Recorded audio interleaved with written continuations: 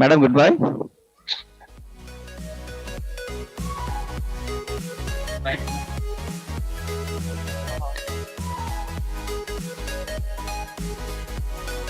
Good morning. Karadana? Good morning, madam. Hello. Oh. Good morning. Ahead. Oh, hello, madam.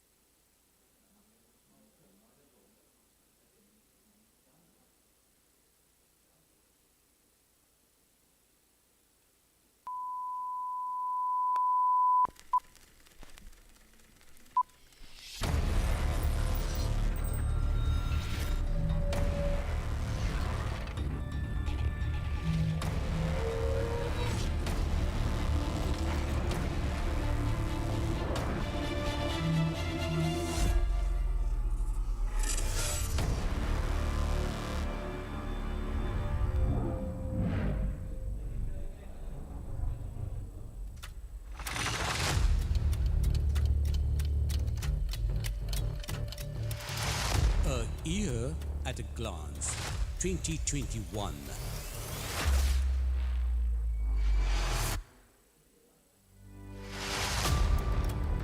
The Sabaragamu Affiliated University College, which was affiliated to the University of Sri Jayawardhanapura, was promoted to a national university in Sri Lanka on 2nd February 1996. The Sabaragamu University of Sri Lanka was added to the list of the national universities as the 12th national university of contemporary Sri Lanka.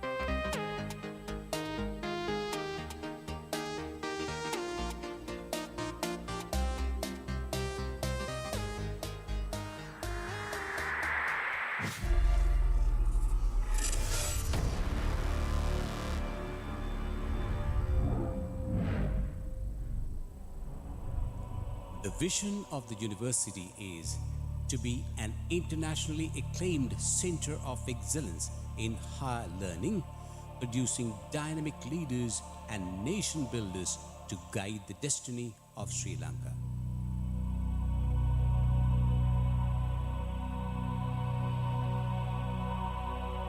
The university celebrated its 25th anniversary last year. Currently, the university is functioning with 8 faculties: the Faculty of Agricultural Sciences, the Faculty of Applied Sciences, the Faculty of Geomatics, the Faculty of Management Studies, the Faculty of Medicine, the Faculty of Social Sciences and Languages, and the Faculty of Technology. The university offers its graduate qualifications through the Faculty of Graduate Studies. All the degree programs offered by the 8 faculties have been designed in line with the vision and the mission of the university and the core values of the respective faculties. We have more than 5,000 students studying across all the disciplines in undergraduate and postgraduate courses. The Sabaragamu University of Sri Lanka has been led by 6 Vice Chancellors since 1996 towards the current progress.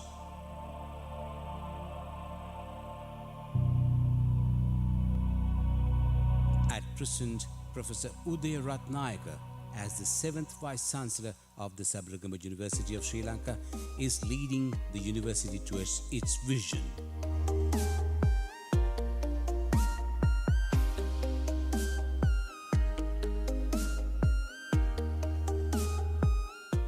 Let us look back a challenging but rewarding year 2021.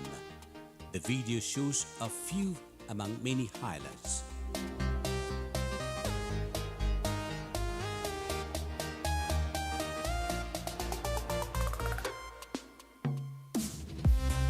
Educational activities, research and innovations, human resource development, development of physical infrastructures and superstructures, engagements and partnerships, governance and administrative systems. Educational activities. General Convocation. The 22nd General Convocation of the University was successfully held on 2nd and 3rd March in the university premises. CADEX 2021. This gigantic computer-aided designing competition was open for the technology and engineering students. The Faculty of Graduate Studies held the inauguration ceremony of Masters in Business Administration and Postgraduate Diploma in Business Administration at the Lake Serenities Resort and Spa, Ratnapura on 28 March.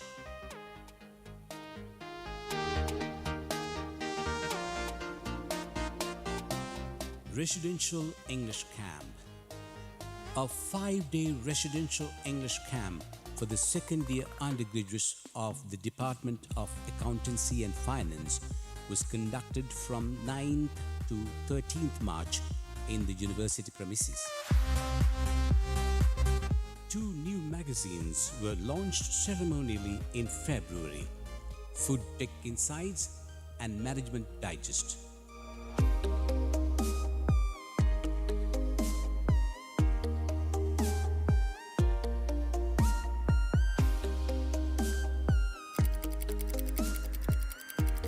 Research and Innovations. Annual Research Session 2021.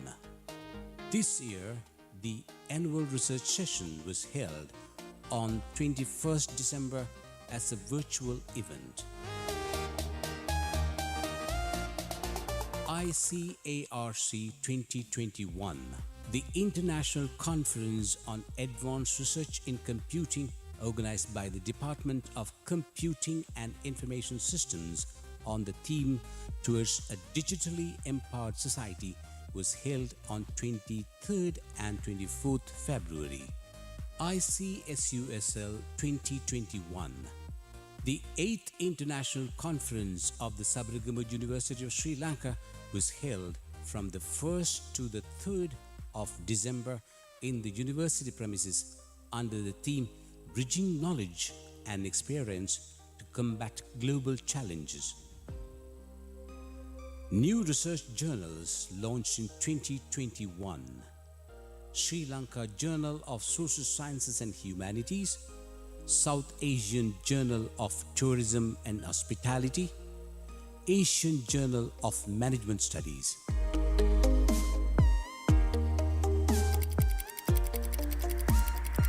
Human Resource Development. An outbound training for admin officers was held on 1st April to provide adventure-based experiences to enhance the leadership qualities. A workshop was conducted for the administrative officers and graduate trainees on procurement on 21st and 22nd April.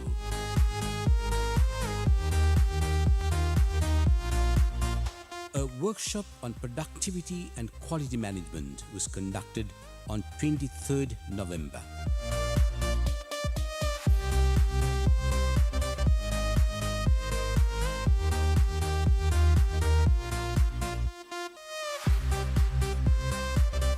Many more workshops were conducted in the year aiming at human resource development.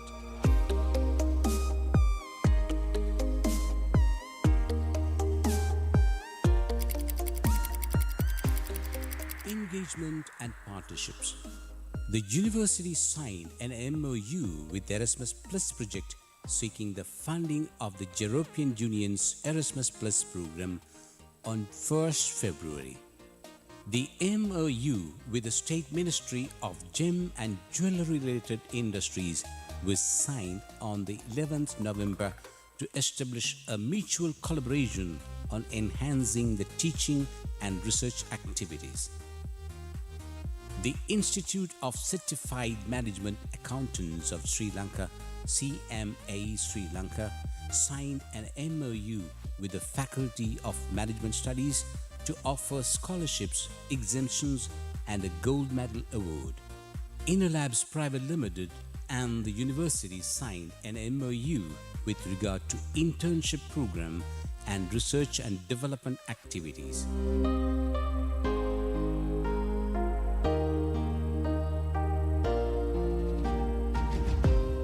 Several other MOUs or the licensing agreements were signed within the year.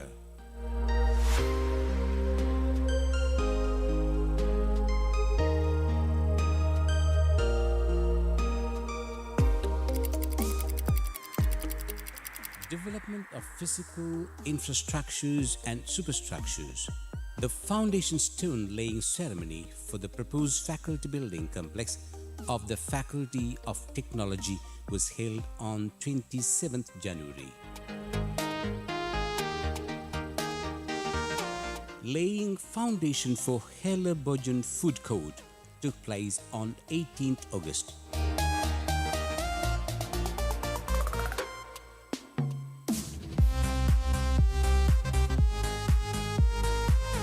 The opening ceremony of the new Geological Research Laboratory of the Faculty of Applied Sciences took place on 5th April.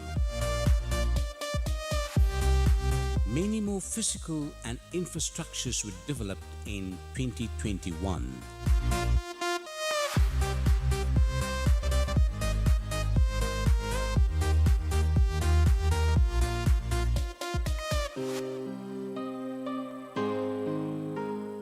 Currently, large-scale construction projects are underway in the university.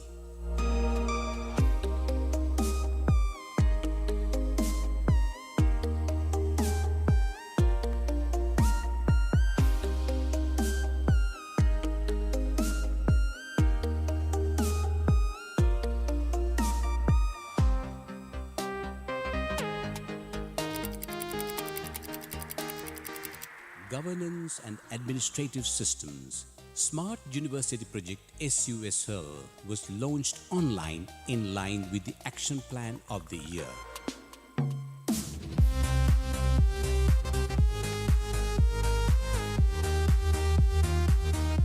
Vice Chancellor and Directors Committee meeting was held on 2nd October.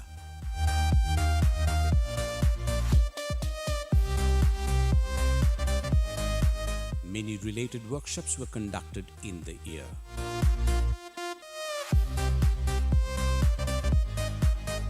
Workshop on meeting techniques, quality assurance in postgraduate studies, curriculum development in line with SLQF, and many more.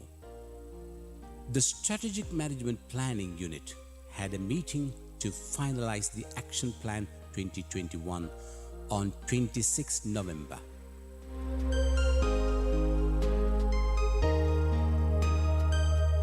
We achieved all these success and developments in the year 2021 because of you. Your dedication, enthusiasm, and insight are really inspiring. For a university, it is a matter of pride to have a team like you.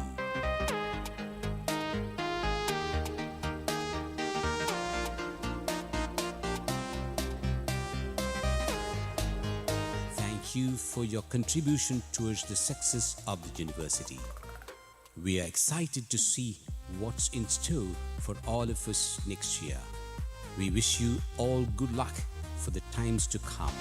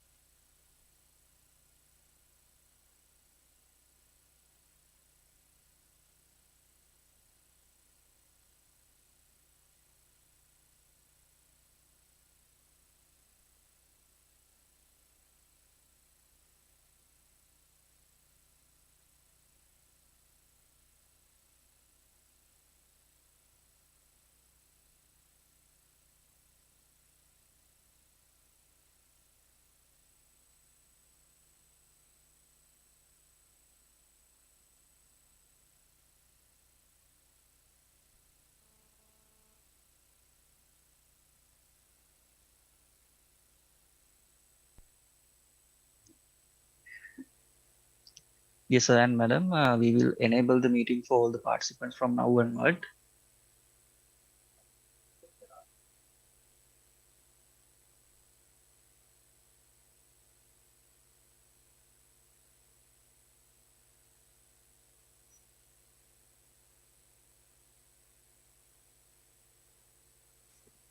There is a power cut. So what did you say?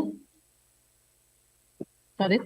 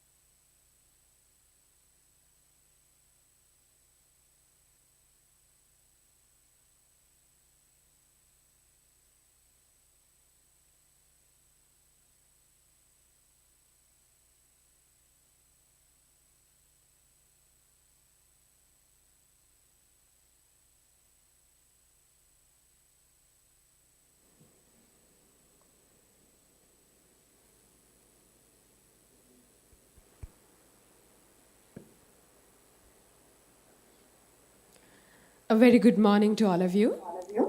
Welcome to the second day of GeoExpedition 2022. The Trade and Education Fair proudly presents under GeoWeek 2022, organized by the Faculty of Geomatics of Sabaragama University of Sri Lanka in collaboration with the industry experts of geospatial sciences. We're now moving on to a very important session of the event of the day. The time has been allocated for an open forum discussion promoting and introducing a discussion platform to educate the public with national mapping requirements. And for this event, I would like to invite a panel of dignitaries to enlighten the audience. So let me welcome Mr. S.D. P.J. Dampegama, who has served as the Surveyor General, Mr. S. Sivanandaraja, who is currently working as an Addition Surveyor General, Mr. K.L.A. Ranasinghe Silva, who has served as the Surveyor General from 1996 to 2003, Dr. Kanagaratnam Thavalingam, who has served as a Surveyor General from 2013 till 2014, Mr. P.M.P. Udayakantha, who has served as the Surveyor General from 2014 to 2019, Mr. S.M.P.P. Sangakara, who has again served as the Surveyor General from 2019 to 2020, Mr. A.L.S.C. Pereira served as the Surveyor General from 2020 to 2021. And also, we have Mr. W.T.M.S.B. Tenakon, who has served as the Surveyor General in 2021. And also, Mrs. J.A.S. Jaikodi, Senior Lecturer for the Department of Remote Sensing and GIS of Faculty of Geomatics of Sabaragama University of Sri Lanka.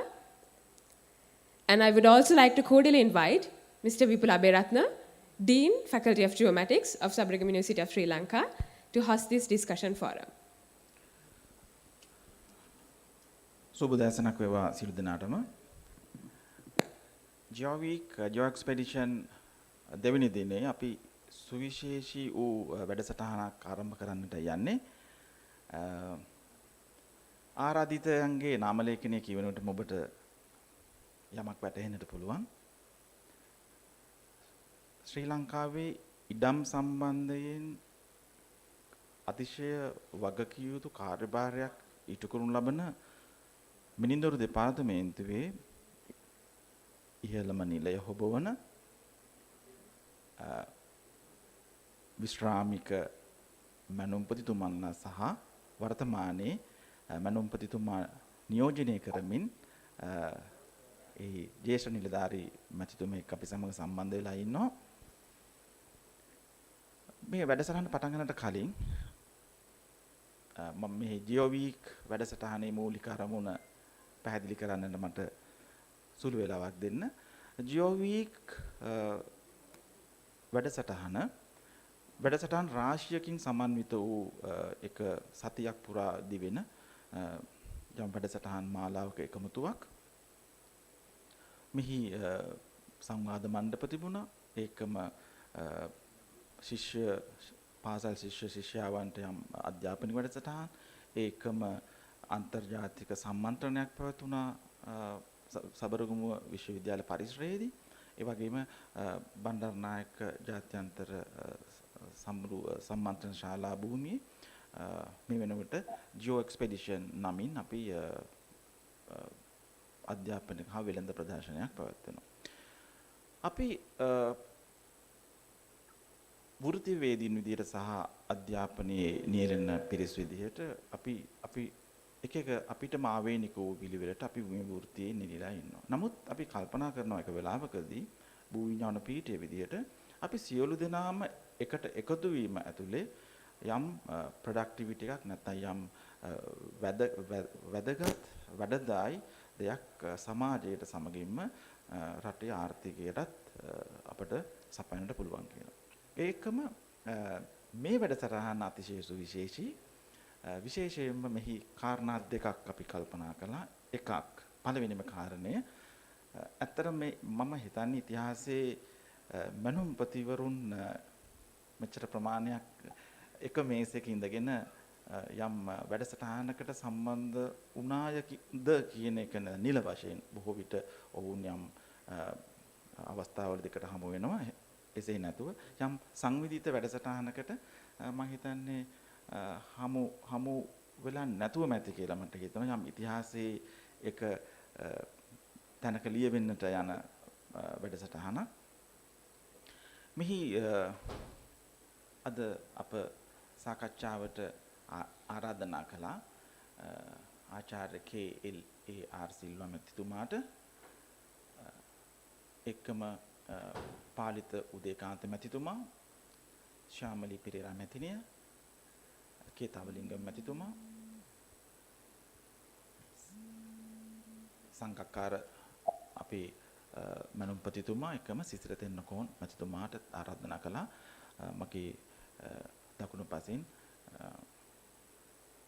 දාම්පෙකම මැතිතුමා සිටිනවා. මේ සියලු දෙනාම පෞද්ගලිකව මා හොඳින් දන්න මගේ ගුරුවරු සහ මගේ ජ්‍යෙෂ්ඨ නිලධාරීන් විදිහට වැඩ කරපු මගේ ජීවිතේ මට හම්බ වෙච්ච නිලධාරී මහතුන් සහ මගේ ගුරුවරු මම ඊටාම ආඩම්බර වෙනවා සහ නිහතමානීව මේ අවස්ථාවේදී ඔබ සියලු දෙනා සමගම සම්බන්ධ වෙන්නට පුළුවන් වීම ගැන. අද වැඩසටහනෙන් අපි විශේෂයෙන්ම අපි බලාපොරොත්තු වෙන්නේ ජාතික සිතියම් කරන ආයතනය ලෙස බිනින්දෝරු දෙපාර්තමේන්තුවේ කාර්යභාරය. මේ කාර්යභාරය අපි තෙවෑරුම් විදිහට අපි සාකච්ඡා කරන්නට බලාපොරොත්තු වෙනවා. අතීත සහ වර්තමාන සහ අනාගත යන තෙවෑරුම් ආකාරයටම අපි මේ ජාතික සිතියම් කරන ආයතනයේ වගකීම අපි මොනියම් වූ වැඩක් වෘත්තීය වේදීන් විදිහට නැත්නම් මනෝ වෘත්තීය යෙදෙන්නන් විදිහට සිදු කළත් අවසානයේදී ජාතික මට්ටමේදී සියලු දේ මේ පාලන ජාලය හෝ එහෙම නැත්නම් මනෝ සිතියම් කරණය වේවා පැහැදිලි වශයෙන්ම මෙහි ප්‍රධානම වගකීම දරන්නේ ශ්‍රී ලංකා මිනින්දු දෙපාර්තමේන්තුව. හොඳයි. මම මුලින්ම කැමති අපි මේ අතීතේ නැත්නම් අපි අවුරුදු දැන් 30ක 40ක ප්‍රමාණයක කාල වකවානුව තුළ මනුම් ශාස්ත්‍රය තුළ විවිධ අත්දැකීම් ඔබ සියලු දෙනාටම තියෙනවා. මෙතෙන්දී මම ඉස්සෙල්ලාම පළමුවම ආචාර්ය කේරල් සිල්වා මැතිතුමාගෙන් දැනගන්නට කැමති ඔබ මෙතන අපට ඉන්න අද ජ්‍යෙෂ්ඨ නිලධාරියා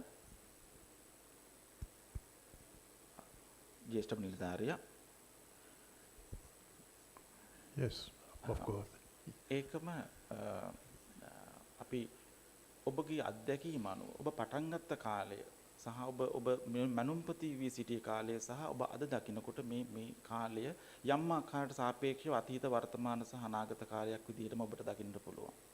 ඔබ මේ මනුන්දෝර වෘත්තිය හෝ නැත්නම් මේ මනු විද්‍යාව සමගම මේ විකාශනය ගැන මොන වගේ අදහසක්ද ඔබතුමා දරන්නේ? අපි කාල වේලාව අපිට තියෙන දවල් 12 වෙනකම්. එතකොට යම් ආකාරයක අපි කාලය කළමනාකරණය කරගෙන අපි ඔබේ අදහස් ඉදිරිපත් කරනවා නම් හොඳයි. My experience in the department runs from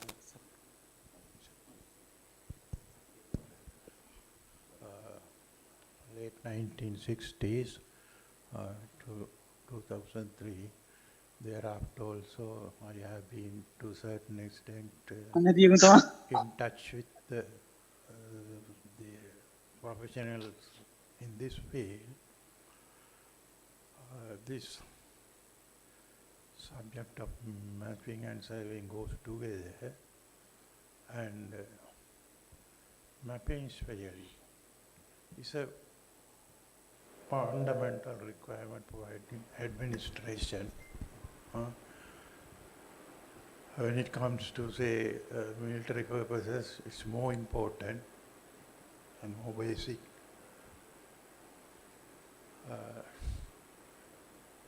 Actually, it has started as a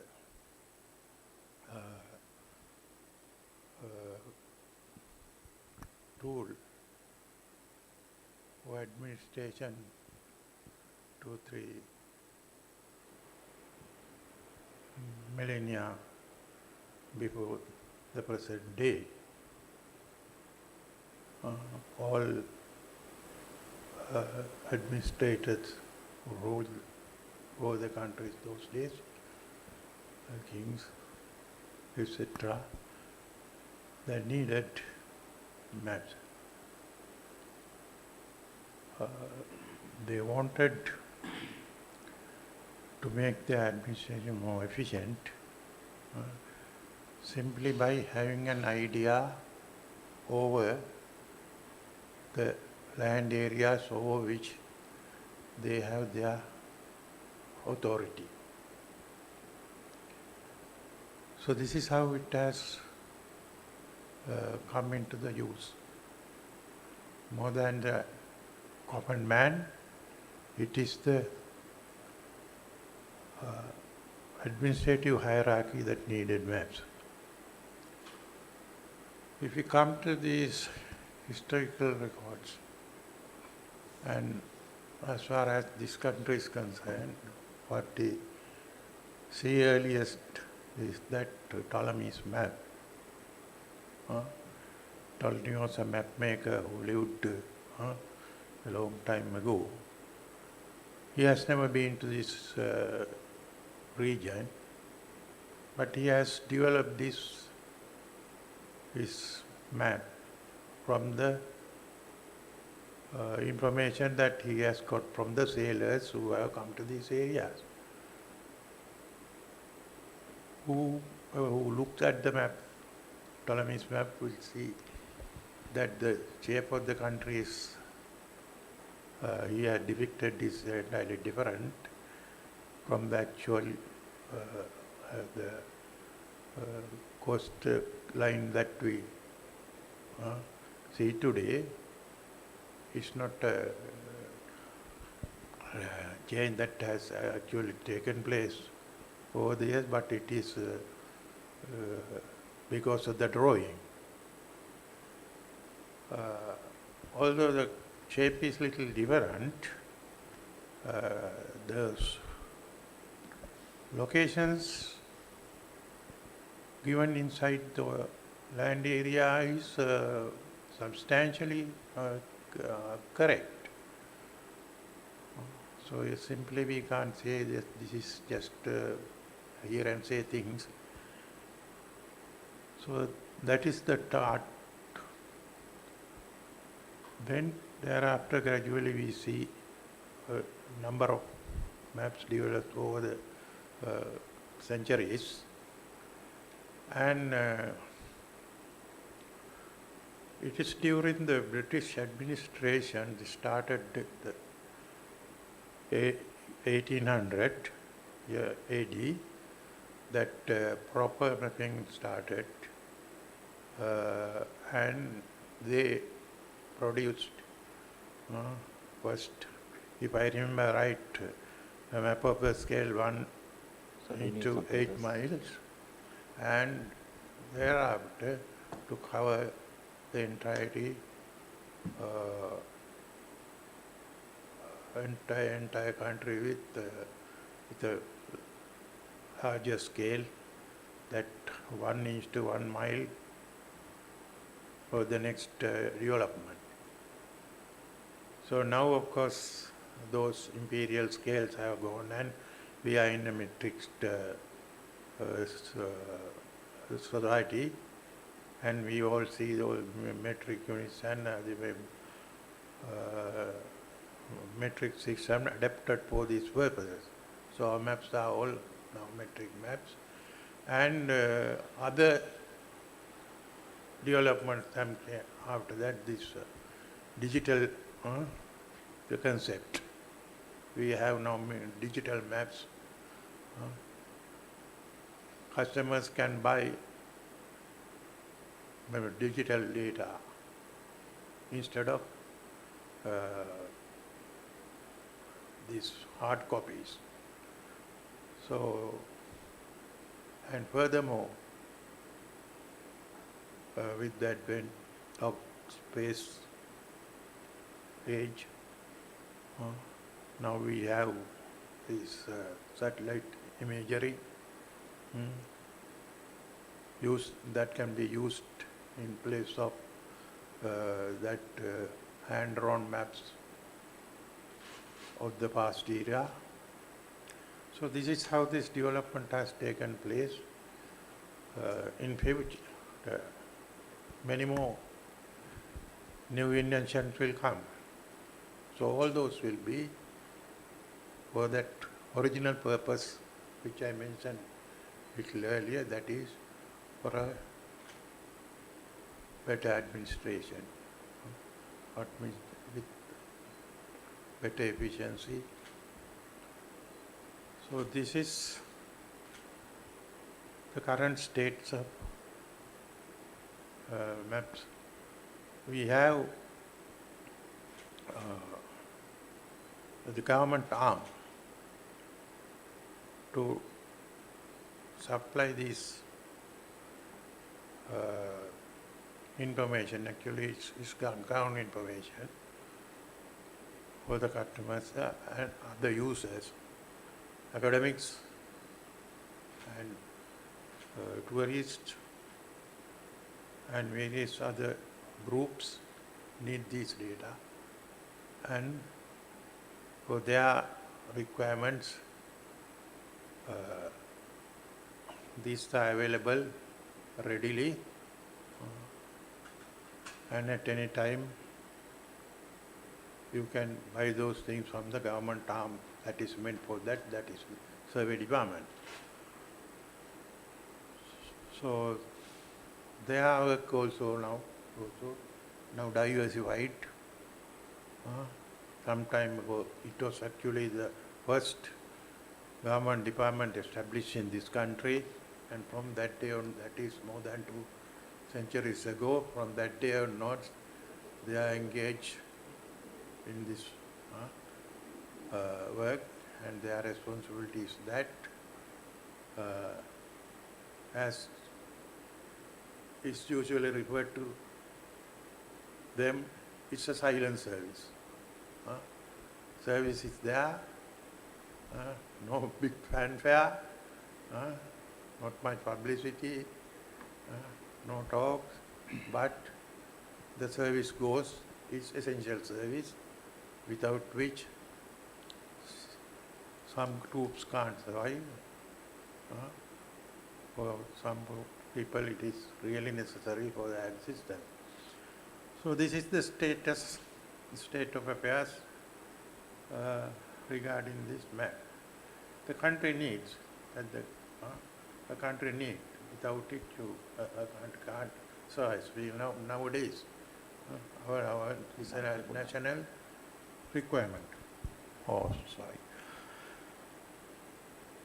So there are other areas to be touched on.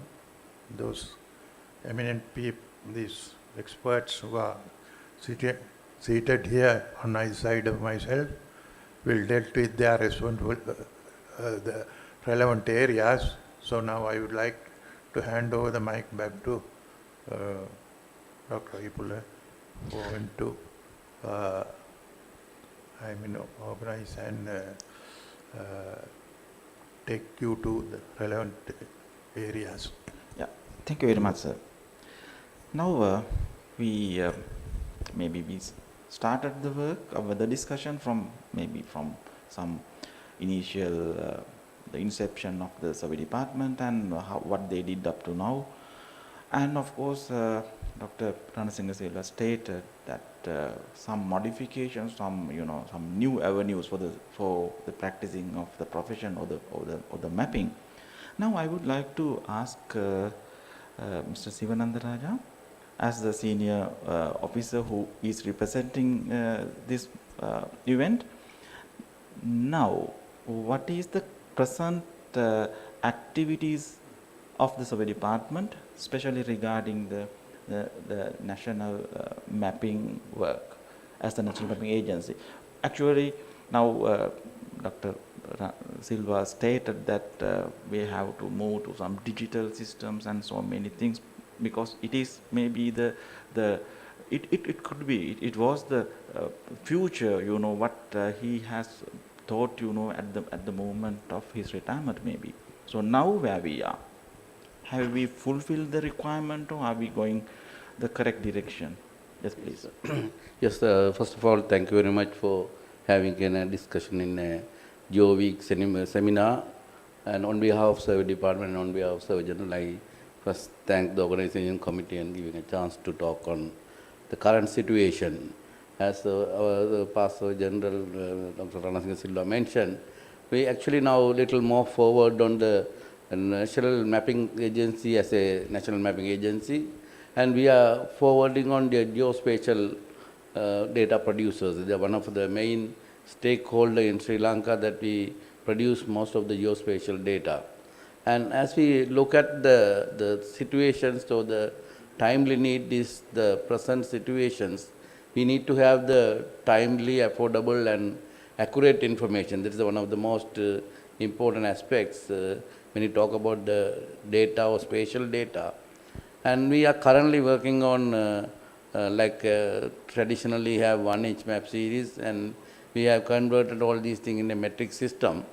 And with the metric systems, we make on 1:10,000 mapping and 1:50,000, and again 1:5,000 also we are working. Therefore, this work involvement, I think we are currently maintaining 2 databases in 1:10,000 scale and 1:50,000 scale, and it covered all the entire country in 2 different scales. But in the future, I think we might go on keeping an one updated information as 1:10,000 scale mapping, and we can try to actually generalize other scale maps. Therefore, in future we plan to have a one base layer as 1:10,000, and with that one we can move forward, because the time requirement for the updating the maps also is again you have to update 2 maps simultaneously. We're maintaining 2 databases. I think in future we might thinking of updating a one database, and it's updated every 5 years like that, the time cycle. Therefore, that will be benefit for the industries and the decision makers, because nowadays everybody is trying to collect some data. But as a national mapping organization, I feel that should be as a one database should be there, and people can be shared and they can be used on different scenarios, and they can add their data also. Therefore, that is the way forward, and it should be like with the current situation now we are talking about this NSDI, how the data standard should be there, how the data collection method and metadata and all these things also coming up. But if timely is the situation, now the geospatial industry or the national mapping organization, what we are feeling, to have maintaining the data in a standard way, and it should be an updated version also, because we want to have the data in an updated manner, and it again is affordable also. People have to use that one. Therefore, affordably it should be reasonable pricing or whatever mechanism we can work out, and that should be shared with the users. Another thing also we have to work at as one side as a mapping side, and we can say the other side for the surveying side also. We have to go for the land bank or the information in 1:1000 scale, and we have to maintain as a cadastral way also LIS, the land information system in, let's say, in 1:1000 scale, and as well as we are maintaining for the mapping side in 1:10,000 for the entire country, and it should be maintaining at present, but we need to have a updated versions, and we need to have a cycling of every 5 years to be updated in a manner, then it can be work on the future demands and other thing. Yeah, thank you.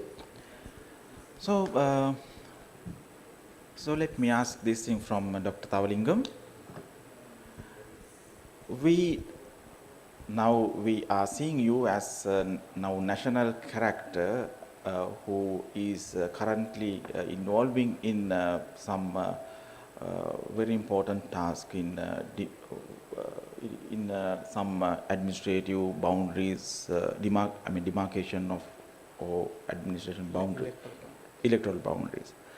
So this is actually what we are expecting from user, because your expertise we need to to deliver, to contribute to the the development of the nation. So if you could kindly say something about what is currently going on in this direction, and what is the role of you as a member and as a Surveyor General there, as retired Surveyor General there, in order to make this project success?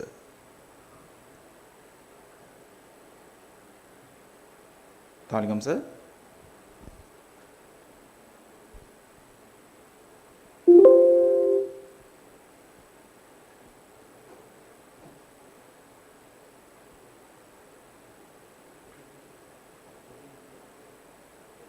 So we are experiencing any technical problem in.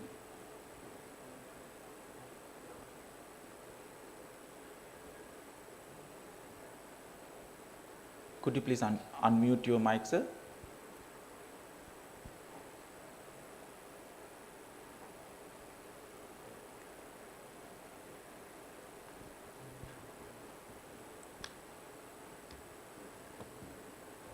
Yes, hope that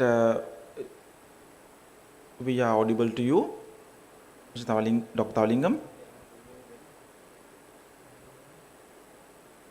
We can't hear you, Dr. Dalgan. You have to adjust your volume somewhere, probably. Yes, so we can connect him once everything is rectified. So may I ask the next question or next idea from Mr. Udayakanta? So during your time, I mean in the land administration sector, so it was I mean bit revolutionized, maybe did lot of work in especially in BMICH project. So now how the BMICH is going on and how this concept is I mean how we familiar these title registration systems in the general public sector. So what do you think about it?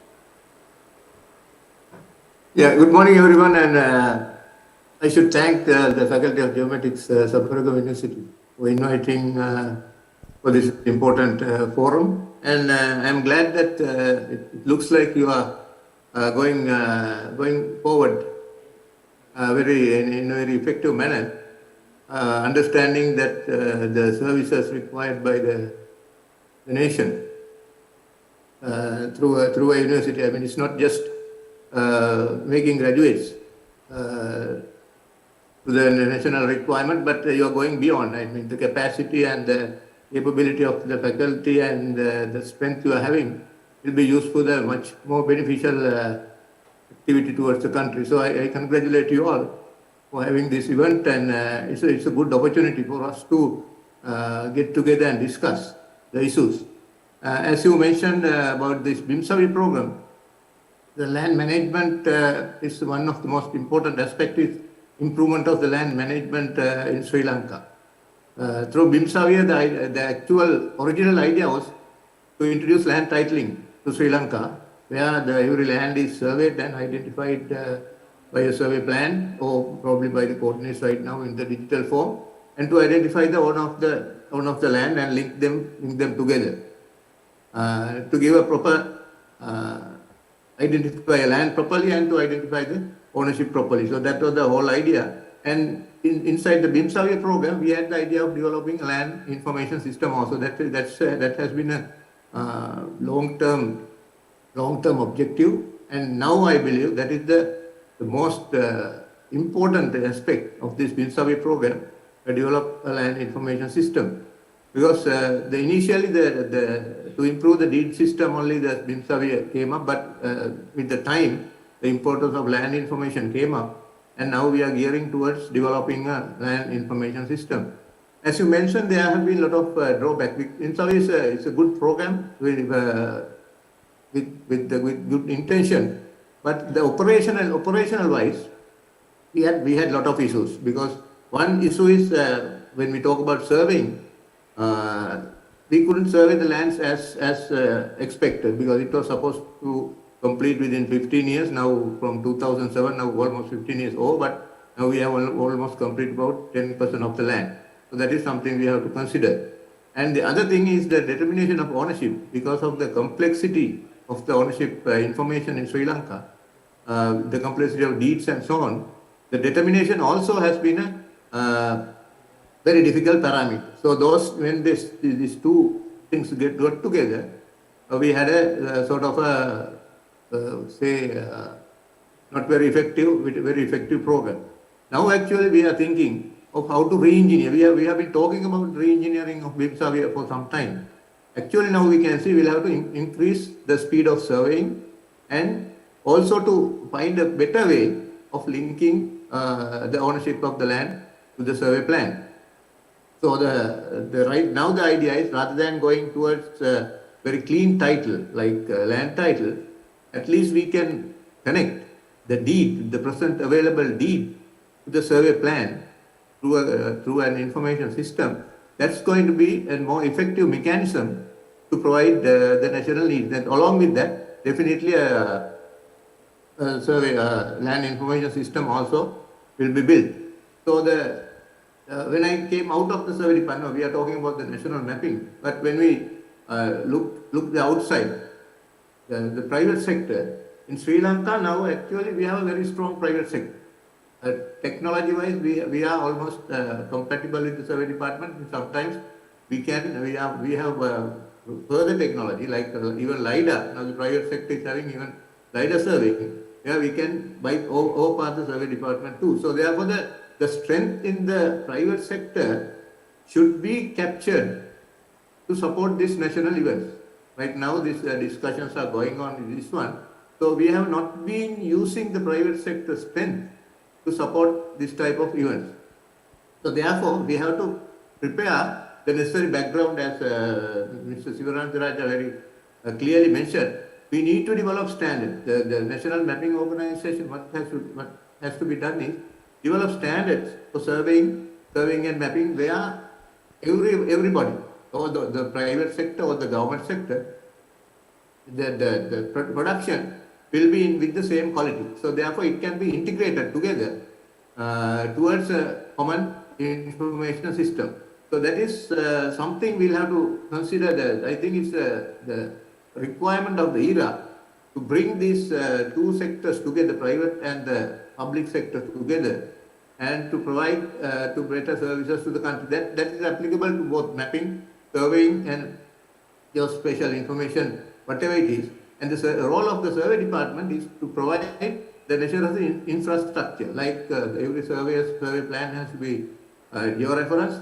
So we have to provide the necessary control through a coast network or some whatever there are some more simplified methods to provide the geo-connected survey plan. So that with that simplification of the deed system, I know that land registries are being digitized now. If we can identify the deed or the folio where a particular land is registered, so with that we will be able to link the survey plan and the deed together and develop an information system which will eventually will help improve the land titling process also through this linking of the plan and the information. So that is I think the present situation of the BIM survey program. We are behind the schedule, but we'll have to restructure the program definitely, because if we try to speed up the program as it is in the way now, it's not going to work. We have been trying it for a couple of years and we have identified that it's not going to work. So we have to restructure the whole program and to improve and provide better services to the people. I think I briefly explained about this BIM survey program and the need of land information. I think we can move towards this NSDI, or rather than talking about the national mapping only, we can talk about more widely about the national responsibilities or the national needs of the people regarding surveying and mapping, both in this forum. Thank you. Thank you, sir. Thank you very much. So let me now move to Mrs. Shamali Pereira. I think she's having some religious work at home and probably must be thankful very much for being here with us up to now. Yes, ma'am, I would like to get your attention to this one. Now, let's say everybody talks about GIS, we know it, yes, but LIA is somewhat special. So your specialization and your interest will probably be going with that uh, in the LIS land information system.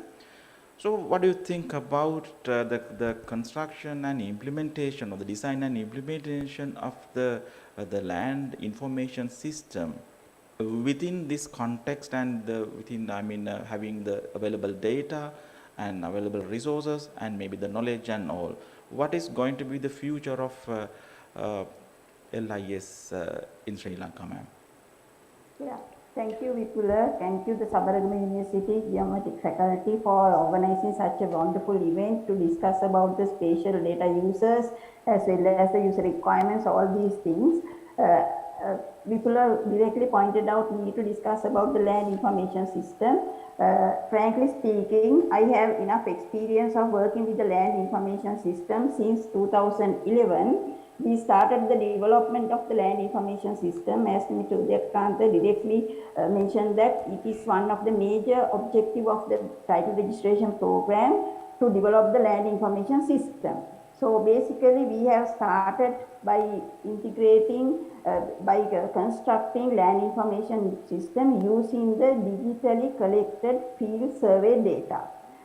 Basically I came across the different issues during that time because of the required number of data layers, as we have to discuss about the data standards. Basically, by continuing analyzing the requirements, all these things, we could develop the working LIS model in 2014. From 2014 onwards, we try to improve the developed constructed land information system to use by our users. During my actually period working till 2017, we could host the collected land information, collected field survey data, about 1.4 million land parcels, host to our database 1 to 2000 and 1 to 1000 scale, some data in 500 scale, and we could link our parcel data with the Registrar General Department to visualize the ownership details through web information system. So that up to that extent we could do, but we actually restricted with the number of data parcels at that time. Now we are having another issues facing that, because the number of parcel surveying is increasing.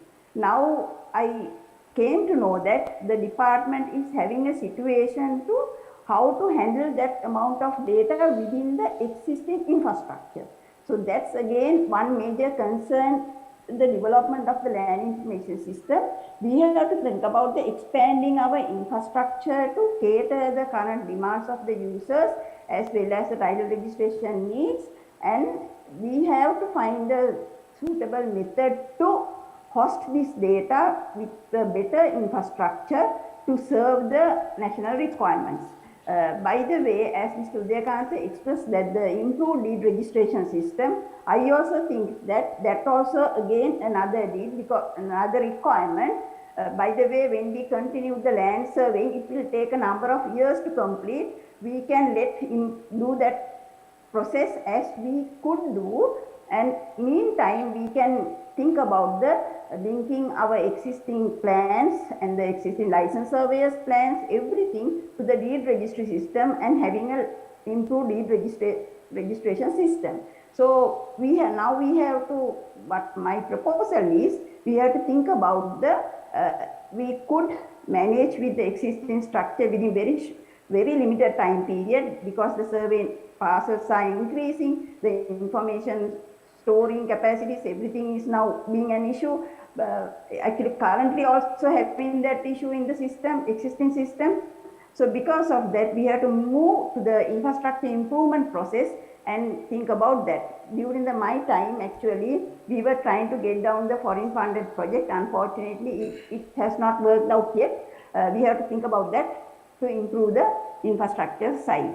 Other than that, people, I would like to discuss about the mapping also within very few time, within 5 minutes of time. So mapping side, actually, we did a vast number of projects during the last 19 and 200 years. We did survey photogrammetry data. We did the data collection for the Southern Expressway, Kandy Expressway, Outer Circular Road, Water Board, Tourist Board, and number of actually spatial data collection projects were successfully completed during that time. So we were fortunate at that time to get down the accurate data on time using our own aircraft.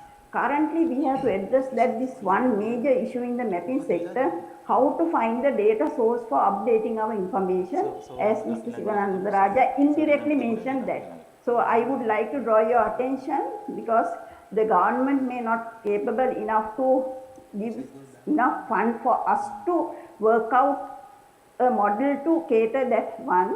As Mr. Udayakanta expressed, that this private sector is very much conversant with the modern technology, latest technology, and they are having that capacities also. So we maybe think about the public-private partnership, but we have to keep in mind that it is important to be adhere with our Survey Act, because the national mapping and everything is under the mandate of the Survey Department. By keeping that in mind, if we could work out with the public-private partnership, something model like that, it will be work out for the country definitely to satisfy the user requirement. As Mr. Ranasinghe Silva expressed, the spatial planning is very important. Without a spatial planning, even the decision making, the people are taking the poor decisions. So it is important to get actually find scientific decision making method, and I hope to wind up now, because I want to join to my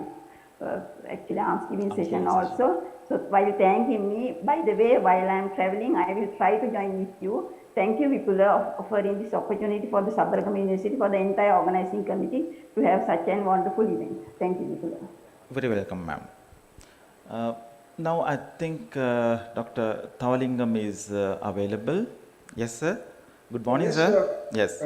Good morning. My mic is not working now. Can you hear me? Yes, of course, we do hear you. Okay, then this is the thing. Yes, sir. Now, So today program is, we are talking about mapping, then it is switch on to the LIS and survey. yes. Yes, surveying, no one can touch us, because it is in the act itself says survey department should prepare the cadastral maps. But now the thing is mapping. So for 40 years back, no one challenged with us, because we are the only people prepared maps. Now all over the island, everyone is preparing their specific maps. Okay, they are preparing their specific maps, but they are challenging with survey department now. Recently, I went for some meeting, and they said their data is very accurate than survey department data. I discussed with Sivandaraja regarding this also. He said, point blank, I would say that census department challenge, because they have some data they measured with some this thing, and they say their data is very accurate. Then census department discussed with survey department also. So far, no solution achieved. My thinking is, I think that surveying will not go away from survey department, but mapping will go away from the survey department if the survey department not take any action on this. Mainly what I say is accuracy. Because as Sivandraya said at the beginning, one is it, then prepared this one is to metric system. When they convert this one is it to metric system, the errors started. How is the accuracy of our 1:50,000 map? So survey department should think on that. Because other countries, they divert from accuracy to data quality. So each and every seat, they say this seat is so much quality. So like that, survey department not to have whole seat is a same quality accuracy, but they have to identify that. Because they have to identify attribute accuracy at least. Because when the census department came out for this GN boundaries, Gram and Nildaris boundaries, they said they measured very well and their accuracy is very high. But survey department also did it. But then I argue that I had a big discussion with them and I said their method of measuring is, I didn't accept that because they don't know, have the basic surveying knowledge. So what the department going to do on maps? That's my argument. Whether they are going for the accuracy or data quality or how they sort out this issue. Because Swandraya said one of the stakeholders of maps. So who are other stakeholders? So we have to discuss with them and see who are the leader of this mapping. That's my question. Okay, thank you. Thank you very much, So sir. all of you to invite me for this. Yes. You pointed out very interesting thing here that the survey department is being challenged now, yes, especially for mapping. SMPP Sangakkara, Mr. Sangakkara, sir? Yeah. Yes. Can you hear? For sure, Can yes. you hear me? We do hear you. Yeah. Now, as long as maps are concerned, I think you have enormous experience in, this 1 into 50,000 and 1 to 10,000 map series. So then, so now the point has come that is, okay, map is all right. It looks very nice, but the precision and maybe the accuracy of information and everything regarding those, some are challenging these things, as maybe Dr. Thalingam said, especially for boundaries, maybe for some other features, maybe. So where we are, what we can do with these maps, or what is the future of this map, or maybe are we able to give them correct information from maps? So what do you think about that? Actually, my idea is now we have to completely change our perspective on mapping or the cartography. So because for the decades we were doing without any challenge because we had the authority. Map preparing is a special specialty, and we need special people to prepare a map, and we have to have cartographic expertise to produce a map. But nowadays, anybody who has moderate knowledge on computers and write software to produce a nice map with cartographic enhancement. So people may not use the hard copies or paper mappings in the future. So we have to know that. Even myself, I have not used a motor map, our department map, for a long time. Always I have to go for. I like to have the Google Maps for traveling and for location based. So that is the demand that people today. People want digital maps on their smartphone or a tablet or PC. So they don't want to have big size of papers and turning over here and there. So it is the way, and they want a specific, if you want something, some map for some information, they can prepare it without any much knowledge, but they need data. So the national mapping organizations should focus on data. The authentic data is important because we have to have reliable, up-to-date data to serve the clients. So for that, we must have a good data sets which we can disseminate it, through the internet in different platforms and different formats. That is the basic needs, and we don't need to worry about the other part. If you have a good data sets, and we can formulate them to the clients for what are their needs, to supply their needs, it is okay. We can, and the thematics maps be prepared for fit for the purpose principle. So we have to go with the line, the fit for the purpose principle, whereas we have to have a good authentic data. And this, I don't think that Google and Bing Maps and open source, they are a challenge for the NMS. as far as if you have updated data. So that is the future. I mean, the people are needing real-time data on some. Most of the time, they need real-time data. So it is very important. We should be able to produce them on a good platform. That is the basic. I think in future we have to focus on that line, producing digital data to the required people on required format on required platforms.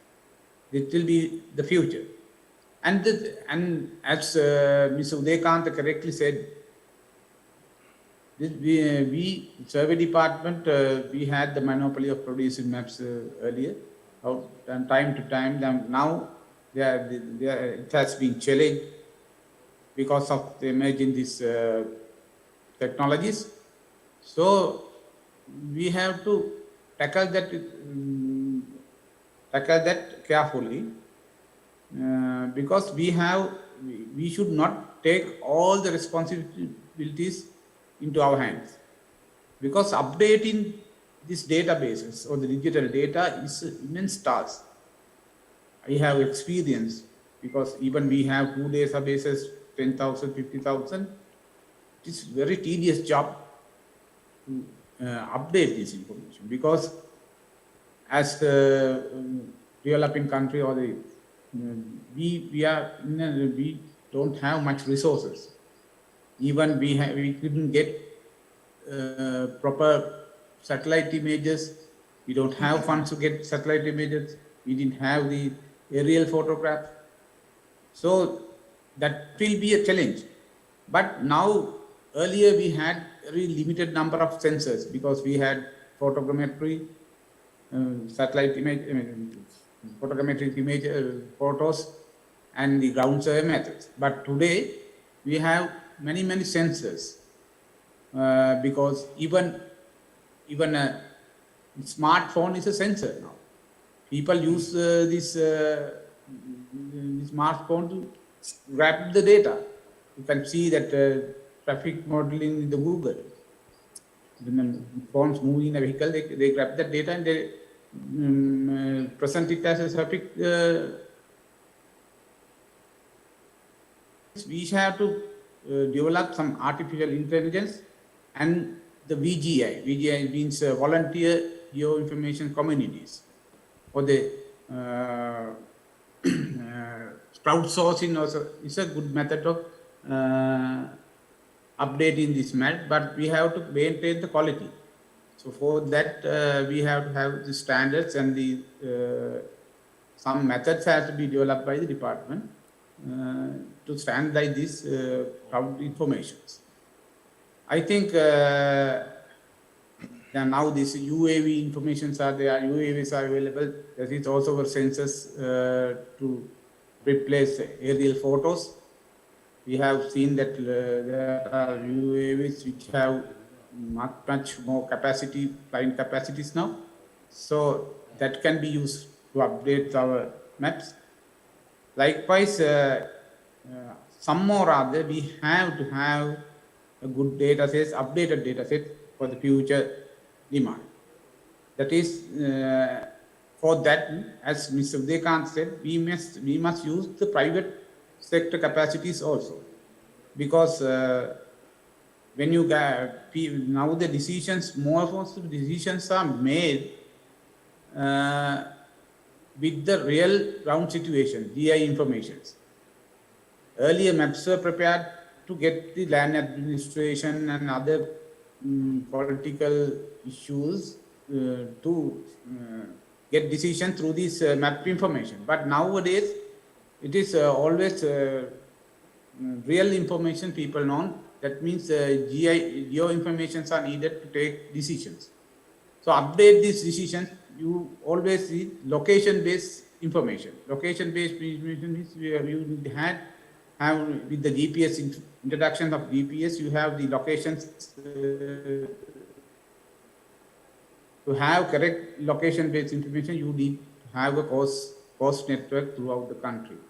We were trying to get this done through the department with foreign aids and so on, but we were unable to do. Only a part of Colombo,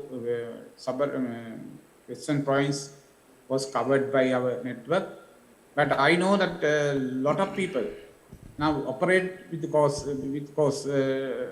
where their own private sector, they operate courses, and the universities, the water board and other government institutions, they have their private networks. So if you can integrate these all the networks together and standardize them with the supervision of the survey department, we may have full coverage of the country with the coast network.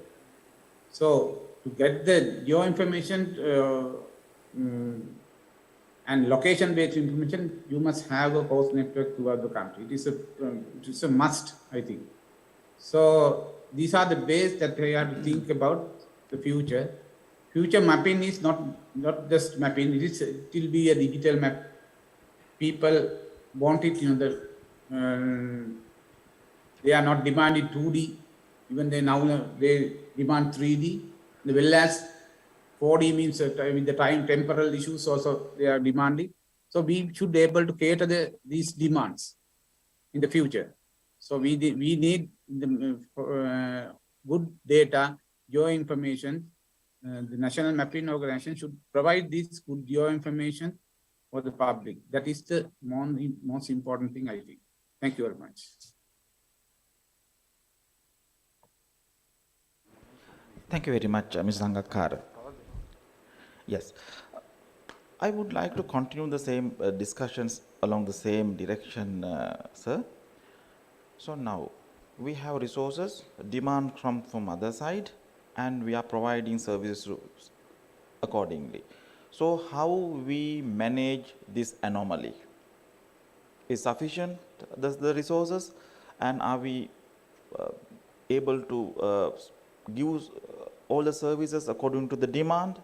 What we can do, especially refer to the previous talk. Yes, the perception or the idea of mapping has been changed, and most of things has been changed. So we are living in somewhat transitional area now. What do you think, sir?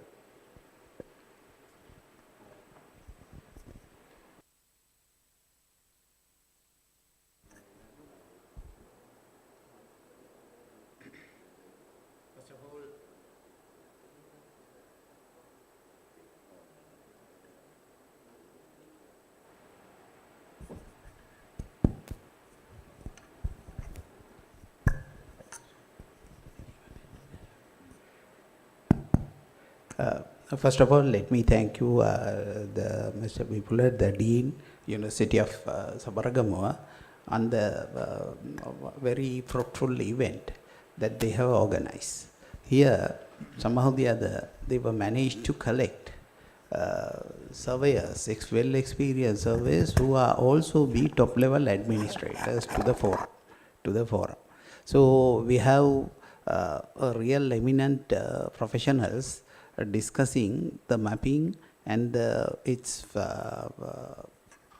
applications towards the society, and how this data mapping could be used for the development of the economy. So that is one thing which is very important at this time. So to start with, I would like to allow to go into little bit history and little bit future, as it says the history, present and future of mapping of the National Mapping Agency, the Survey Department. The Survey Department incepted in as the first department of this country in 1800. Why?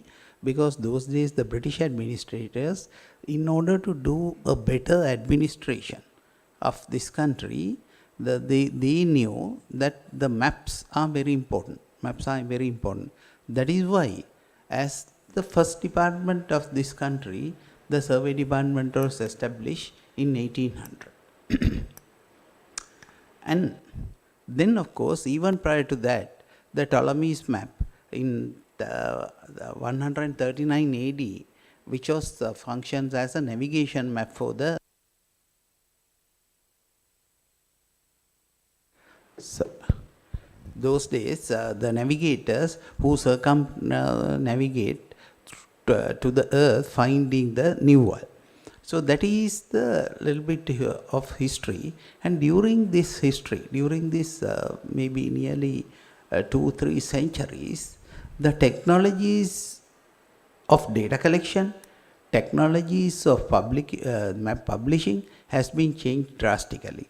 Originally, most of the maps were collected or produced manually, virtually manually, and even the maps were drawn manually by hand. Later, with the development of the printing technology, the maps were based on the printed maps, starting with the monocolor maps, and then it had gone into colored map with the offset printing and all. Then, usually today we call hard copy maps. Then, again, with the development of the information technology and dissemination of the digital data, the maps has taken a tremendous turn. Maps has taken a tremendous technological jump to jump out from the paper-based map up to the digital maps. So that is the present and the future.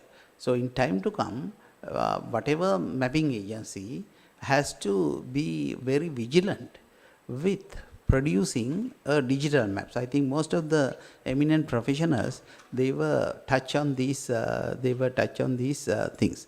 Then of course, what is the limitations of the map? Originally, way back in 1800 up to 1900, the maps produced by the National Mapping Agency, the Survey Department, was confined onto the territorial map of the country, because the idea is just to prepare maps to help the administration of this country.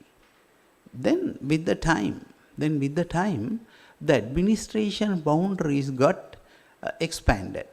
So if you just go into the legal side of that, we got basically the countries, average approximate countries area, the territorial area within the country is about 65,610 square kilometers.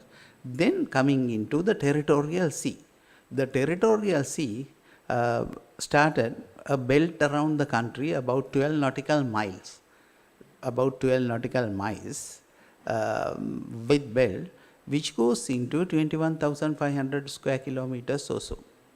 Then the next arena comes in with the United Nations article published in to define the exclusive economic zone. So this was defined in the UN Convention on the Law of Seas.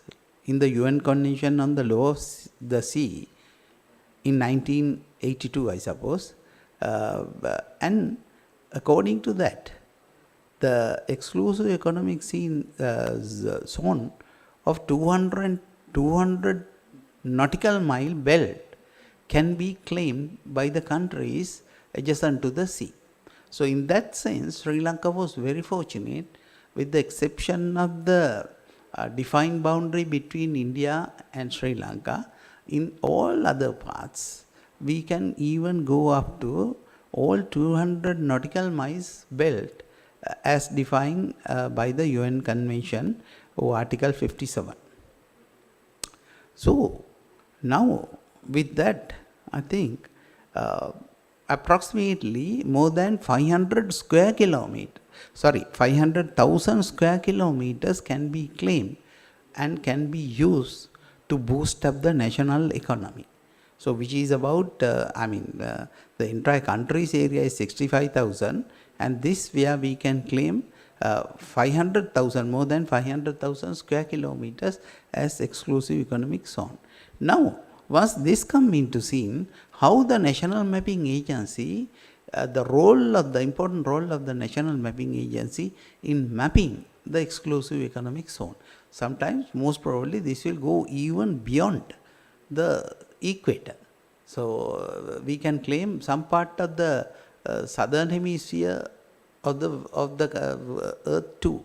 So, therefore, it's a very technological challenge for the National Mapping Agency, and they had to use new type of applications, new type of definitions, new type of technologies in map projections in order to depict these areas. I think already the survey department has started publishing the map on 500,000 coordinate base, which is a good initialization. But now, as a National Mapping Agency, a new thoughts to be given in order to go into the mapping of the area of the exclusive economic zone. So then, with all these things, the final ambition is to administer the areas belong to the country, and administrators will take decision. Administrators will take decision on how to harvest these things, what economic boost can be done. All these things are business of the administrators, top level administrators. But in order to take administration decisions, they need to have a clear view of the areas they are interested in. So that is the importance of the National Mapping Agency to provide this data. So in order to do so, so there are various type of things are coming up. As now we are talking of a huge big amount of area to be depicted, new technologies, especially the digital technologies, should come up. And there are various publishers, they will providing their data which is required, like administration boundaries or the political boundaries or the economical boundaries. So there are various type of other sources. Various type of other sources are also to be incorporated into these maps so that the administrators, they will have all this data in their fingertip. In order to do so, the best platform is the digital platform. I think so. This is one important component as in the land information system. Land information system, where you could have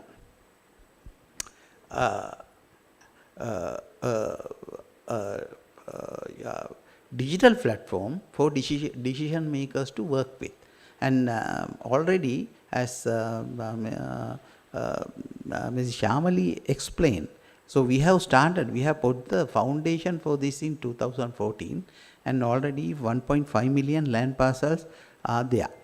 And then these data, the information related to these land parcels coming from multi-sectoral organizations.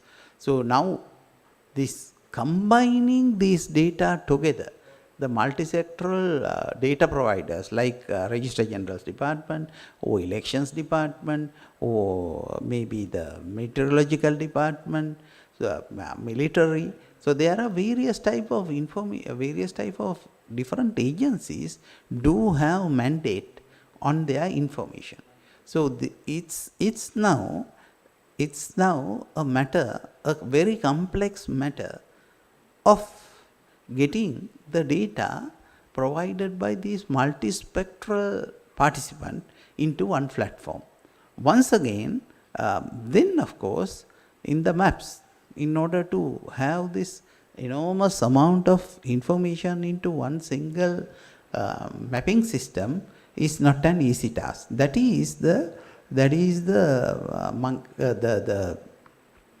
major task of the National Mapping Agency. In order to do that, there are certain things that we have to do.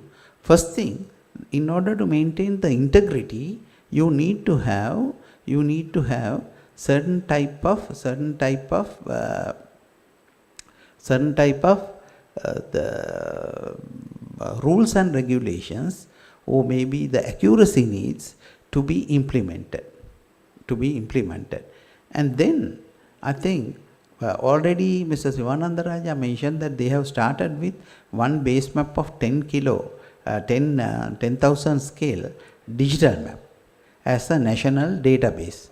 So then, and there are various data, the informations provided by different institutions will come into in this database as data dictionaries. In these data dictionaries, then of course you can govern or you can assist all the other the parties who will be providing data, right? Certain guidelines, how you have to publish the data, and what are the accuracies you need to maintain, what are the other technical terms such as map projections or color schemes or the digital data formats that you can use in order to come up with a combined map. So that is the fundamental thought of National Spatial Data Infrastructure.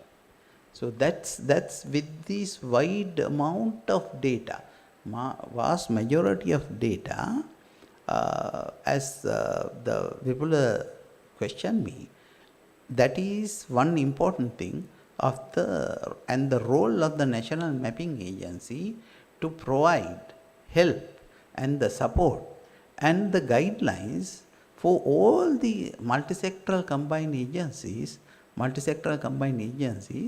to be a right justified maps which could be used by anybody, administrator or even a navigator, anybody can be used this map without any technical issues and without sacrificing the accuracy.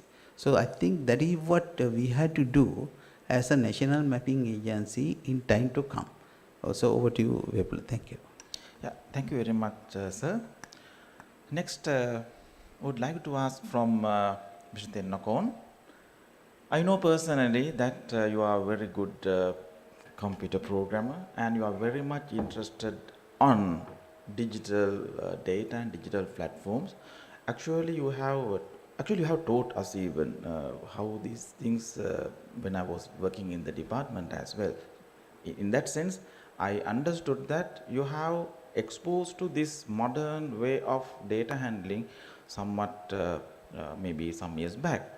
So with your experience and all, as one of retired survey generals, how we can continue the discussion from the place where the Ampekam sir stopped?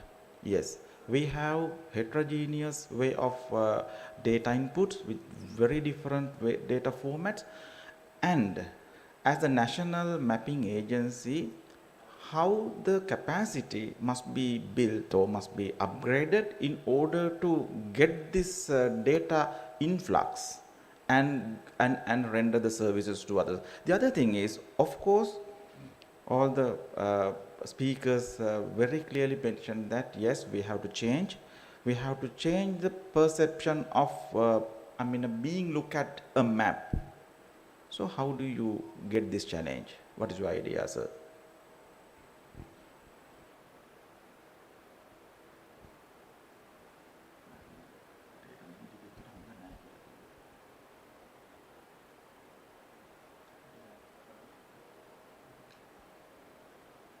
Hello. Yes, we do hear you, sir. Yes, okay, thank you very much.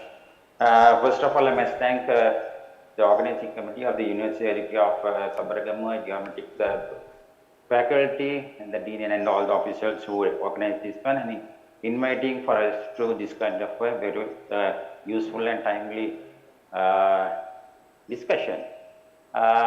If we go back to the topic for straight away, I think we said that the private sector and the private institutions are working on this and they are preparing maps and all that. But to be honest, still as our speakers mentioned, still the Survey Department is having the mandate for preparing maps or mapping, mean the National Mapping Organization. But the question is, the private sector or the other organizations can prepare the maps for their small scale projects. But when we, as a national mapping organization, national level mapping cannot be done for any of these organizations other than the Survey Department, I guess. Because national level is when you talk about it is, we are talking about a huge amount of data, whatever that data variety, I mean the roads or the whatever the topographical or the thematics or whatever that, we are having a very big data set. I think none of these organizations other than the Survey Department is having the capability, in Sri Lanka I mean, is having the capability to handle that sort of a big data set. And so it's one thing. So I think still the National Mapping Organization is having that responsibility, and we are bound to act the role of National Mapping Organization. So we can't get rid of it. So we will first of course now we will have to identify the time has changed now.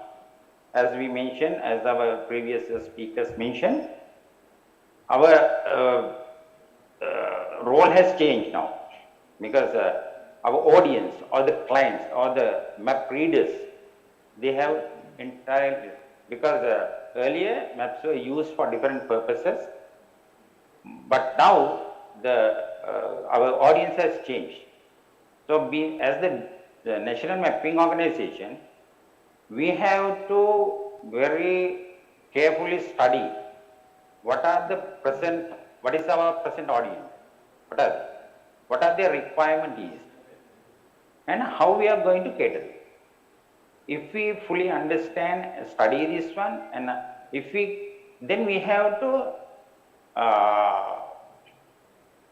prepare human and physical resources to supply that need.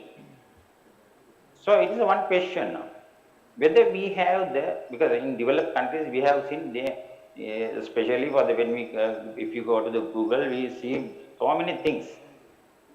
In all other mapping organizations in developed country also, they are doing marvelous things. But we'll have to think of what are the capabilities we have when we compare with the other countries. So this is a good platform, I think. The academia and an organization who are physically producing these maps have come together now. So it is we have the Survey Department or the National Mapping Organization has to identify the limitations. For instance, the technology, the human resources that are well trained and educated on the specific geoinformation data handling technique, or the visualization methods, or data dissemination, or whatever that which is related to this field, has to be identified. And on the other hand, a university who is dealing mainly with this geoinformatics, they also have a very good responsibility to train, to teach, to enlighten the students or the young generation to meet with this requirement. I think this is a very timely requirement, because we have experienced that we have so many plans in our mind as the administrators, but when we come to the implement that, we have a lot of limitation. It can be technical, especially the technologically. We have that we have experienced the limitation. So it is a duty of the university or the academia to identify the national requirements on the geoinformatics and train their students or make them ready for the next challenges in the world. It will not confine to the needs of the country, but there is a very good opportunity for them to go to the global level institutions also. So that's the one thing that I have observed. So it is a very whether we have identified that national requirements, we have that limitations. So it is now because as we mentioned, the NSDI or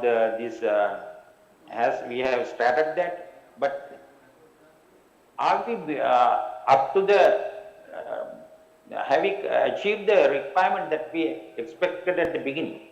That's the one thing that we have to review. When we are going to achieve the real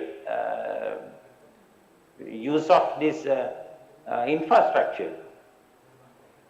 So it is a question now. We have because we have spent a lot of money on that one, and we say we have a national NSDI for many years now. We are having that, and but we have to think: are we utilizing that facility, or is it fully fledged system is available now?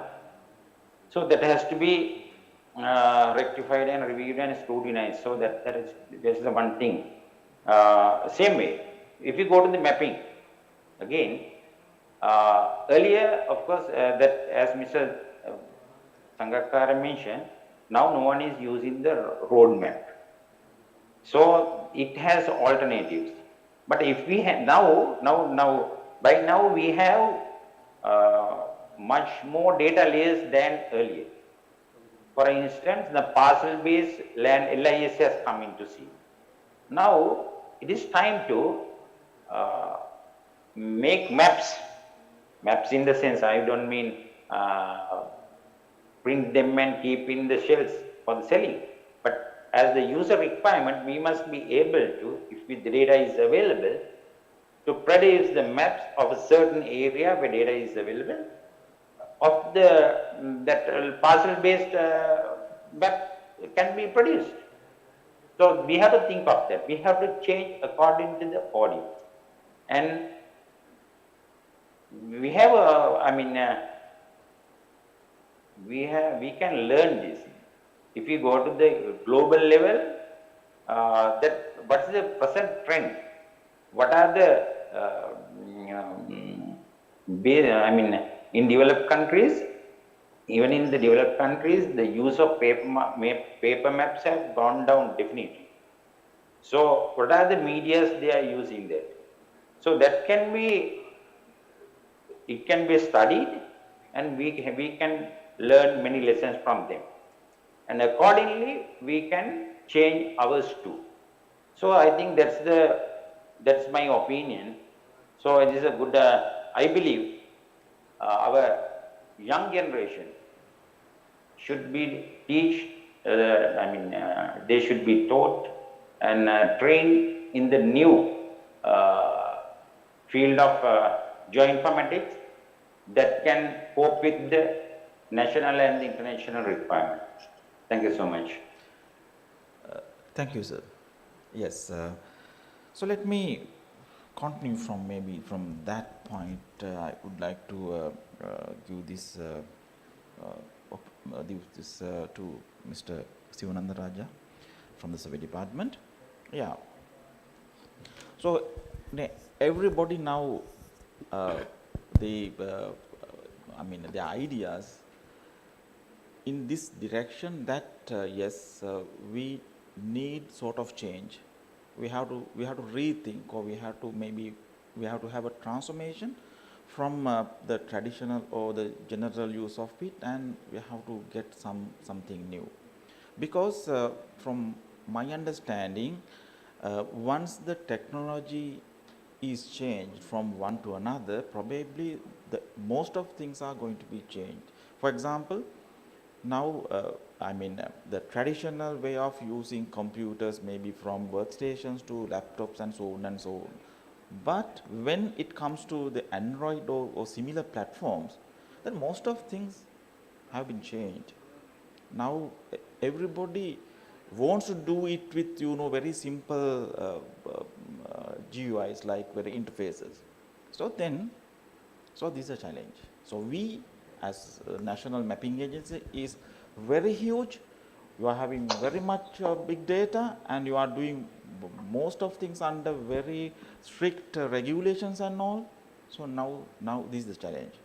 How we commercialize these ideas, because geodata is going to be the most demanding data in next probably during this decade, right? We have to change our outlook. How do you change the challenge, sir? Yes, this is the timely need topic also, how the data is maintained, as well as when you talk about the public-private partnership and how to maintain this data, because as you look at the data itself, it's a very huge, and as I mentioned always, it should be timely, affordable, up-to-date information is the present scenario people are looking of the data. As such, when you want to maintain this data and updating, it again is a huge task for department also. As we know, if you covered the entire Sri Lanka in 1 to 10,000 scale, and if you want it within 5 years, we want to update it, that should be way also, we have to think way forward, at least to have some public-private partnership updating or the community-based mapping, because some of the countries already started to work on community-based mapping to people's voluntary supporting for that one to work on how we can get these information into a central database, and then it can be as in a standard way, because that is coming with the, as I mentioned earlier, the NSDA policies should have come, and there must be way forward to have standards for the data collections. But when it comes to that one, because the policies are still in a draft version, we are not finalized yet, and NSDA Secretariat also not put up yet, because policies and other things should come. And with that one also we can think of the NSDA Secretariat. When it comes to that one, I think they must have a streamline all these information base, and they have some policy to share the data. Therefore, we are looking on that base, and as some of the issues internally also we are looking how we can go for with this mobile application, because the data demanding is such, and even our own surveys also we want to get some information, and when you go to the field and find out what are the control points, whether close by, or what are the status of this particular land, whether we have already surveyed, because people are looking into this information in a mobile apps. That's why we are working on that area also, papering with some of the IT students with the department itself. But we have to have some way forward also, thinking as a national mapping agencies and maintaining this information as a common database. That's also one of the demand for that one. And another thing also, because as this new technology with the Google comes, and I think some of our traditional mapping things has gone out to the different agencies. They are actually grabbing some of our own standard mapping and surveying and mapping information, and they try to their hands, because it's recently we know, because when you talk about this forest, declaring the forest maps, forest areas, they go with just with some of the maps and they declare the areas. And ultimately, if you don't know whether the area is falling on a perfectly, because when you want to do ourselves, we prepare the map, and each map have a map number, plan number is there. With that one, the gazette notification was done. But nowadays, they go with the Google Maps and they take it, some of these coordinates and they publish it. But that also having the issues nowadays with going with the Google Maps and working on that one, because they don't have any accuracy on that one. Later, if the person want to re-establish the particular point, that will come. That's again the issues I think Dr. Thavalingam mentions between the boundaries of the Gamanladari boundaries or the boundaries which are for the administrative purpose, because currently Census Department is working on some of this information for their own. And ultimately they said they have updated some informations, they are the updated version. But still we also having some of the information, but we are working in a different technology we used because that accuracy was in a map-based accuracy, but not the field accuracy. And there must be a way forward, that's why the standards should come. Whoever collect the data have some standards, then only it can be worked to be shareable format. Otherwise people can say, I have collected the base information in that way, why you can't use this one? Because there must be a standards way, and this NSDI Secretariat, if we form it in future, that will be as a way forward for the geospatial industry, can have this common platform to share the data. That is my idea.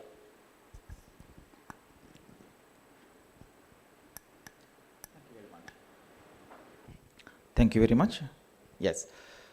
So in this round, what I'm thinking is just to give you very open idea, and you can maybe produce your ideas accordingly. And I hope that since we have limited time, within very short time you can give your idea in particular. The direction. Yes. So let me ask one thing. So now the world, this Geo-informatics is totally depending upon a frame, that is the control frame, coordinates and all, a datum, right? So then, since everything is going to be built upon this platform, now some countries are now they are stating that yes, we now off from benchmarks, so free from benchmark, physical benchmarking. So many ideas are going on. So we, from our knowledge, yes, maybe the most recent, not what you call the previous one, that is the datum from Jackson, J. Jackson's report, according to that, early 1930s, and later on it was introduced another one, that is SLE 99. So let me start from this point, what we are going to do next. So are we going to for the next version of control, or controls are required or not? Maybe sometimes some parties would say that no, we don't need millimeter, fraction of millimeter kind of precision. This is also enough for our work. Is it enough, or are we going to do the next version? Let me ask Dr. Ranasinghe Silva first regarding the datum updates. Maybe you datum. So do we need another datum after SLE 99? The datum control. Yes. What? So some countries they are suggesting that we don't need maybe the benchmarks further, especially for America and Canada. So they are stating that by 2022, so they don't use physical benchmarking. So they are going with some joint models and so on and so forth. But anyway, still we are on SLE 99. So do we need further enhancement of or new version of the data? Please. With this increasing standards and accuracies, of course, things have to be revised time to time. But when you say the data, people what actually meant, I would like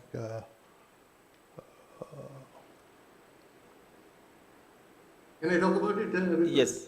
Yeah. Yes, what I am asking is now maybe till year 2000 we had used Kandapala datum, and then the next datum came SLE 99. So my question is, do we need further new definition or any enhancement of the present datum, as because other countries, they are trying to go ahead with some different techniques? This is a thing we have to look at the background that is yet to come. Background that with increased accuracy and with new standards, things have to be always reviewed. There is no wonder on that. It has to be renewed. That this is the situation. I think that other countries also adopted, because they have always it is movement from good to better. That so under such situation, definitely it will be necessary. This is actually my view on that. Then here I listen to you, like there are two issues that struck me. I like to take up at this stage. There was reference to the fact of preparation of maps by other parties. Who are these? Actually, correctly speaking, and it's the legal provision that nobody else can, other than the Surveyor General Department, can prepare maps in this country. Of course, I can now sometime plans are all called plan and map, the two names interchange occasionally. But preparation of a map for a large area, it is actually the responsibility of the Surveyor General. It is provided in the Act itself that nobody else can do that. Whether it's legal or not, it has to be looked into, because some people like to step onto the areas of their interest for certain purposes. One fact in this country is that when such people come and encroach upon those others' inherited responsibilities, it's difficult to get them out because they are well connected, and sometimes there are various political, economical and social powers working behind them. So it's the thing that has to be looked into and correct, because we might sometime have to go before courts to get the things right. So other thing is this, the reference to public and private, this two sector participation. Of course, our public sector is that comes under this discussion is the survey department. Of course, right along it was that. And the private sector, we know the people and how it operates we know, but the dimensions in these two sectors has to be compared to see whether one can match the other. If the two parties don't match each other, that alliance will not last long. If it comes to everything like the marriage, it is that. So here it's two other big factors coming together. Our public sector is this department well established for a long time with traditions and laid down principles and rules, regulation, etc. And is an island-wide department. And it was the order right along any type of requirements of the government it can undertake. There are so many big projects wanted by the, governments in power in this country were taken up and successfully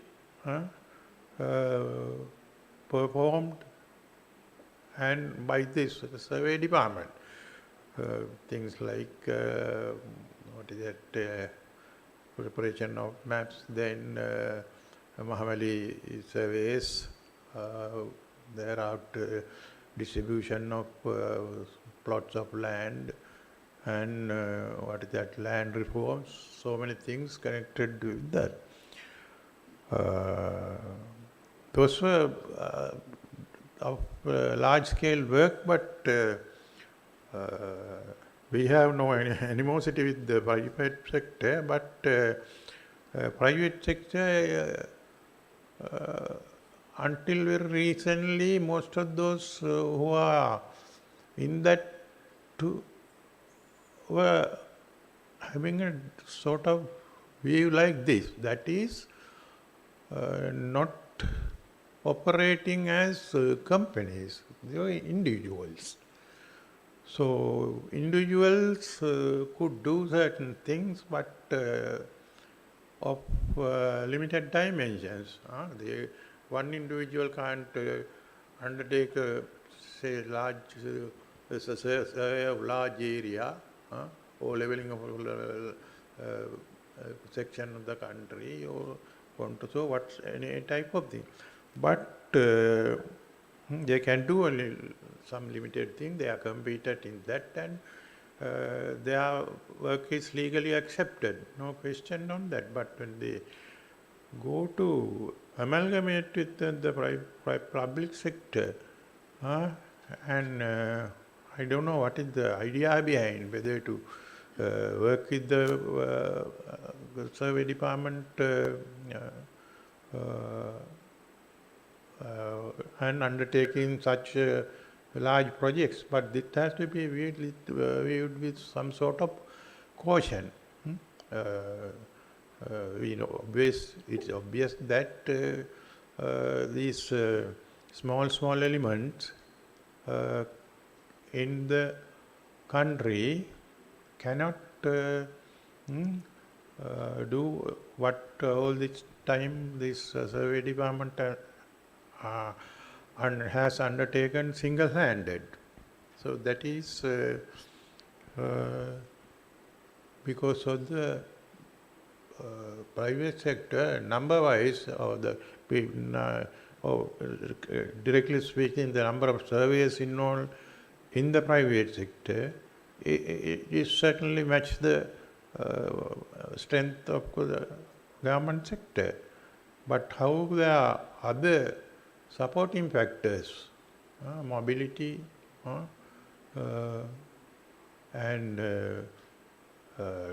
what is that, updated subject knowledge, and thereafter the what do you call, lifelong training, or CPD. I think it's called lifelong learning now. That is gradual improvement of their knowledge systematically. There is some program, but whether it covers the entire the profession to the extent that is required is questionable. There's certain programs are going on, but these are limited. And some people don't attend some of those lessons conducted to improve the knowledge of the practitioners. So these are the two things that I wanted to present for consideration, and ideas are welcome. Yeah, thank you very much. Yes. So I would like to come to Mr. Udayakant again. Yes. So the question is there. Yeah. Do we need a new version of a datum, sir? Definitely, Pula, I think we are getting into a very interesting topic. Before getting into that, I think I have to recap something from our previous session regarding the survey department, role of the survey department. It's actually the National Mapping Agency. As National Mapping Agency, a survey department should set standards.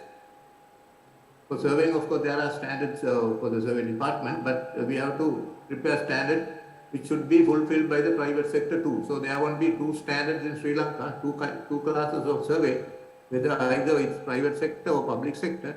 It should be the same accuracy, and we'll be getting into the one database, and will be in the national database. So that is being done, as I know. But for mapping, we have been discussing for national mapping standard for some time. But it's the right time. I think Mr. Sivanandaraja will be able to do it because he was a man associated with mapping for a long time. We should set, we can't blame, we can't keep blaming others about their mapping, because to fulfill their needs, the people will have to make their own maps probably, but may not be up to the standard. But it's the responsibility of the National Mapping Agency to set standards. So without setting standards, blaming others will not help, because there are two instances I can mention regarding this LDO lands, land development of land, which given to the people by the government. They are under certain very strict laws. You cannot transfer the land or sell the land, but someone go to the regulation. But what is happening is underground, all the selling, leasing, fragmentation, and everything is going on. So the law is something different, and what is prevailing situation is different. So similar thing is coming in surveying also. I mean, survey department, according to the act, it has the mandate, but things are happening beyond that. So we'll have to regulate these activities with setting up necessary standards. So that is one thing. And when coming back to the datum, actually now this physical control era is going away. As we know, when you establish a control point, it will stay for maybe 1 or 2 months or probably a year, but it will be out very quickly, because depending on the development of the rapid development and the changes of the terrain and so on, they are getting destroyed very quickly. As we know, there's even the national control point, A points, or GPS main control points, some of them have gone and some are not in a serviceable situation. The trees have grown and so on. So therefore, we'll have to think this new concept of control. As you said, it's a virtual control, like the reference network stations, system of reference network stations.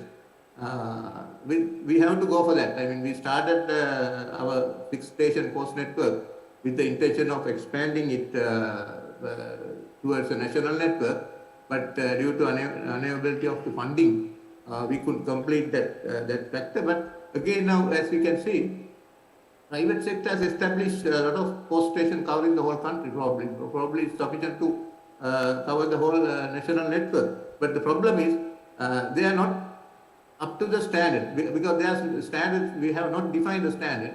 So if we define a standard, then let them operate according to the specified standards, then there will be a national network. So survey department also, I think we have been looking for the external support of the foreign countries to set up this type of network. But why are not looking for the national available resources? Why should we go always for the national external help? But if we have local capable organizations, why can't we get together with them and establish a national network? So that is something we'll have to think about, and we'll have to change our minds to recollect all the resources available in the country and use them in the most beneficial way to the country and the people. So I think the number one is not the department, because we also have been in the survey department, and we tried our best to bring the wake up the sleeping giant. The survey department is called the sleeping giant because we have a lot of resources, physical resources, human resources, but these resources we cannot utilize in the maximum fullest efficient way. So that was one of the issues. So we'll have to rectify that issue. As I mentioned, so what we can do is we'll have to collect all the resources available locally and to build up a national continuous operated reference station network to support to provide the national control system. As you mentioned, going further, all these physical, even it's going to be a physical station. So all these physical stations will be off in in time. If we have our own satellite system, that's going to be good, because when we go into GPS, as I remember, one of our former Surveyor General, Mr. Mendes, mentioned, what happens if America, those days only we had only these GPS satellites. What happens is America will shut down all the GPS network and they bring all the satellite down. What will happen? So that was one of the argument when we try to go for the control using GPS technology. So this type of argument also will come again, but eventually we will have to get away from the physical reference stations, and there will be only virtual reference stations in future. Even in daytime, we have been discussing why are we still sticking into the our Everest 1937 data. Why don't we go? Now I personally feel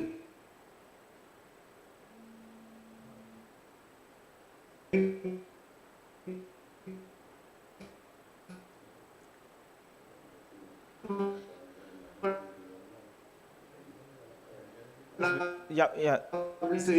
So we have little interruption. Sir, we had little interruption. If you could kindly, maybe just repeat it. Maybe last few sentences. It's all right.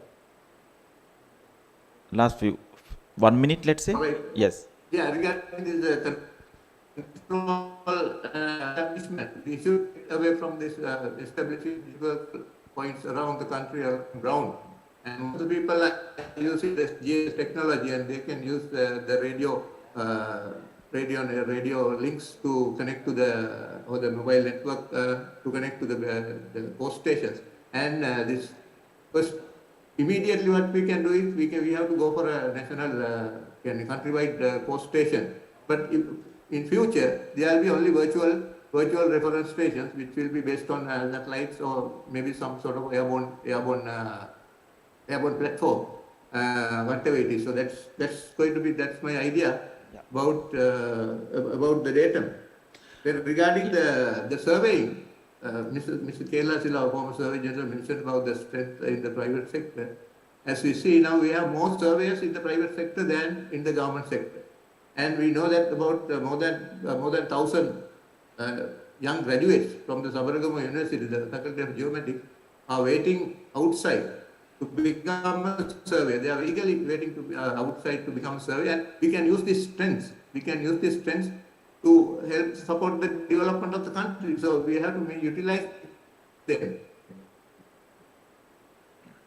They are not due to certain reasons, but we should make them utilize and get them on board. And the more responsible tasks can be given to them. We know that they are very well educated and they are experienced. And only thing we have to provide necessary legal background to bring them into practice. I think as professionals, that is something we have to do. We should get these young people on board, and because as we know, there are a lot of things to be done in Sri Lanka. Surveying, the survey department still, I think, have about 5 years work in hand, work in areas. So these things can be completed very quickly if you use proper technology and get proper people on board and make necessary regulations. We'll be able to get into the correct direction. Thank you very much, and I think this argument will go on. The private, public, or whatever it is, right now the theme of the era is getting away from the monopoly, and public-private participation is going to be the. I mean, the world has done it. I mean, still we are only going to be dependent on the government sector, but as a bridging mechanism, I think we can make some fruitful public-private partnership to satisfy the needs of the country regarding surveying and geospatial information. Thank you. Yeah, thank you very much, sir. Of course,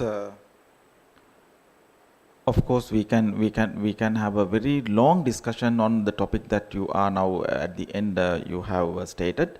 That is true.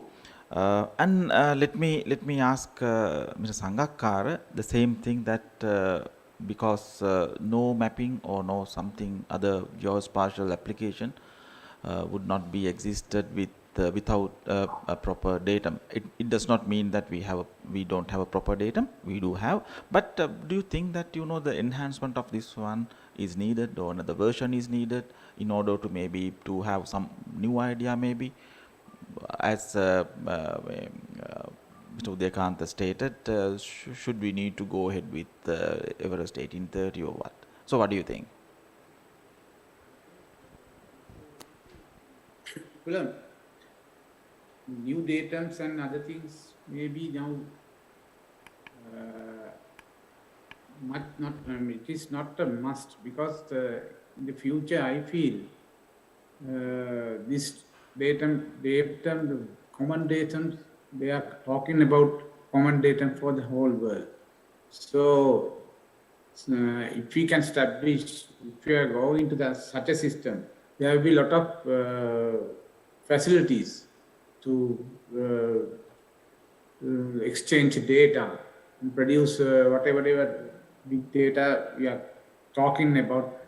If you produce all the data in a common datum and a common platform, it will be very easy to handle data and interchange data. So I think with the present situation, you can data transformation very easily in a mathematical way. So I think the future will be, we have to see if the entire world is going for a common datum, so common geoid models and so on. We must grab onto that. We should also turn into that. So, but I am in a concern how we can produce, as Mr. Dahampekam said, we are talking about maps of 500,000 square kilometers of sea land and so on. But we have never produced a map like that. So we even as Sivananda just said, we are unable to update our 10,000 and 50,000 maps. We have lack of resources. Even now, the present situation, present economic situation, we may face a lot of difficulty to get these technologies into our hands, technology into department. Sometime, as Mr. Udayakantha proposed, some companies and some private partnerships will be helpful. But I think this is now it is in the future it is going to be global village. The world is going to be a global village. So we have to find out ways to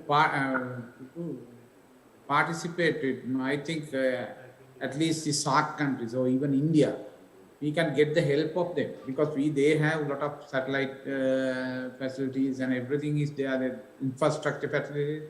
So if you can, in a political way, if you can discuss and amalgamate the SAARC countries or something to convert, to get the data and the updating mechanism as a whole, it will be useful for a country like us, because we may not able to do everything on our, if we are rich and we have ample of resources, we may able to do that, but it is not that.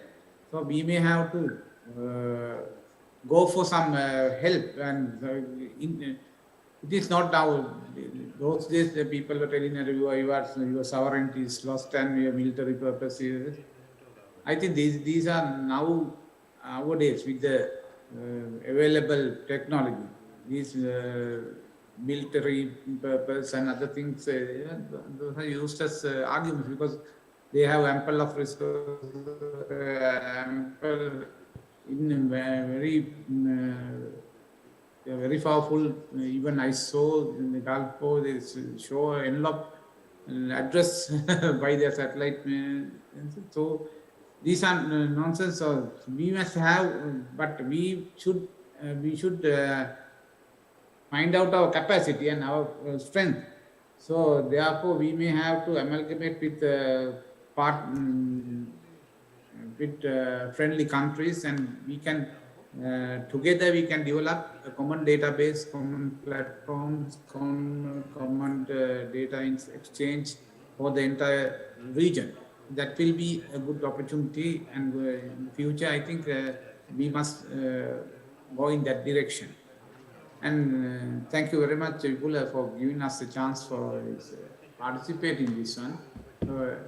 I think present scenario, this will, my idea is we have to have a global forum, global partnership between and other serving activities and so on. Thank you. Yeah, thank you very much, sir. Yes. So the same thing, maybe what is your idea, Dampagam sir, regarding the datum thing, so we can manage the time as well. Yes, please. Yeah, thank you, Vipula. It's a very. I know that we can have a long day session on this one, right? The high tech issues and everything, but briefly. No. Very briefly. That's what I just like to go into the story from the history. Now, for example, how the datum how the datum has been evolved in this country. Even we started triangulation in 1857. Even prior to that, we had a certain datum, right? We call the coordinate system, we call unconformal coordinate system. Then from started the thing in 1857 up to 1932. In 1932 we published the national Jackson's coordinate, we call the triangulation, principal triangulation system. In both of them, the datum which we have used for this area was the Everest 1830 ellipsoid, and on top of that they have used the transverse Mercator's projection to provide the grid coordinates. So that was the history up to 1932. So not even that 1932 they published up to 1999. In 1999, when we go into the Sri Lankan datum in 1999, we started the discussions way back in 1992. In 1992, also we have lengthily discussed whether we had to change our the reference system. One thing, the reference system refers to two different things. One thing is the model of the earth, which is the ellipsoid by that time. So the next thing is how we are going to publish the coordinate, horizontal coordinates or the grid coordinates, and what type of projection which we had to use. So in 1992, after lengthy discussions, also by that time, by 1992, there were global ellipsoids. Most of the technologies were based on WGS 84, World Geodetic System, defined in 1984.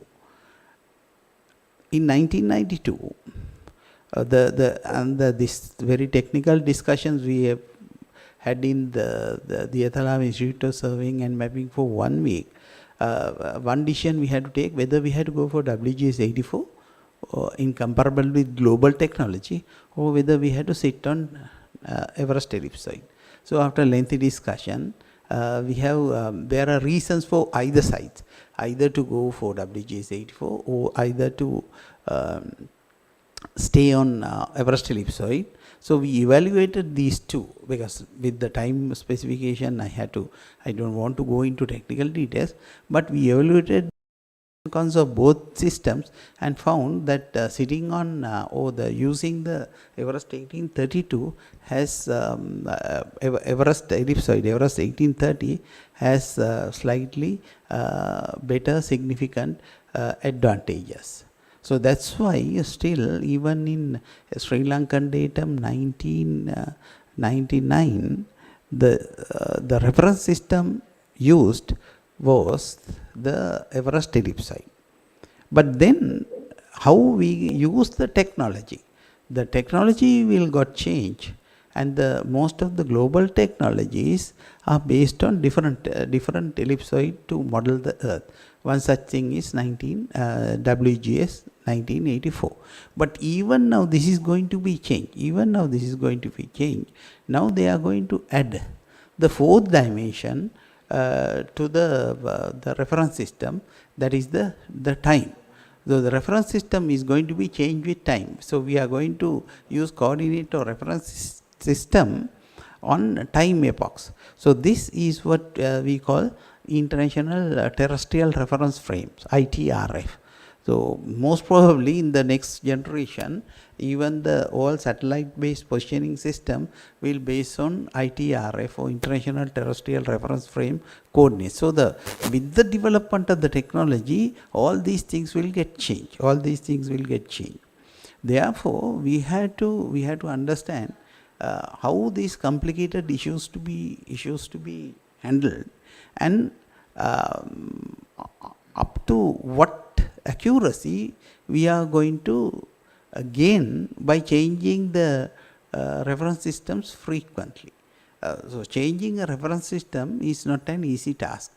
If you take the time patterns, the principal triangulation started in 1856, and the final report was published in 1934. So it took about 70 years. So that was also a very great achievement achieved by the Mr. J. Jackson way back in 1932. Right? It took about 70 years. Then of course the next generation, we started the conceptual ideas for Sri Lankan datum 1999 in 1992, and it took 7 years. It took 7 years to complete the task, even with the all computer facilities we had at that time. Right? So always jumping from changing a reference system will take time and considerable amount of future thoughts and technological advancements. So therefore, we have to give a very technical type of thoughts and onto this, how we are going to change. For example, if you are going to go into ITRF, International Terrestrial Reference Frames, as Mr. Sangakkar mentioned, it's a global type of thing which changes with the time. So it has added the fourth dimension. So in that case, for a control point, you give x, y, z plus at what date this has been established. So after 1 month, the same physical point might have a different coordinate, but we are talking in sub-millimeter levels. So that is to be handled with the accuracy. And then, as Mr. Dekant and Mr. Narasimha well explained, what type of accuracy we need for different tasks. So basically, what we had to do is we had to work with the different agencies. If you are working with the different agencies, as a national mapping agency, we have to specify the mapping accuracies for different tasks.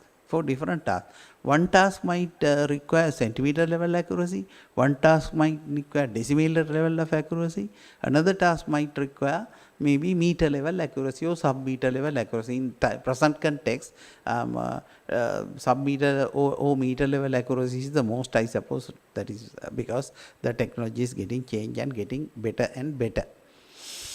And in that sense, if you work with the different agencies, especially public-private partnerships, we all have to come up with to a same frequency. Otherwise, what will happen is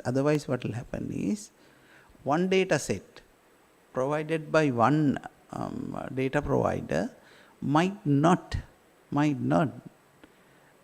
comparable to another data set provided by a different data provider.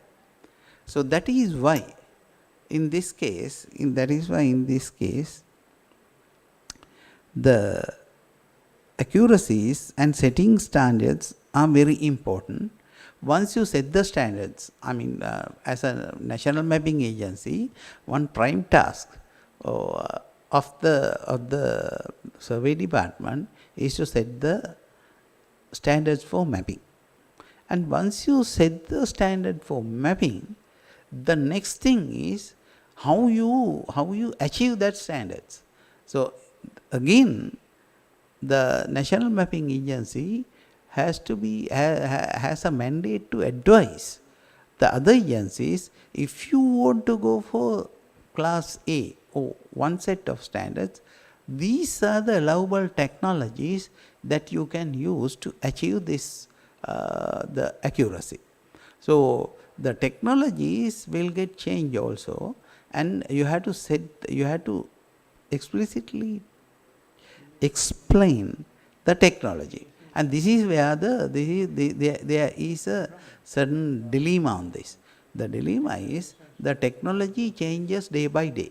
So the National Mapping Agency has to update this standards and the technologies periodically. This because when a new technology comes in, how we are going to use, and with that you can go for the virtual control system. Going into virtual control system, there are once again goods and bads. The one good is having physical controls are always there is a high probability to getting the physical controls marked on the ground will get destroyed. Already, I think yearly maybe about 15 to 20 physical markers on ground will get destroyed due to various type of development activities, or maybe the tampering and all those things. So right now we have about 15,000, 20,000 control points on the web as of the survey department.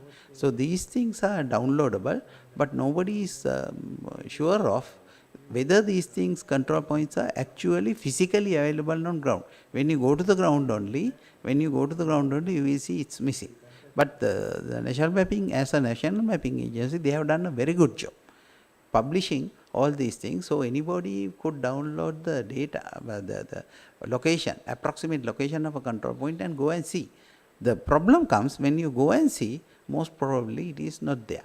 So this problem could be eliminated by creation of virtual control points. Then the bad of virtual control points is the virtual control points, or the virtual reference stations, once again based on the technology, based on the space technology on one part to provide the control, based on the data transmission on the other part to provide the correction. So you need the servers, you need the satellite, different types of satellite platforms to get the initial data you need. Then once you have that, the bad part is there are two things. The first thing is whether this could be done only by the survey department, or whether this could be enhanced by getting participation of the private organizations. If you get the participation of private organizations, then the survey department task is to set the standards and monitor the standards. Setting standards is one thing, the monitoring standards is another thing. So that is also not an easy task. If you have different type of agencies using different technologies and different platforms, then maintaining the standards, you have to set a generic rules. So everybody should comply with these data sets or with these regulations to provide the virtual control. The next thing is the providing virtual control is, as I told you, there are two components. One is to get the satellite based positioning. The second one is you go into the information system which provides the data back into the users. So how we are going to use these digital platforms or the digital virtual the servers maintaining, right? So that is, once again, if you lose the servers due to some reason, due to some physical reason, if you lose these servers due to some physical reason, then of course once again the users, they don't get the data for their control points. So that is another trouble which you have to think. One technological way of eliminating this, instead of going on to physical servers, go into cloud-based servers. Now that is the technology. And once you go into the cloud-based servers, there is no physical tampering of the cloud-based servers. Then once again, you have to have a very good fast internet service or the data transmission service to the cloud and onto the ground. So these are the technical things which we have to look into for the data transformation. And as I have already explained, the important thing is that for every different task, you have to set the accuracy standards too. And it has to be reviewed periodically too, because now the technology is changing very rapidly. Who knows, in time to come, your hand phone might go into centimeter level accuracy. So by that time we could change. Even the mapping could be handed over to the public users, because the accuracies are already on the platform. Therefore, the maintaining the future events and maintaining the accuracies and required technologies periodically is one prime task of the National Mapping Agency. Right now, years back, historically, the National Mapping Agencies were considered to do the mapping by themselves. But right now, it has been changed. The prime importance is National Mapping Agencies should monitor, set the standards and monitor and set the correct procedures for anybody to achieve the control task. So that's my view. Thank you very much, Vipul. Yeah, thank you, sir. Now, you have stated a very interesting thing, that who knows that the mobile phones would give you 2 centimeter accuracy. Yes, sir, it is going to be happen. At the moment, I think that most discussions are going on mobile mapping. So some latest mobile phones are coming with dual frequency GPS chips. So then this won't be, so long. Probably will near future we will be able to get, I believe, that precision from mobile phones. Now, Mr. Tennakon, so things have been gone now from being transferred from the statics to mobile devices. So this is the trend, and of course, as the Ambekamas said, of course, yes, there's a tendency that to be having more accurate results from even from mobile platforms. And of course, mobile mapping is another applications to be maybe coming to the field. So with all respect, now what is your idea about this datum modification, or do we need another datum definition? Maybe should we go from WC to WC84 directly, or what do you think? Yes, again, first, now as Mr. Dampika man all mentioned about it, it took a long time to make a introduce a new coordinate system, and as well as to introduce that. Then thereafter, I think after publishing this SLD 99, up to now, we have been unable to train our private sector. Not the train, of course, to compel them to use the new coordinate system. Up to now, we have been unable to that. So my question is, what will happen if we introduce another new one? At the same time, if we are going to introduce a new one, first we have to think what are the benefits that we will gain as a national mapping organization, as a small country. What will the benefits that we will get? If we are, of course, if we can benefit very much, then present, of course, yes, we should switch on to a new system. We have to think of that based on the studies that we do on the proposed system. So that has to be, so the surveys, the primary level, the people who are dealing with these coordinate systems and the datums are the surveys mainly.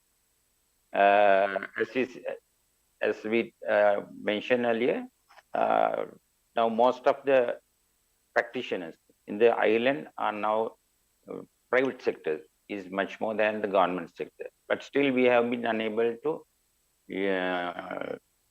compel them or to convince them to shift to the new system rather than working on the arbitrary system. So we have to think of that one. For what purpose are we going to shift that one? Of course, yes. The other thing, as you mentioned, then we will get new technology with the mobile devices with high precision. But as a mapping organization, we must have to develop standards and the procedures to utilize that technology to update our existing data sets within a 5 years circle or 2 years or whatever that one. Then only we can cater our present audience or the client. We can set standards, yes. So if we want to set the standards, we have to give them the methodologies or the procedures as well. So how do we introduce the procedures? For instance, to update the current data set. We can say, okay, with this mobile device, we can get the coordinate, but there should be a very methodological system for the private sector or the community mapping community or the surveyors or the others or people concerned, interested parties. They must have a procedure to upload their data in a standard way to the National Mapping Organization dataset. So that has to be introduced. So that technology comes first. Without developing our existing technological background, I think whatever the developments occurs in the global level cannot be incorporated to our system. So our technological upliftment is a must. That's what I am insisting on you to train the new young generation on this aspect. Because the survey department is specialized on the surveying and other things. But when we come to the new technological aspects, of course, there are much more. We have to go on a long journey on that direction. So that's very important. So That's my idea is, yes, we need the private, because we know we implemented, as Mr. Udayakanta said, we have, if you go to the control network, we establish a one core system covering the western province, having 5 or 6 stations. But we found that maintenance is of these core stations is a very difficult task, being in the government uh, policy framework. So if we are going to populate that throughout the island, what would be the situation? So in that case, of course, we need the cooperation of the private sector. Yes, for maintenance, we can say. As Mr. Dampagama said, there are certain levels that each we can get the cooperation of others for the maintenance, for the establishment, for the data dissemination, or survey department has their specific role that is given by their mandate. Okay, monitor and standards, lay standards, then the monitor the systems and all so forth. So we have to identify our responsibilities and get the private sector participation. It's a must, I guess. We can't go alone anymore. We can go alone, but we will be far away from the. I mean, we will lag behind. Definitely, we will. The others, as we mentioned, the others will encroach our this thing, because national, even the government or the people will understand. Okay, now the technology has come this much, and the department is lagging behind. So this is something that we have to understand. So that's very important. Partnership or their cooperation of the private sector or the universities or the whatever the other institutions is a requirement, or it's a must. We should get together and we must maintain our level of responsibilities, and we must get together to cater the requirement of the nation. So that's what I think we must do. Yes, so we have to think of these factors if you are going to change the data in future. Thank you very much. Thank you very much, sir. Yes, probably the last round that we are going to have during this session. At the end, of course, I am having very special question from you. But apart from that, just before concluding the session, I would like to get some thoughts from you that regarding the survey education and research. This is to I can start it from the Mr. Sivananda Raja. Yes, this is from survey education and research.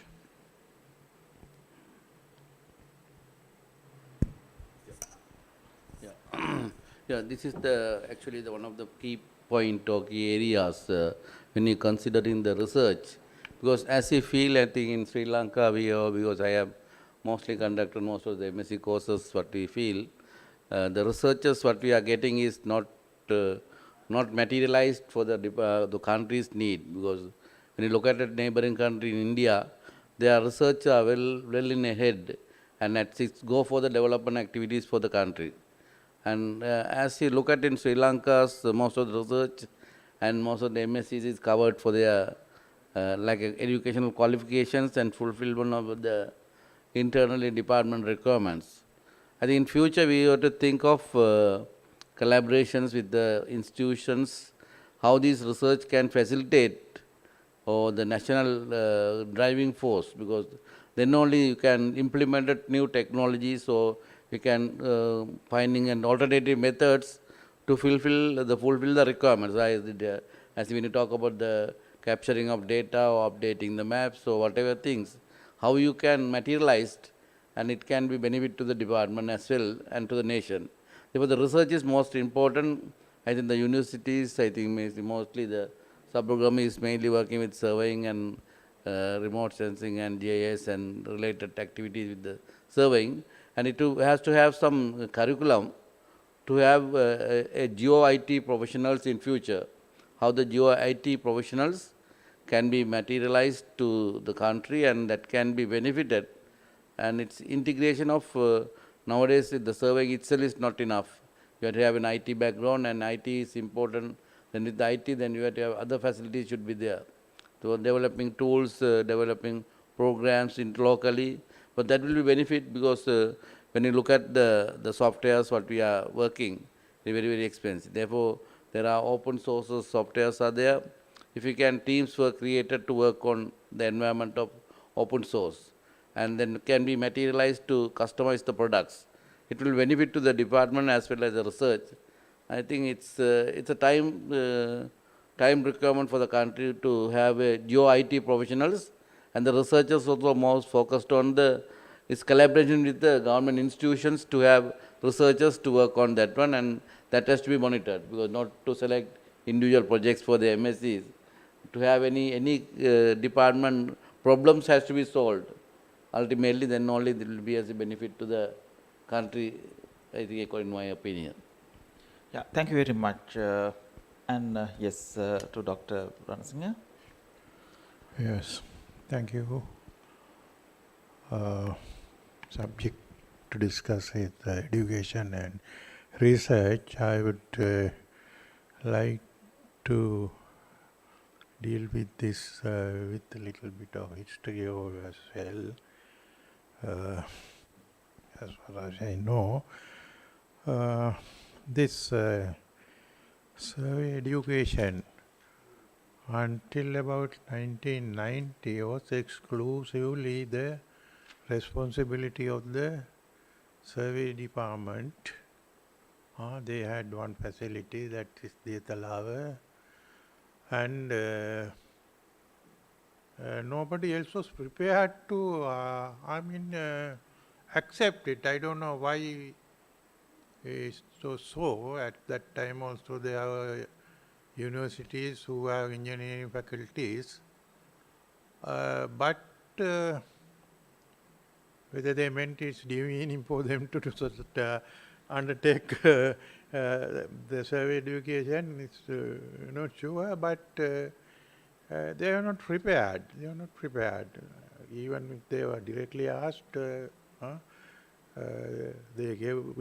were ready to impart some amount of knowledge to their students under them and in other faculties like architecture and engineering, but surveying was never welcomed.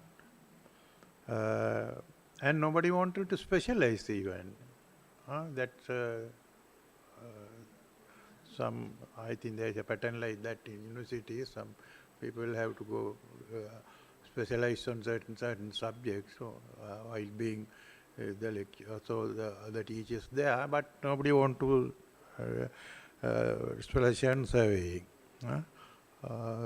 Then it was only the survey department, and then later, however, survey department was given the powers to go up to the tertiary level, university, first degree, tertiary level of education, imparting that to its own students and their officers. Yes, it went on for some time, but however, the situation is corrected with the opening of this university Sabaragamuwa and starting the survey education there with full-fledged faculty and all that. I think now it's has all the requirements, staff, equipment, and other required facilities also.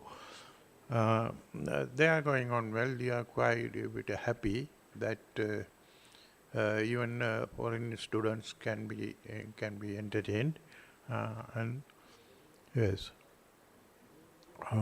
they can undertake research. There are qualified people are there. So now, of course, on this part, it has come to the required level to survive as a full-fledged professional educational organization. All sort of requirements are there. So research, of course, also they can. I'm not very much sure now, by being in the retirement for now nearly 2 decades. I'm not in much contact with the people in authority in those places. Because of that, my knowledge is limited to that. But I hope, and sometimes I get some information from here and there, but they are on the right path, and research cannot be postponed, keeping only the education part in hand. So because of that, now we think that all that is required for this profession to match the others who like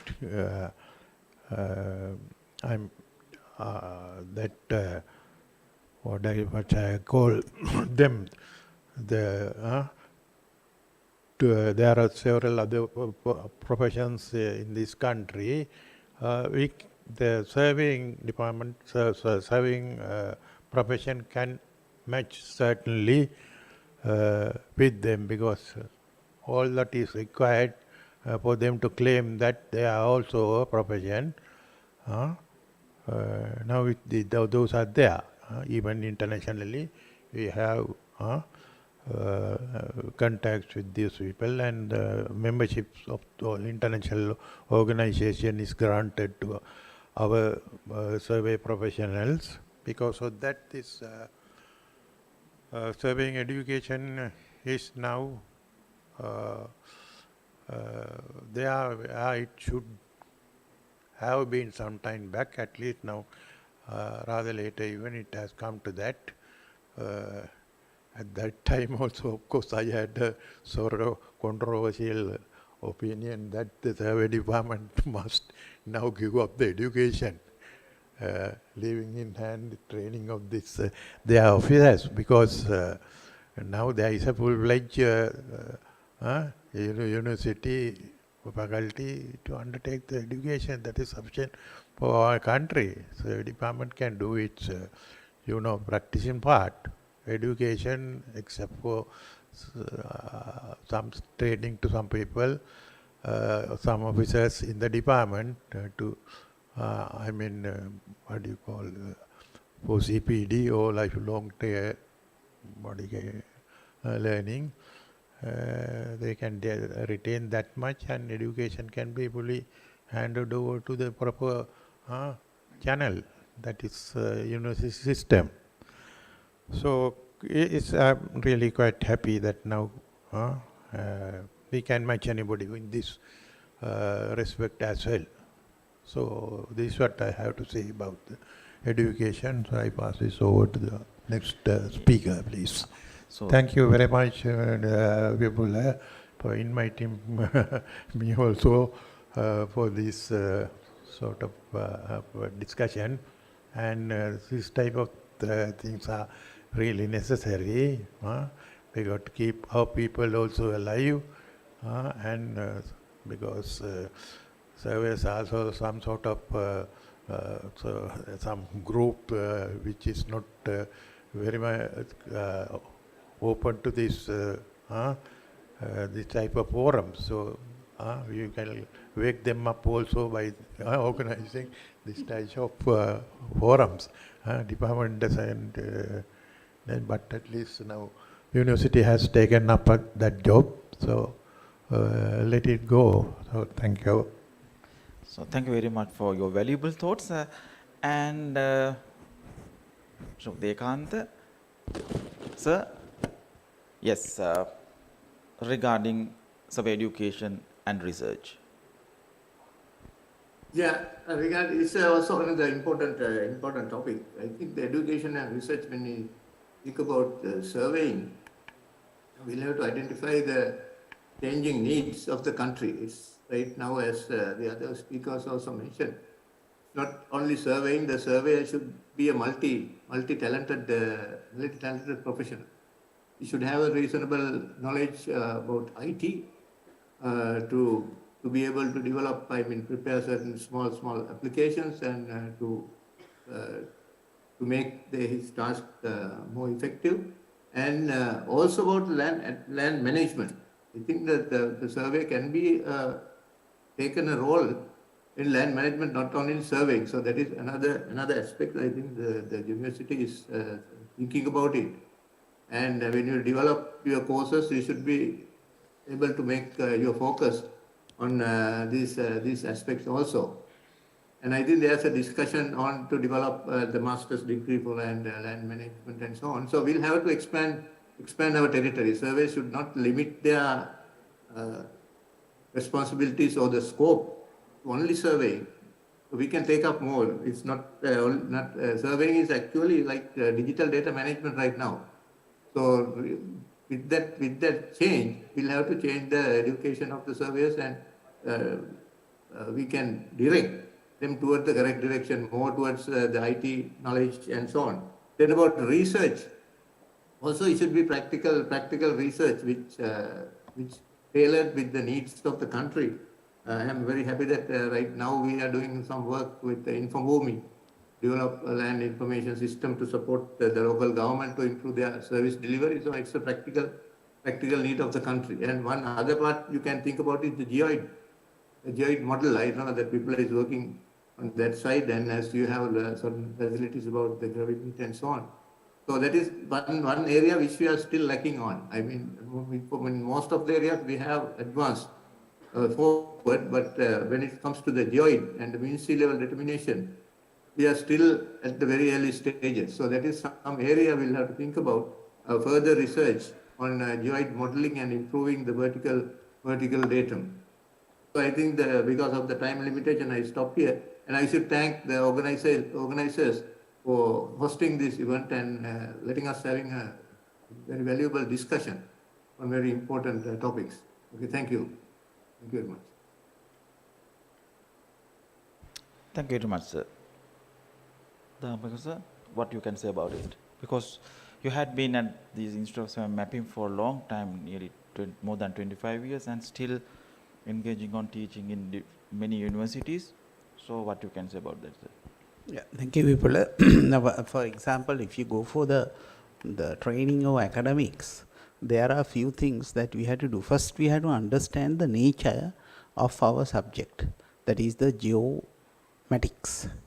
The geomatics basically involve in several different pillars. One thing is, of course, recently added, that is information technology, IT. Then this is based on mathematics, statistics, and land management, as rightly pointed out by the Mr. Udayakant. The land management, including the land law and all the other international laws regarding the land. So these things to be inherited into the syllabus. The problem which I see in our tertiary educational system is these things are there in the syllabuses, but the students were not given the exposure to the real world applications. So they, for example, if you take mathematics and statistics, which is a very high theoretical component, so the students were exposed into the theoretical component of these mathematics and let's say the statistics, which they do not understand the real world applications related to the geomatics. So how we could do this? That is the most important thing. How we could do this is, you had to come up with a certain collaboration of first the National Mapping Agency and the private sectors and the tertiary education systems like academics, the universities all. So these three different sectors to be formed into one platform, one arena, so that you could start a real practical so-called industrial cell or something. I don't know what is the correct name. But then the industry, those who engage in the industry and the standard, that is the private sector and the National Mapping Agency, they could inform these are the standards what we had to maintain, and the private sector might say, okay, these are the problems which we do have. Sometimes they might come up with the question, the academics, the new academics who, the new students who will get their baccalaureate degree might having less experience in these sectors. We want the new incomers to the field with additional capabilities on some other sectors, which is the practical requirement. So this type of forum, I think it's very high time as one of the leading university in the geoinformatics, you have to think of. So, and then as a national mapping agency, another state sector, the survey department also think of and sit and then of course invite the industrial, the other industries, private sector.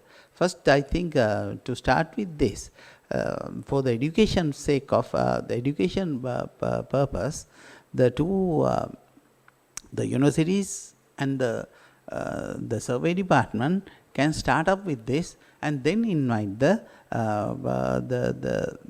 private sector for their requirement. Once you do that, because right now even most of the MSc courses in the universities, they are basically teaching softwares, popular softwares, right? So the students, even at the MSc level, that they will get a thorough knowledge on manipulating the software without having the knowledge of what is this for. What is this for? Or the real world applications sector is missing. That is my personal experience in the still I am engaging in the teaching. So that's what I need. Then as Mr. Sivananda Raja said, the thesis, this could be done by incorporating good quality the thesis for the MSc or BSc level final thesis. But the final thesis, as far as I also could see, even the research, 80% of, or even more than 80%, they are purely academic components which do not have real roots on the grounds, especially in Sri Lankan scenario. Because as we know, geoinformatics professionals, Sri Lanka is situated in a very peculiar situation in the earth, very specific. So these things to be custom tailored to our motherland or our nature, our environment, through the development of necessary academic components. For example, the geoid modeling. So we are in the worst case scenario as of me for the geoid modeling. So it's good having going to the worst case scenario and we come up with that, because we know our geoid very well, right? Then of course modeling has to be done accordingly. The global model will never work for us. So that's one thing which we have to go for that. So with the limited time, I think we have already passed the time. Once again, I would like to thank the University of Sabaragamuwa plus its dean, Mr. Vipula, for organizing this type of a forum to have a discussion, and especially getting the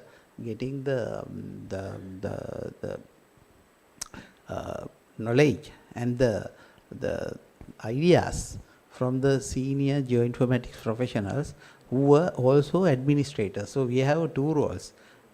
We have been administrators as well as we have been the land surveyors or geoinformatic professionals. So we combining these two together, it's a different type of forum which you will not get in the purely academic side, so in the purely the state sector. So this is a good forum, good arena, and thank you for arranging this. And I will for the University of Sabaragamuwa. Thank you very much. Over to you. Very welcome, sir. Yes, if I'm going to ask the same thing from Mr. Sangakkara. Yes, what would be the shape of the survey education and the research, especially in the context? As Mr. Sivanandra just said, that present context, most of the MSc students from government sector, they are doing their work, degree, research work, just to fulfill their academic or the promotion prospects. Really, they select some topics and do it more or less theoretical thesis. But in some countries, when you were there, some survey generals, they send the graduates to the universities saying that you have to do the MSc research or PhD research on this topic. This is the topic you have to do. And once he completed this, he should be able to fulfill these tasks. We have not done anything like that. I would say that all the universities, especially the Sabaragamuwa University, can find out research topics should be formulated beforehand. So you can get the information from the survey department and the land acquisitions and whatever the land sector. And you can select the burning issues in the land sector, the surveying sector, and so on. And identify those from certain surveys, and then formulate your research topics in freehand. So you can publish that in your website, that these are the sort of research topics that we are going to conduct in 2023 or 2024. These are the PhD theses. And the survey department also should ask their graduates and their employers to do certain research that are very important for the department aspects. So I think I tried to do this in ISM, but it was not materialized.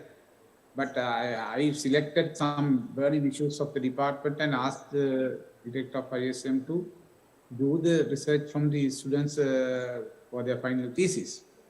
But if we have done that, you would have got lot of output from the students.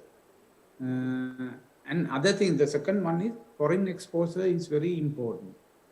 Nowadays, we are not getting much scholarships. Earlier, we could send a lot of our employers and for the foreign training, and that is very important because when we do research or when we do whatever studies here itself, we are not linked to the others. What they are doing in other countries, we don't know. And use technology only from the internet or some thesis, but hands-on informations are not getting to us. So we should have the collaboration with other institutions, universities, to get some scholarships for particular fields for our employers and our students. So that is one aspect. And most of this research outcome, when a person, I have seen in foreign countries, when a PhD student, the MSc student completes his thesis and degree, he's an expert on that, and he should be able to do without any fear anything on that his domain.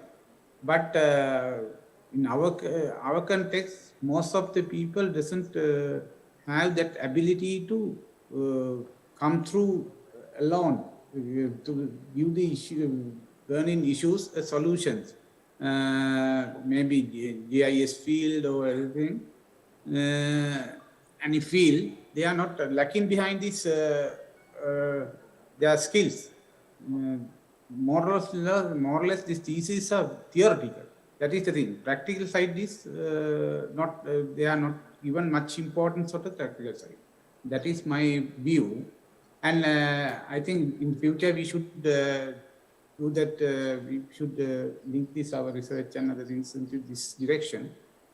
And once again, I thank Vipula and the Geomatics department and the Sabaragama University for organizing these events as the prime university of the geomatics and surveying. You are doing a great job to uplift our profession. So keep it up. We will have many other organize some other topics and seminars that will be useful for the whole professions. And thank you very much again. Back to you. Thank you very much, sir. Yeah, Mr. Tennakon, a person who is having a lot of ideas and very sharp critics. What do you think about this? Yes. Really, yes. In many countries in the world, we have seen that universities and the government organizations are working very closely to address their national issues. But in my country, of course, unfortunately, it's very few. I think, I don't know, really, very, very less we are working together to address the common benefit, for the benefits of the nation or the country. So this is a very good forum, of course, and a very good start for that, I guess. Because there is a very leading geo-information practical user is there, and all the mandatory organization is in one hand, and the other hand, the one leading university in Sri Lanka working basically on mainly on Geo-informatics. So this is a very good platform, I think. But first we have to, my opinion is, first we have to get together and identify the national requirements in future. What are the requirements, or what are the needs of the timely needs of this profession? For instance, now if we want to update our national mapping data set in every 5 years, we have to have a nice mechanism for that. So it is a one challenge. Of course, that can, for instance, it can be addressed by the university making procedures or technologically making procedures or the technological tools with the modern technology, how it is done, and we can materialize that. As we said, we do a lot of research for the sake of to fulfill the educational requirement, nothing else. And even though some people produce very useful tools, it is not implemented at all. It is confined to their theoretical research.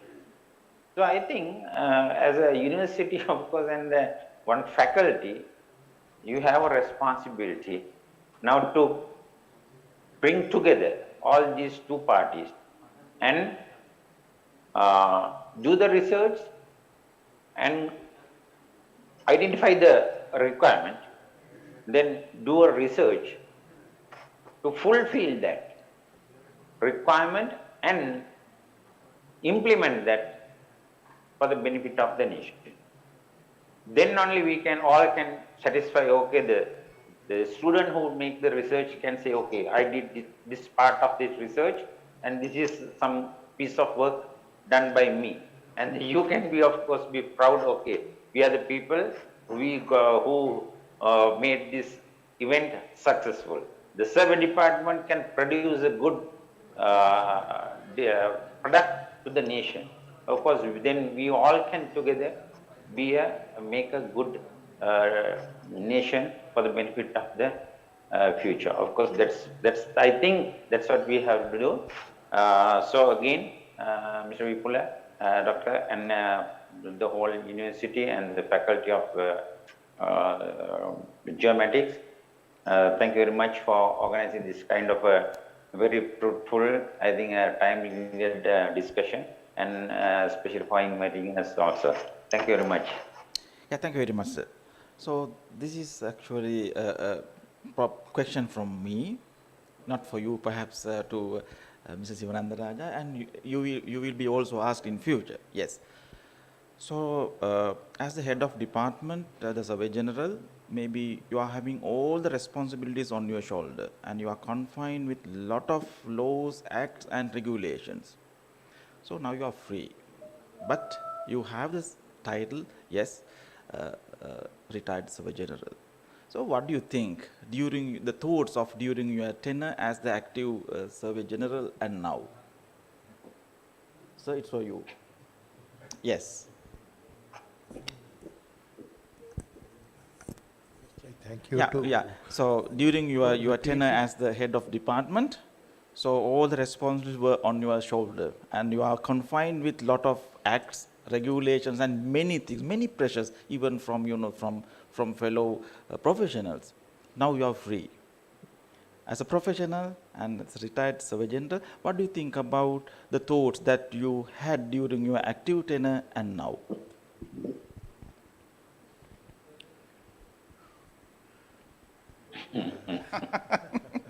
Certificate. This, yes, sir. A question as old as mankind. Sorry.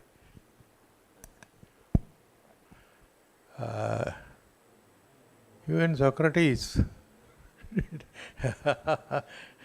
told us that the way the young generation goes, he doubted whether the mankind can survive, because always thought that those young generation is taking a different path from what they were experiencing. And back of his mind, I think you had that it is to the detriment. Actually, it has not been that. It is for the not for the detriment, but for the betterment.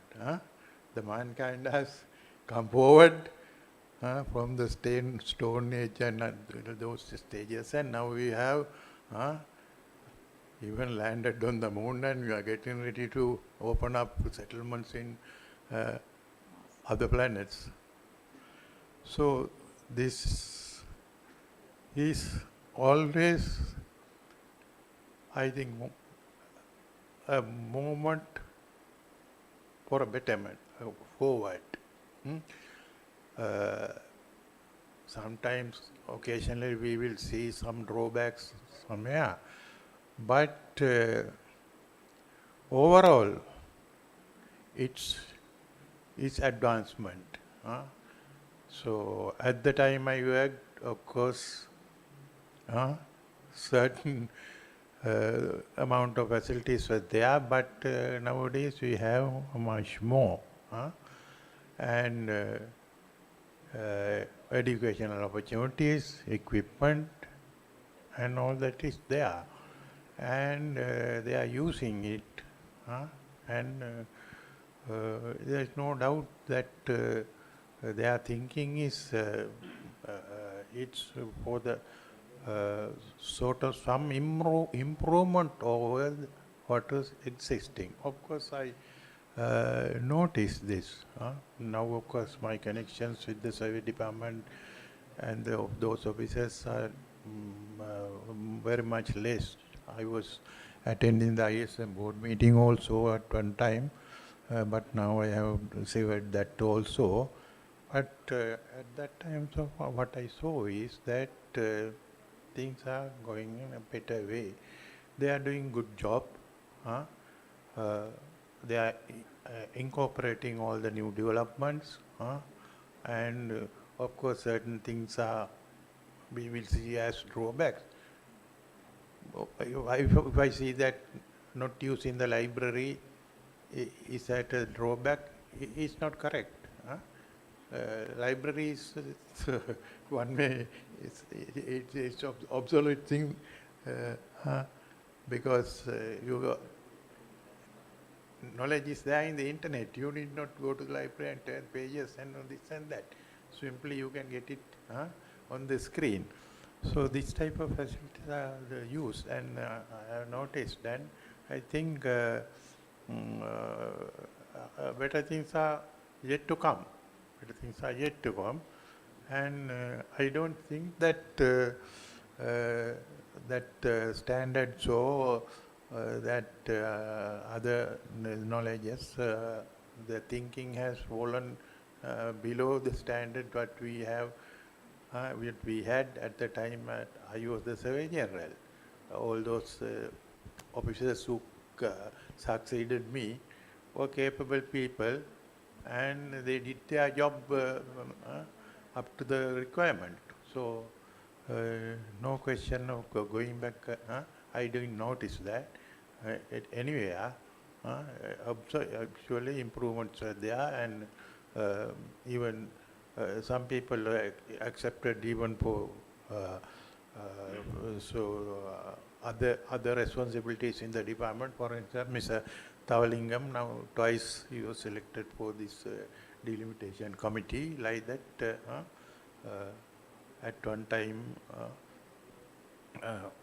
we were not entertained in such type of so what do you call that, committees or whatever it is in the government service. Actually, at a time, some time ago, we were in this land commission. Later we were dropped from that. The Surveyor General has been there in the land commission till 1930s, and afterwards also, but later we were dropped. So like that, they also were not entertained, but now of course we see, and now people who have gone to those places are keeping up to the mark. Good thing was that one example I will tell you, that is that there is that management Purnuka institution, SLEDA. SLEDA,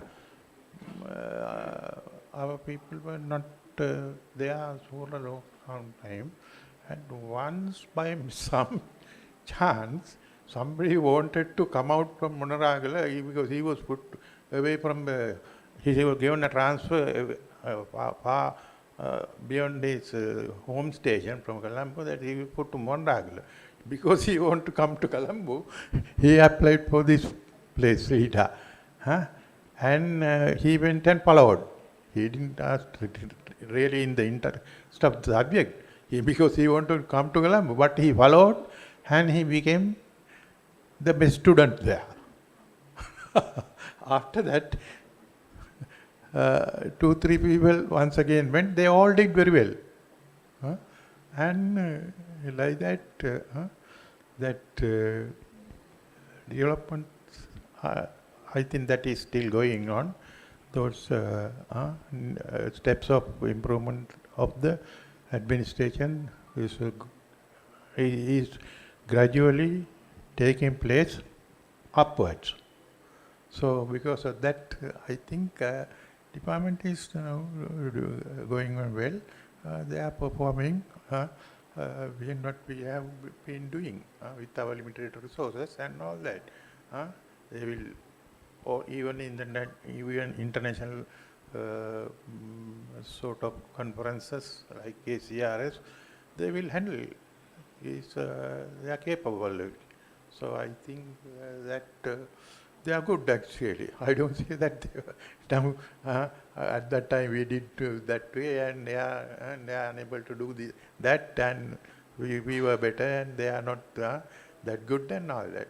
They are all good. They are going. This is the world, right? Thank you. Thank you, sir. Yes, it's over to you, sir. Udayakanta sir, very briefly.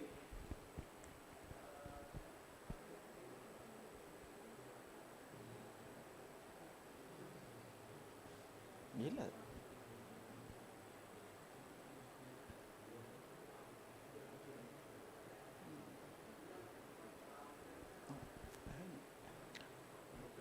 So it's not audible, sir. Probably your mic could be muted. Yeah, I think the survey department is advancing forward with acquiring the latest available technology, and along with the other national mapping agencies. And enthusiasm is there, but right now only thing the lack of resources is one of the obstacles for them. Hope that they will be able to go through these shortages with some new sort of innovations. I think they are gearing to it. So I congratulate the survey department and wish that the private sector also will help the survey department on its journey towards the better Sri Lanka. Okay, thank you. Thank you, sir. Over to you, Dambekun, sir.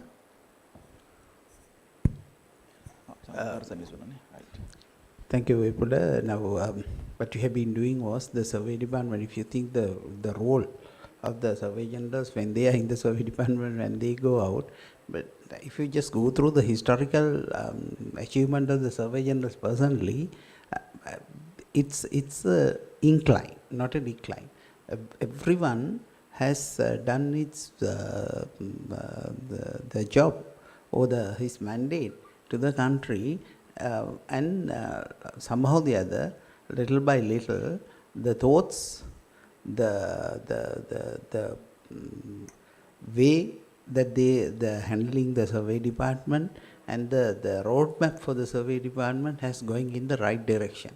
That is the good part of the survey department, because all of the survey generals, they are very good, the land surveyors, and they know their administration well when they come into the survey department. So it's always going towards the requirement of the country. Of course, there are certain times that good times and bad times because of the political pressure, or sometimes the country's economy, or personal reasons. So there will be ups and downs, but in general, there is an inclination, the tendency which goes in a straight line going upwards.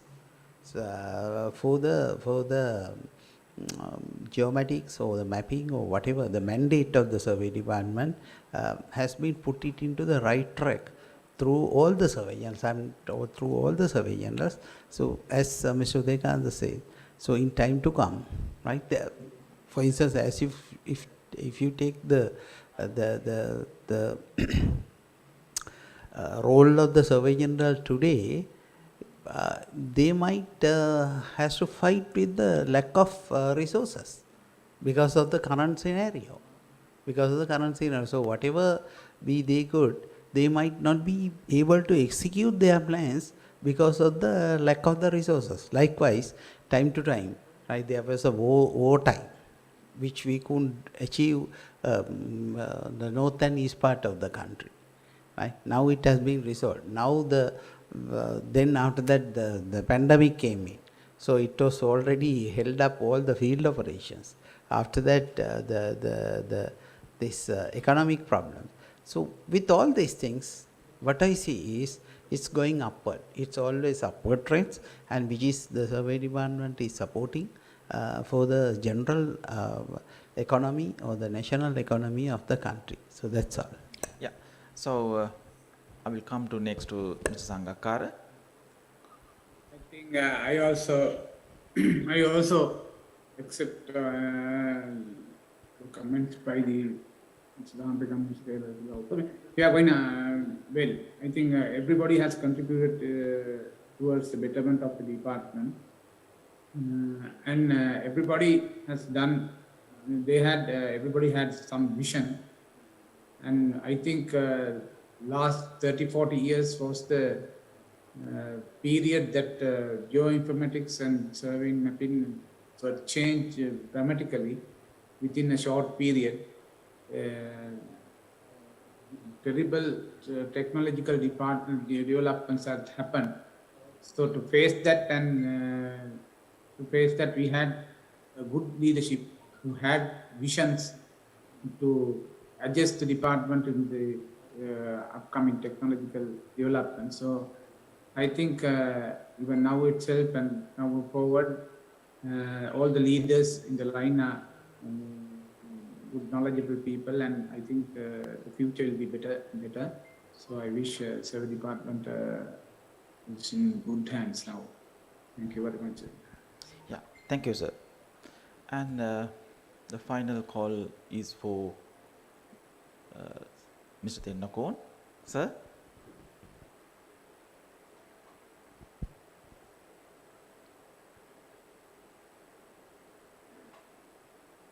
Hello, yes.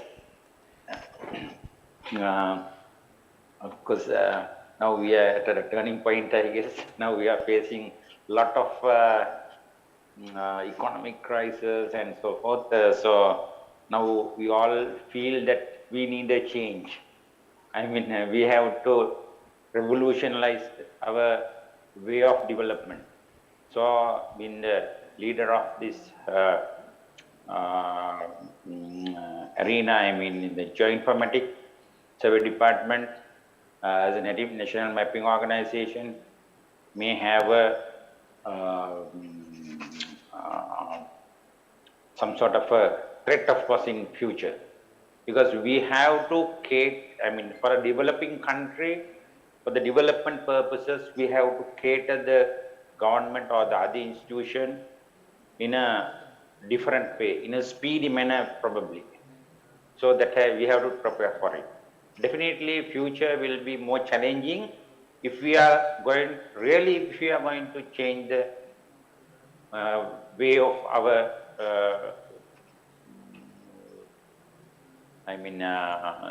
progressive. So, of course, when we talk of the 22 years we have been existing because of the good work of our staff and the leaders, I mean the survey generals and so forth. So we must thank them all, and so it is obvious, but in future, definitely our scenario will be more critical. So we have to prepare for that, of course, because we can we have identified the requirement, but we have to cater them. So we have to, for instance, now I think this is not, I mean, this as Mr. Sivananda Raja said, that is the national data infrastructures. It is now, we have been discussing for many years, but we have been unable to implement that. But when we have if it is the case, when are we going to utilize that infrastructure for the betterment of the nation? So there will be much more challenges like that in future. I think our talented people who are in line will cope up with that. I wish all them best. And again, thank you very much for giving this opportunity. Thank you so much. So thank you very much for all the comments. And now we are reaching to the final point of the discussion we had from 9 a.m. onwards. So again, my sincere thanks is going to all of participants, Dr. K.R. Silva, PMP Udekanta, and Mr. Sangakkara, Mr. Dampegama, Mr. Tennakon, Mrs. Shamali, and all the participants who are with us online. Today, during this discussion, actually the topics could be discussed for hours, but we mainly focused on very limited aspects.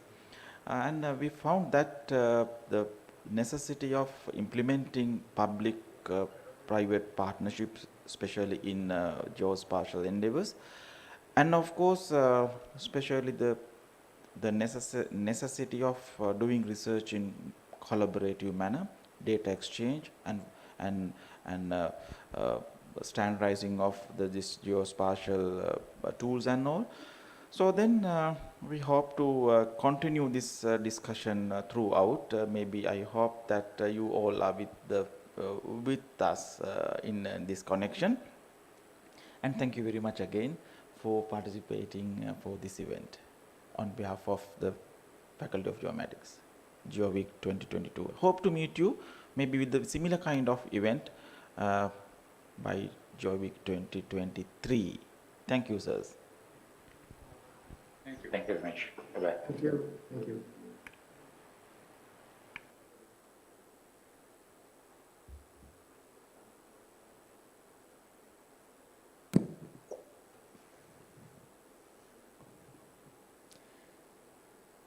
Our sincere gratitude goes to the respected retired Surveyor Generals who are with us today here physically for the program, Mr. Dampegama, Dr. Ranasinghe Silva, and also Mr. Sivananda Raja, who is currently working as the additional Surveyor General field.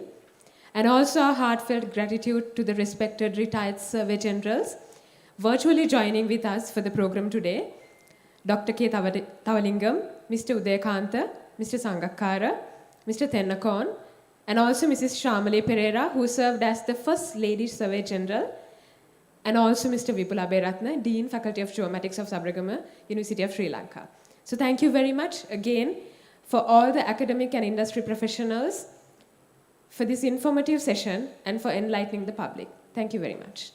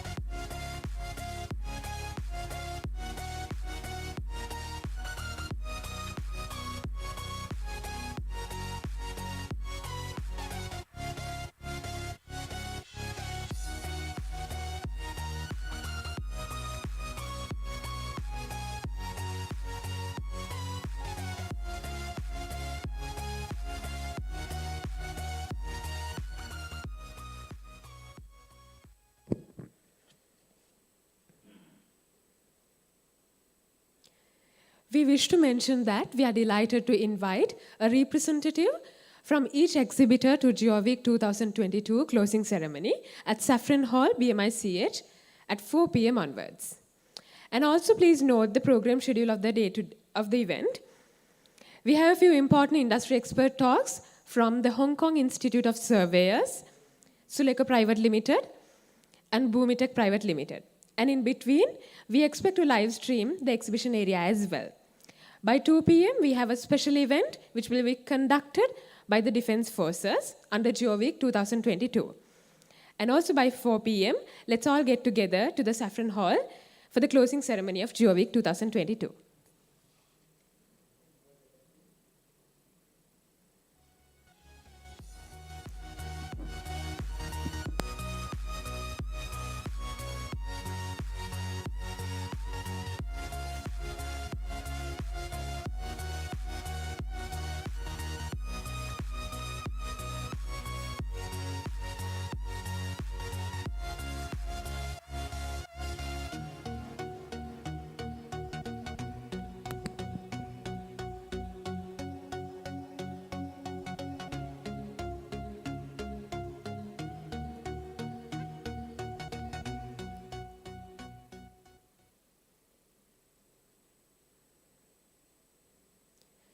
GeoExpedition 2022 Trade and Education Fair is the first ever largest geospatial science experience in Sri Lanka.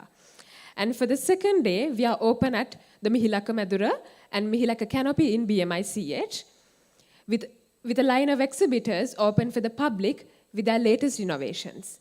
So we are now inviting everyone to join with us, and we are going to live stream from the exhibition area.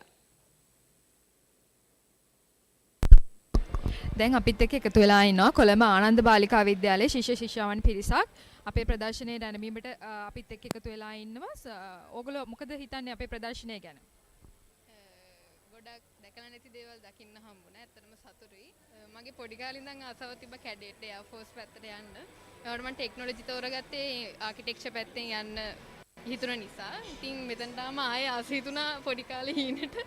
ඇත්තටම සතුටුයි. ගොඩක් thank you මේ වගේ stall එකක් මෙතන තිබ්බෙකට.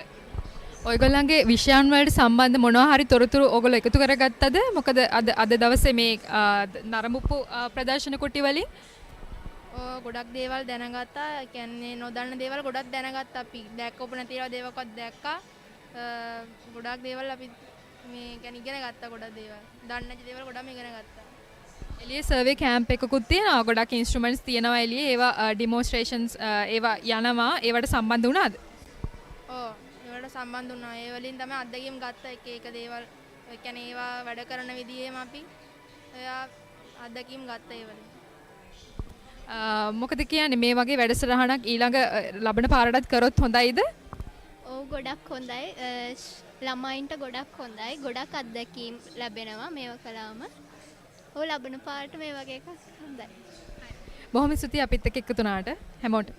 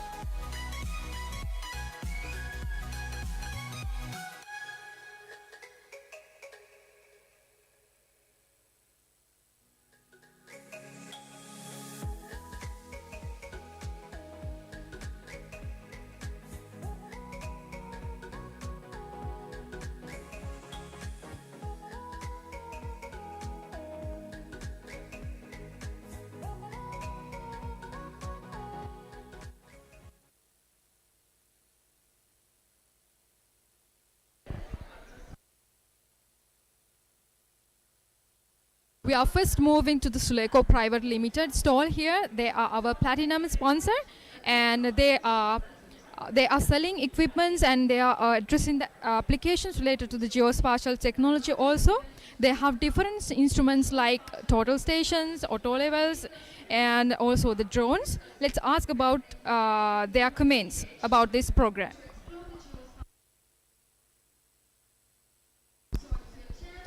Okay, so can you explain, can you give a brief introduction to your company profile and about your applications in this industry? Okay, today actually we are exhibiting the latest technologies of GNSS and drone technologies. Currently we are exhibiting some of the latest drone technologies in Sri Lanka. As you can see, we have brought down the latest Matrix 300 drone, which is capable of lot of things and which is capable of giving below 5 centimeter accuracy of spatial data, and many more GNSS equipments which are very capable and very user-friendly equipments, and we like to invite you to come and experience these drone technologies. And today we are planning to give a drone session as well, which you can come and visit us and fly a drone and experience by yourself. So thank you very much. Thank you so much about the introduction.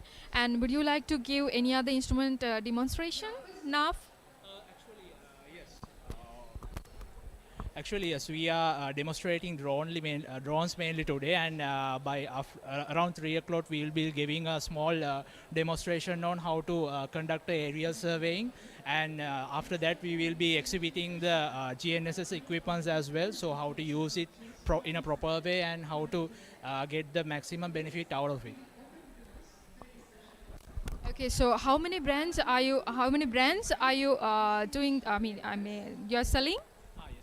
Currently for GNSS equipments, we are selling the #1 brand in the world, Leica Geosystems, and we are doing Stonex brand, which is from Italy. And for drones, we are doing 3 brands. One is DJI. DJI is from China, one of the leading drone manufacturers in the world.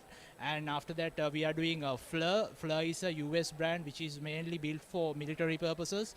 And for long endurance UAVs, we will be providing the Alti drone, which is capable of transmitting around 200 kilometers, such a capable drone, which is a fixed wing. So all of our drone types we are exhibiting here today, and mainly for surveying purposes, we have brought down the DJI drones, which are very capable and which you can use for many surveying purposes like photogrammetry, LiDAR mapping, and so and so. So through those things we can get outputs like DEM files and other photogrammetry, orthophotos, LiDAR, 3D models, things like that. Okay, SULECO is handling the continuous observation reference network in Sri Lanka, and they would like to give an introduction to that also.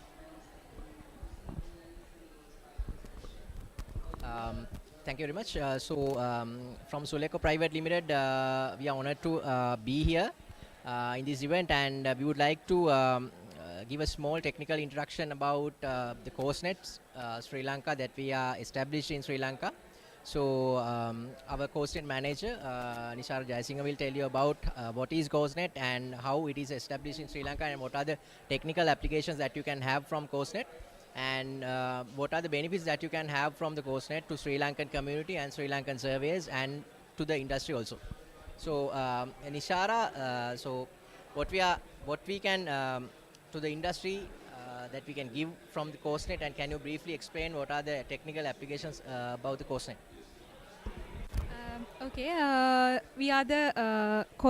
We are the first and largest continuously reference station network in Sri Lanka. Actually, we have started from 2014 using 3 stations, and currently we having 17 course reference stations, and almost we have covered the Sri Lanka with the COSNET subscription service.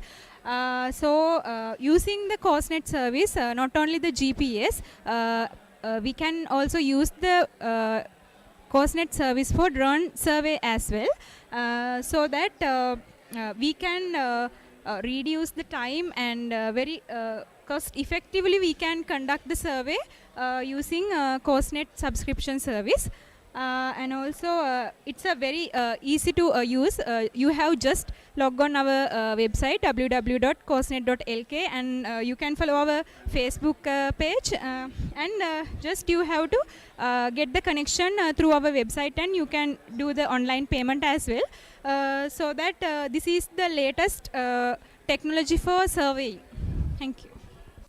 Okay, thank you very much. So if you go through the stalls that we have in open area, that you can get the idea of how the technology has evolved in over these years, and how the technology has been using now, and what are the technologies that we can have in the future, as you can see in the drones as well. So thank you very much for joining with SULECO, and we invite you all to our stall to get all the technical details and all the technical applications that we can have in this stall, and to guide you as well. Thank you very much. Thank you very much.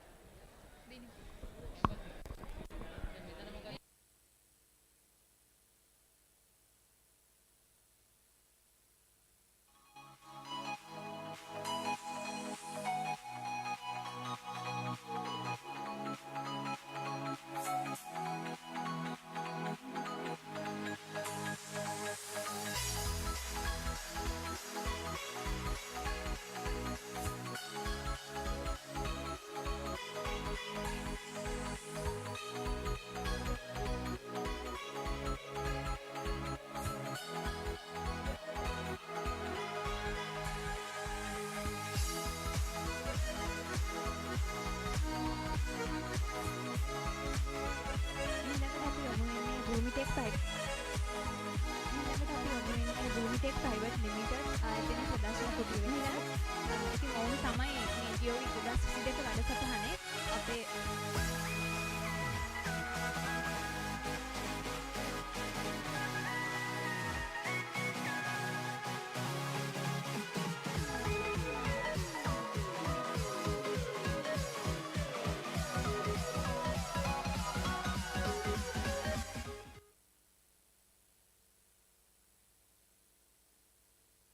ඊළඟට අපි යොමු වෙන්නේ BhoomiTech Private Limited ආයතනයේ ප්‍රදර්ශන කුටිය වෙතට.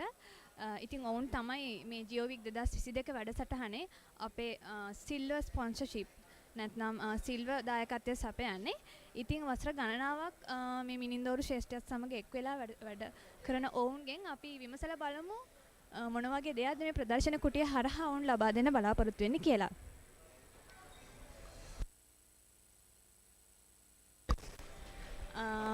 අපි බලාපොරොත්තු වෙනවා දැනගන්න දවසර ගණනාවක් තිස්සේ මේ මිනින්දොරු ශ්‍රේෂ්ඨයත් එක්ක BhoomiTech ආයතනයේ වැඩ කරනවා. ඉතින් මොන වගේ දෙයක්ද අද මේ ප්‍රදර්ශන කුටිය හරහා ඔබතුමන්ලා ලබා දෙන්න බලාපොරොත්තු වෙන්නේ? හරි. මුලින්ම බොහොම සතුටුයි මේ අවස්ථාවට අපිට සම්බන්ධ වෙන්න ලැබීම ගැන.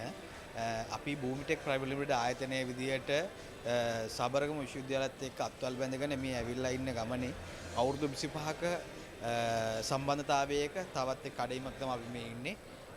සබරගම විශ්වවිද්‍යාලයේ දෙවන වරට සංවිධානය කරලා තියෙන මේ GEOWEEK ප්‍රෝග්‍රෑම් එකට BhoomiTech සහාය දෙන්න අපි බොහොම සතුටින් අද මෙතනට ඇවිල්ලා ඉන්නවා.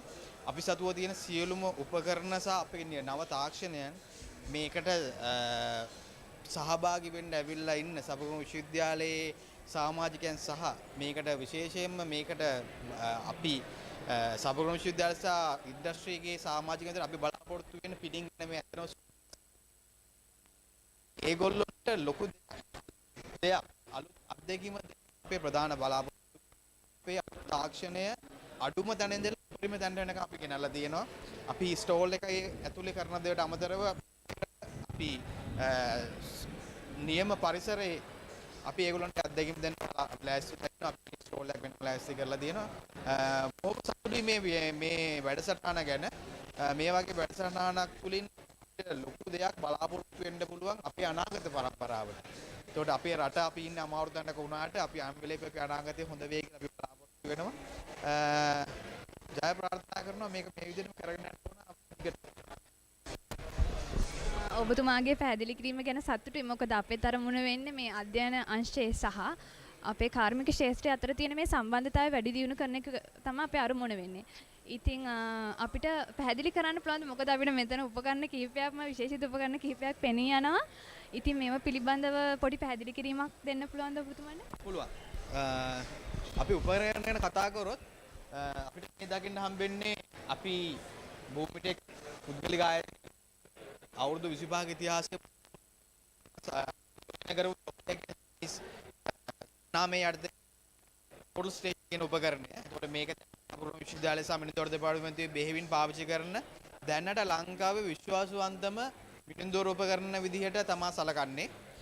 අපි මේ උපකරණේ ළමයින්ට පෙන්වන්න මේකේ පොඩ්ඩක් hands on experience එකක් දෙනවා වගේ. ඔව් ඒගොල්ලන්ගේ අත හුරු කරන්න අපි ගෙනල්ලා තියෙනවා. ඒකට ඊළඟට අපිට දකින්න පුළුවන් මේ Sokia Topcon. Sokia වගේම තවත් ජපානයේ සන්නාමයක් මේ Topcon කියන ආයතනයේ ඒ සන්නාමයේ යටතේ එන terrestrial laser scanner කියන උපකරණය. මේක ගොඩක්ම advanced instrument එකක්. අපි මිනින්දොරු කරන්නේ අපි ඉගෙන ගන්න ළමයට ඒගොල්ලෝ අනාගතයේදී දකින්න හම්බෙන මේ තාක්ෂණයේ උපරිම තැන් තමයි මේ. මේක ලංකාවටම එකයි දැනට මේක තියෙන්නේ. එතන අපි බොහොම සතුටු වෙනවා මේ වගේ high tech තාක්ෂණයෙන් උසස් උපකරණයක් ගෙනල්ලා අපේ අලුතෙන් ඉගෙන ගන්න මේ O level කරන ළමයට මල්ලි කෙනෙක්ට නාංගි කෙනෙක්ට මේක පෙන්වන්න ලැබුණා කියන්නේ. උදේට මේ වගේ වටිනාකම් දෙයක් අපේ වගේ රටක ගොඩක් සමහරුයි. ඒත් අපි ආයතනයක විතර අපි සන්තෝෂ වෙනවා මේක පෙන්වන්න උනේ ගැන. එතකොට මේක ගැන ඒ වගේ හැඳින්වීමක් තමයි කරන්න පුළුවන්. එතකොට මේ තියෙන්නේ අපි නියෝජනය කරන ඇමරිකානු සන්නාමයක් ට්‍රිම්බල් කියන උපකරණය. ඒ ට්‍රිම්බල් කියන සන්නාමයේ යටතේ එන RPLI කියන GPS උපකරණයක්. මේ GPS උපකරණ කියන තාක්ෂණය ලෝකයේ නතරලා දෙන තැන බැලුවොත් එහෙම ට්‍රිම්බල් කියන්නේ ප්‍රධාන එකක්. මොකද ඒගොල්ලෝ තමයි මේ GPS කියන තාක්ෂණයේ නියම කරුවෝ. ඒතකොට ඒගොල්ලෝ දැනට ලෝකේ පාවිච්චි කරලා තියෙන high tech and latest model එක අපි ගෙනල්ලා දෙනවා ළමයින්ට පෙන්නන්න. එතකොට අපිට සන්තෝෂයක් තියෙනවා මේක අපේ විකිණීමේ අරමුණට වඩා මොකද මේ වගේ උපකරණයක් අපේ ලංකාවේ කෙනෙක් පාවිච්චි කරන්න එහෙමත් කෙනෙක් තමයි ගන්න. එතකොට ඒ වුණාට අපිට පෙන්න ගන්න පුළුවන් මේක තමයි latest technology එක මේක තමයි highestම තැන අපේ කෙනෙක් reach කරන්න පුළුවන්. එතකොට ඊළඟ එක කිව්වොත් මේ තියෙන්නේ ට්‍රිම්බල් සන්නාමයෙන් අපිට එන ඇමරිකාවේ නිෂ්පාදිත ටෝල් ස්ටේෂන් කියන කැටගරියේ තියෙන latest product එක. ඒ කියන්නේ high tech product එක. මේකට කියන්නේ robotic toll station එක කියලා. එතකොට මේ toll station එකෙන් අපි සාම්ප්‍රදායිකව මැනුම් කරන විදිහට නෙමෙයි කරන්න තියෙන්නේ. මිනින්දෝරුවා එහෙම නැත්නම් ඉංජිනේරුවා තනියෙන්.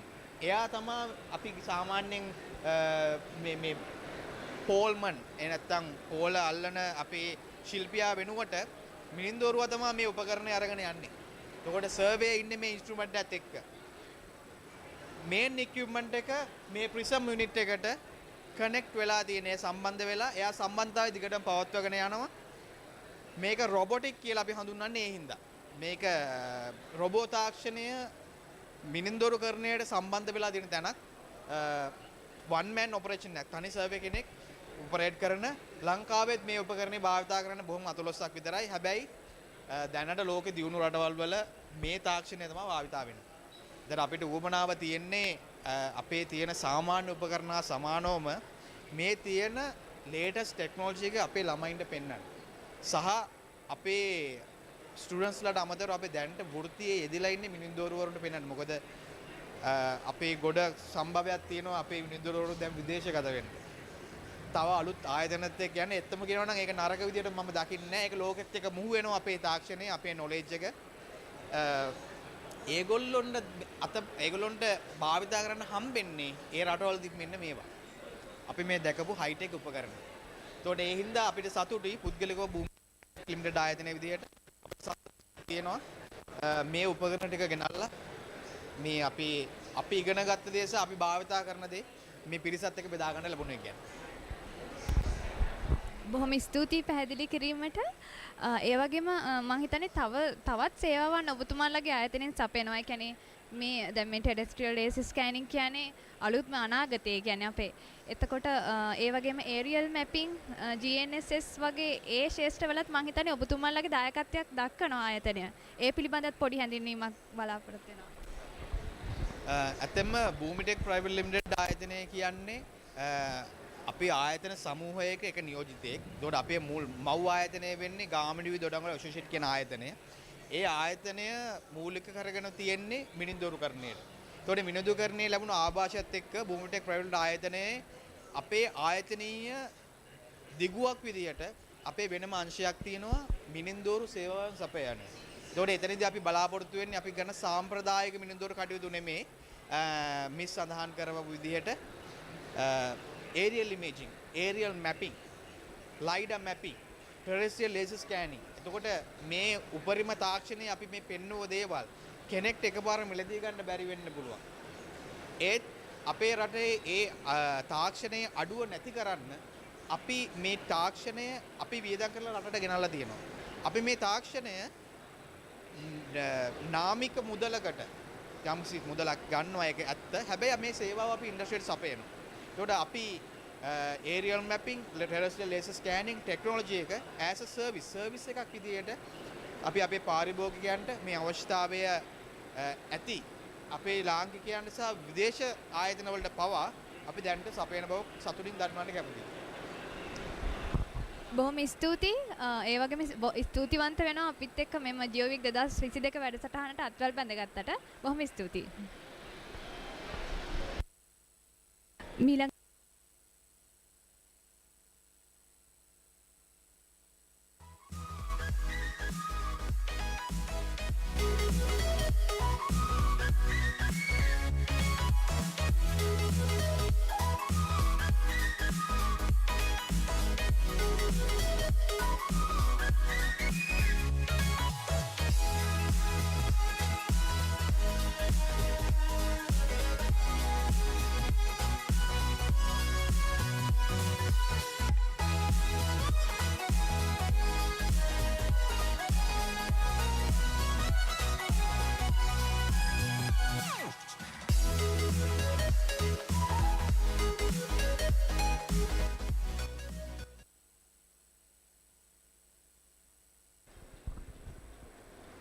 Geographical Information System or GIS contains key functionalities and tools in handling geospatial data.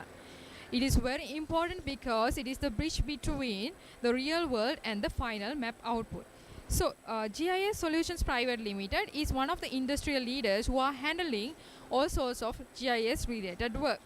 So we are interested in their services, and can you please explain about your services to this field? Yeah, actually we are GIS Solutions Private Limited, and our services is being the distributor of the ArcGIS software in Sri Lanka. And as you know, ArcGIS software has been in Sri Lanka for almost over 30 years and used within the universities itself for more than 25 years. So there are many services like special ArcGIS software packages that have been promoted to the university and education sectors, as well as training and other sort of GIS related services related to the ArcGIS platform. So we saw some of the courses in your module, in these handouts. So one of these things is ArcGIS for beginners, and what are the objectives or the benefits that the student can gain within this course? Yeah, well, like the leaflet you are having is a training for beginners in the ArcGIS platform with the latest platform of ArcGIS Pro. So I think several years universities and many people in Sri Lanka was used to the ArcMap platform. So this is a more newer version, more powerful and more speedy version of the ArcGIS platform. So it's a 64-bit platform software, and it has more performance in 3D and analytic power. So I think migrating from the old ArcMap platform to the new ArcGIS Pro platform is a great challenge and a good initiative for students to learn more, not only in the desktop applications, but even in the WebGIS parts and field applications that you can use through the mobile phones and tabs and kind of things. Do you have any short courses or something related to ArcGIS online?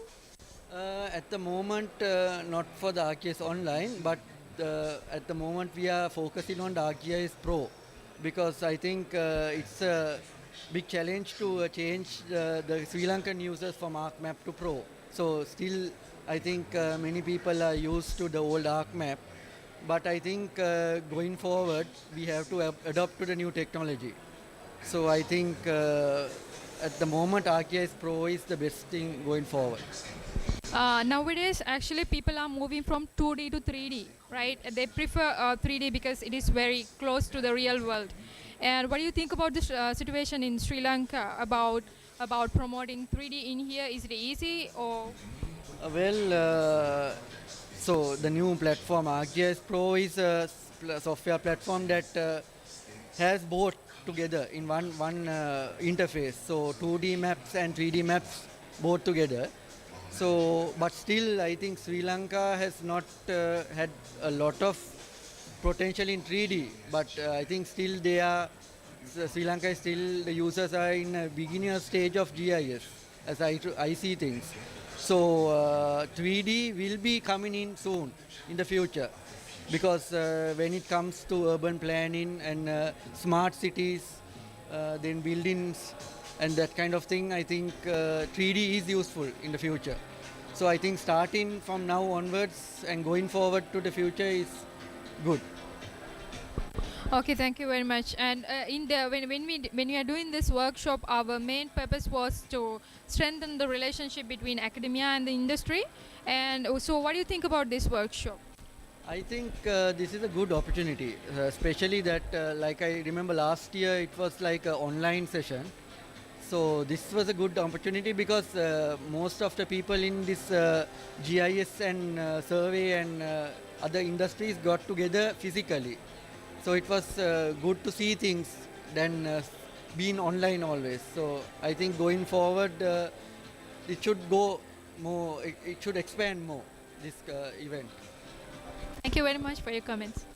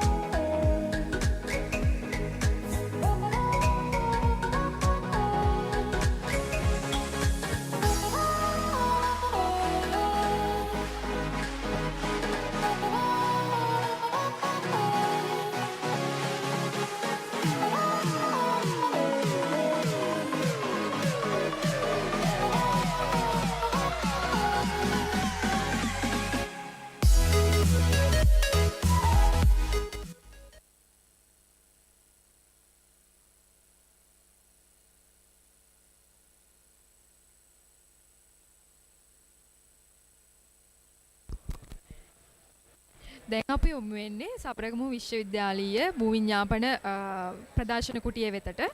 භූවිඥාපන පීඨය Sabaragamuwa විශ්වවිද්‍යාලයේ පීඨ 8න් එකක් සහ එය පිහිටවනු ලැබුවේ වර්ෂ 2004 දී. මුලින්ම ව්‍යවහාරික විද්‍යාපීඨයේ අධ්‍යනාංශයක් විදියට තිබිලා ඊට පස්සේ මැනුම් විද්‍යා උපාධිය හඳුන්වා දෙනු ලබනවා 1997 දී. දැන් අපි යොමු වෙනවා මේ පීඨයෙන් මෑත කාලීන උපාධිය ලබාගත් උපාධිධාරිණියක් වෙතට මේ උපාධි පාඨමාලාව පිළිබඳ වැඩිදුර විස්තර දැන ගැනීම සඳහා.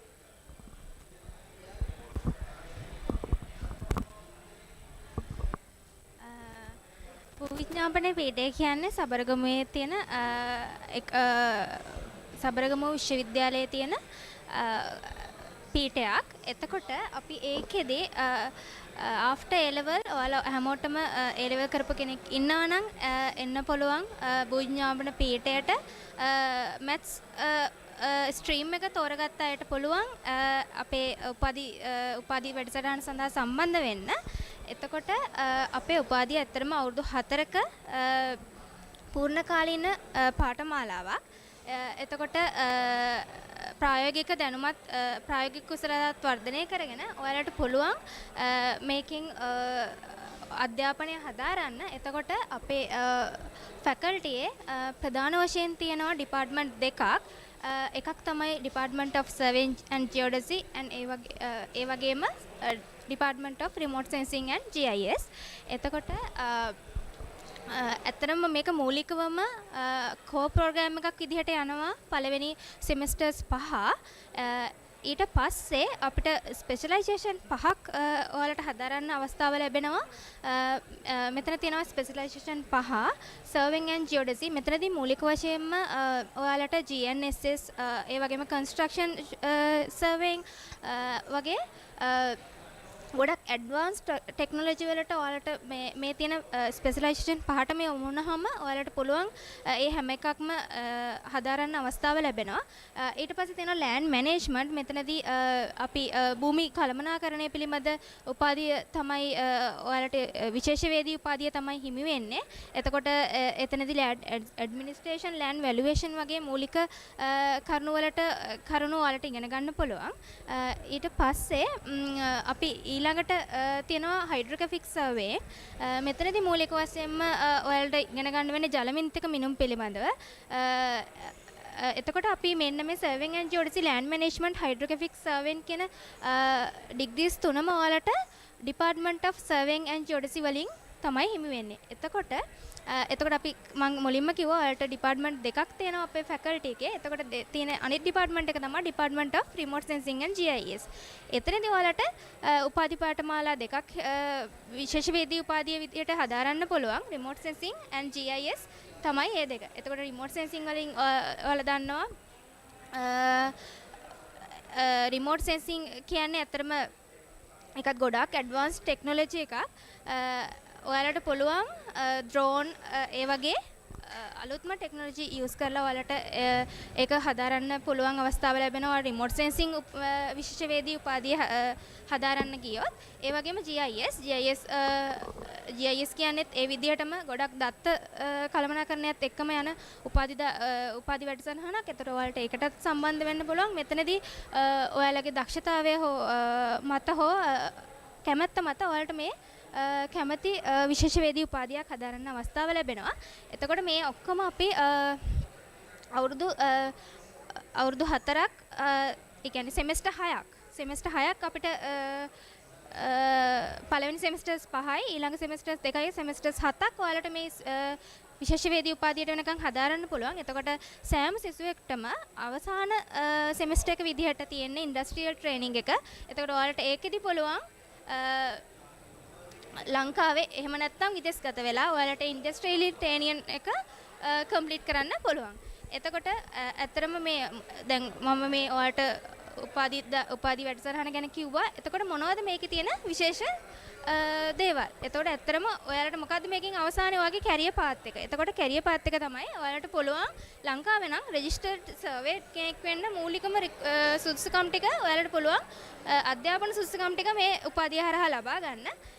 එතකොට මේකේ හමු වෙන විශේෂම දේවල් තමයි මේකෙන් හම්බ වෙනවා ජාත්‍යන්තර පිළිගැනීම් හම්බ වෙනවා. එතකොට RICS සහ FIG කියන එක. RICS කියන්නේ Royal Institute of Chartered Surveyors. ඒ වගේම FIG එක කියන්නේ International Federation of Surveyors. එතකොට එන්නේ පිළිගැනීම් ජාත්‍යන්තර පිළිගැනීම් දෙක ඔයාලට හම්බ වෙනවා. මේ ඔයාලා මේ උපාධිය ඉවර කරොත් ඔයාලට ඒ උපාධි ජාත්‍යන්තර පිළිගැනීම් දෙක ඔයාලට ලබා ගන්න පුළුවන්. ඒ වගේම විශේෂම දෙයක් තමයි මෙතන තියෙනවා හයිඩ්‍රෝග්‍රැෆික් සර්වේන් කියලා මම ඔයාලට කලින් කිව්වා.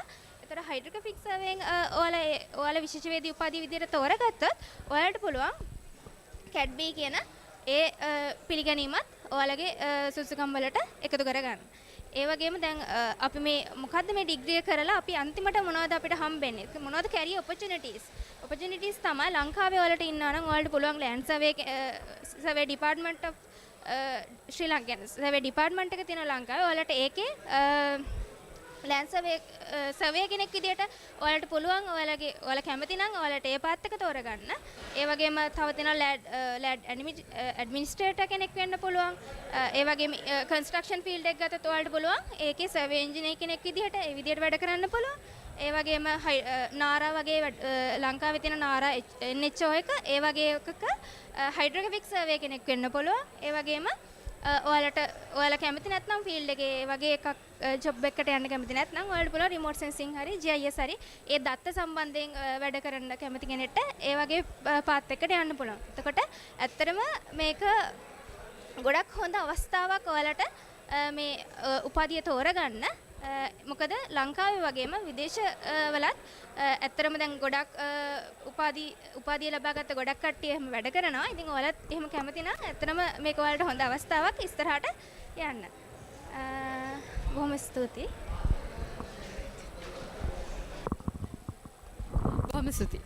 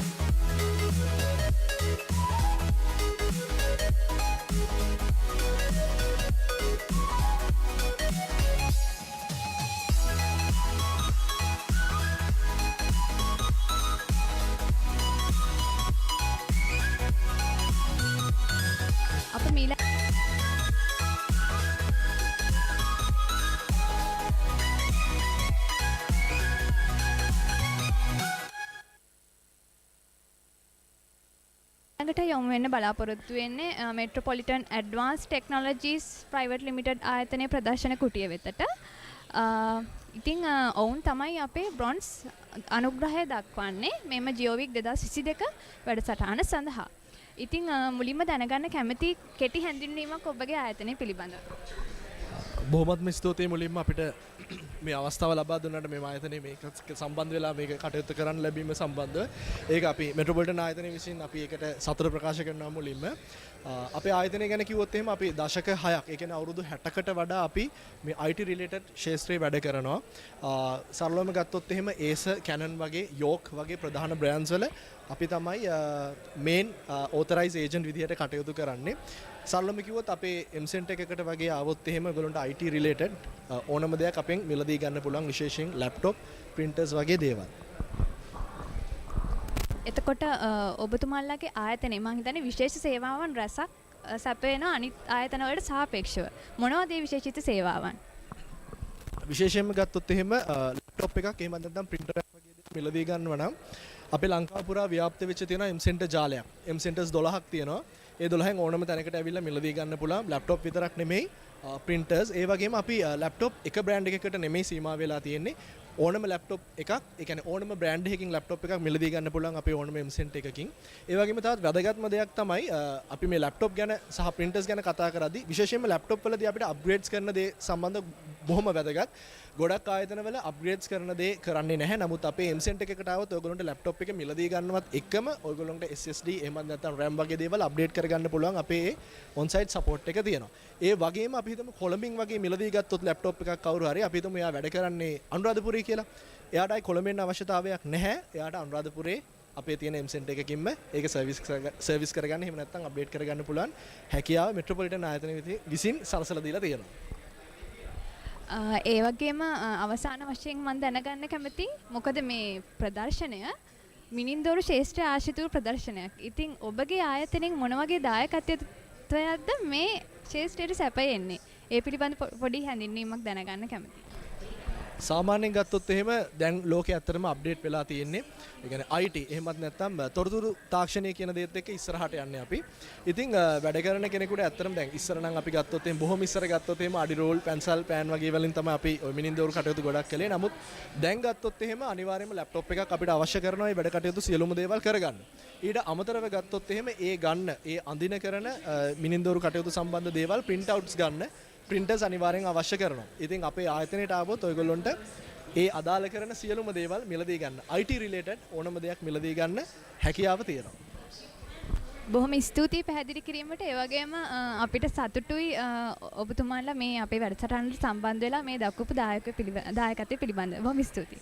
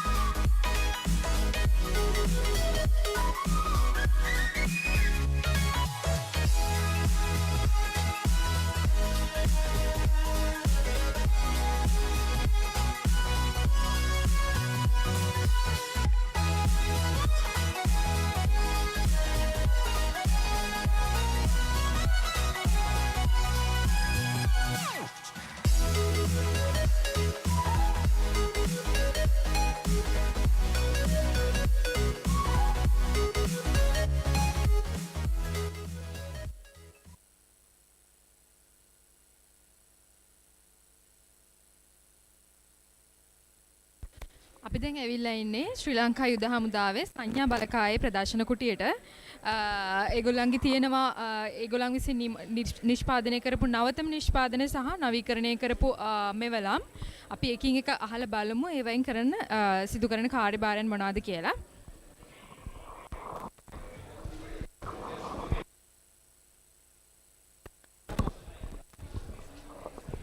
අපිට පොඩ්ඩක් පැහැදිලි කරනවද මේ උපකරණ වලින් කරන්නේ මොකද්ද කියලා? මේක ඇවිල්ලා ඩ්‍රෝන් කැම් එකක්. මේක අපේ ශ්‍රී ලංකා යුද හමුදාවේ සංඥා බලකායෙම නිපදවපු එකක්. මේකෙන් කරන්නේ විශේෂ අවස්ථාවකදී හෝ විශේෂ ස්ථානවලදී අපිට අවශ්‍ය වෙනවා. ඒ කියන්නේ ඉහළින් ඒ කියන්නේ එන ඩ්‍රෝන්ස් මොනවා හරි අනවසරයෙන් ඇතුළේ වෙන ඩ්‍රෝන්ස් මොනවා හරි තියෙනවා නම් ඒවා වළක්වන්න ඕන වෙනවා. එතෙන්දී මේ උපකරණයෙන් කරන්නේ ඒ ඩ්‍රෝන්ස් වලින් ඇත්තටම GPS සිග්නල් එකකින් තමයි ඒව වැඩ කරන්නේ.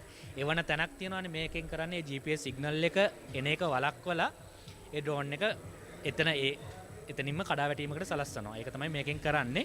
මේක අපි පාවිච්චි කරනවා විශේෂ අවස්ථාවලදී සහ ඔය පාර්ලිමේන්තුවට ආරක්ෂා කරන්න. එහෙම නැත්නම් දළදා මාලිගාව පෙරහැරකදී වගේ දේවකදී අනවසර ඩ්‍රෝන්ස් ඇතුල් වීම වළක්වන්න. ඒ වගේ දේවල් වලදී මේක පාවිච්චි කරනවා. එතකොට මේකට කොච්චර රේන්ජ් එකක් ඇතුළේ වැඩ කරන්න පුළුවන්ද? මේක දැන්ට අර්ගය කිලෝමීටරයක් තියෙන සම්පූර්ණ රවුමක් වටේ මේක වැඩ කරන්න පුළුවන්. මේ ඇන්ටනාවත් එක්ක මේ හැම එකකම ඇන්ටනාවකේ පවර්ෆුල් ඒ කියන්නේ මේ ඇන්ටනාවේ ශක්තිමත් භාවය මත එයාලා වැඩ කරන රේන්ජ් එක තීරණය වෙනවා. මේ ඇන්ටනා එකෙන් මෙයාට පුළුවන් අර්ගය කිලෝමීටරයක් වෙච්ච මේ රවුමක් ඇතුළත ඩ්‍රෝන්ස් වලට මේ ඩැමේජ් එකක් කරන්න. එතකොට දැන් අපි කැනෝපි ඒරියා එකකට වගේ ආවොත් ඔය රේන්ජ් එක වෙනස් වෙනවද?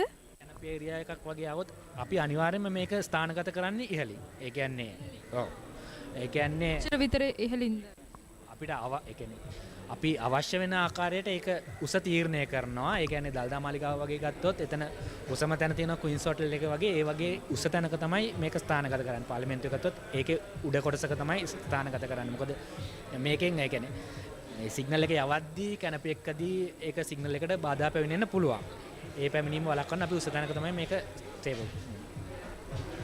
මේක ඇවිල්ලා මොබයිල් 3G 4G සහ 5G ජෑමර් එකක්. මේක පාවිච්චි කරනවා මොබයිල් සිග්නල් අවහිර කරන්න.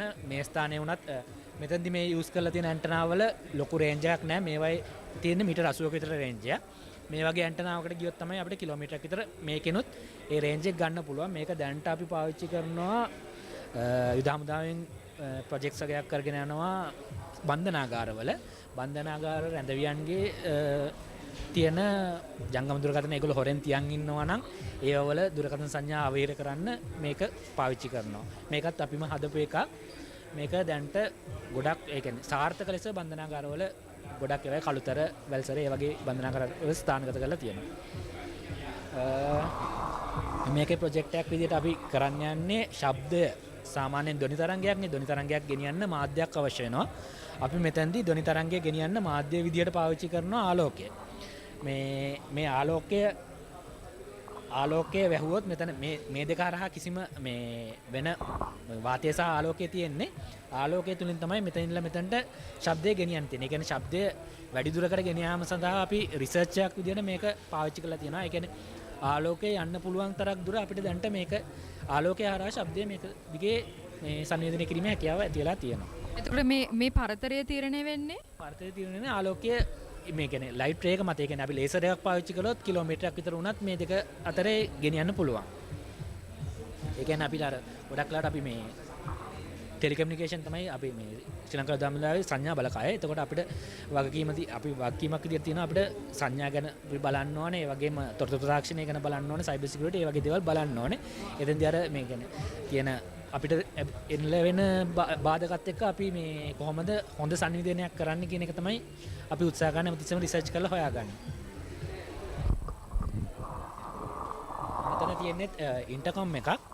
මෙතන හුඟක් අඩු වියදමකින්. ඒ කියන්නේ ඔයගොල්ලෝ දන්නවනේ ඉන්ටර්කම් එකක් කියන්නේ අභ්‍යන්තර මේ දුරකථන අපිට කොහොමත් යුදහම්දාවේ පාවිච්චි කරනවා මයික්‍රෝ නම්බර්ස් මයික්‍රෝ ලයින් එකක් පාවිච්චි කරනවා. මෙතනදී කරලා තියෙන්නේ මෙන්න මේක මේ රුපියල් 1000ක් වගේ අඩු මුදලකට මේ ෆෝන් අතර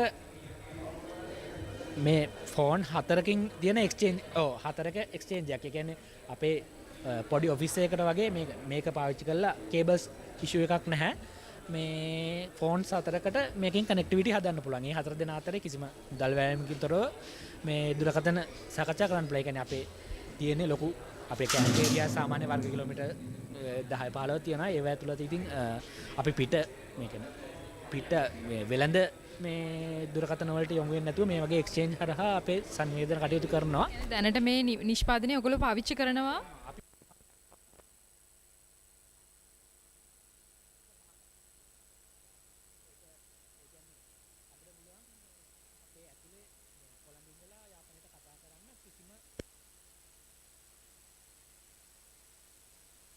පිටට වෙනද ආයතනයකට සම්බන්ධ වෙන්නේ නැතුව අපේ මේ මයික්‍රෝ වේව් නෙට් එක තියෙනවා. ඒ නෙට්වර්ක් එක හරහා මේ කතා කිරීමේ හැකියාව තියෙනවා දැන්ටත් ලංකාව පුරා. මේක ප්‍රදේශ දෙකක් අතර භාවිතා කරන්න යොස් කරනවා. ඒ කියන්නේ අපිට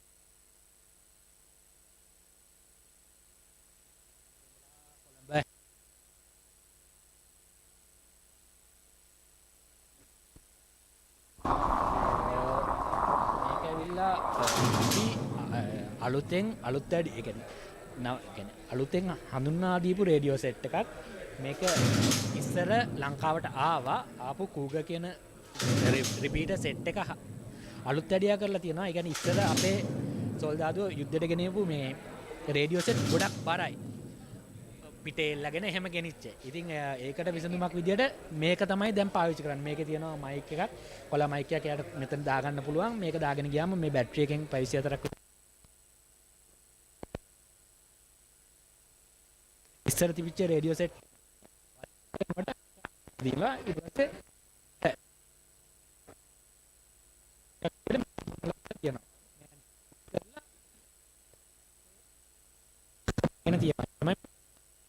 එතකොට මේක නවීකරණය කරපු එකක්.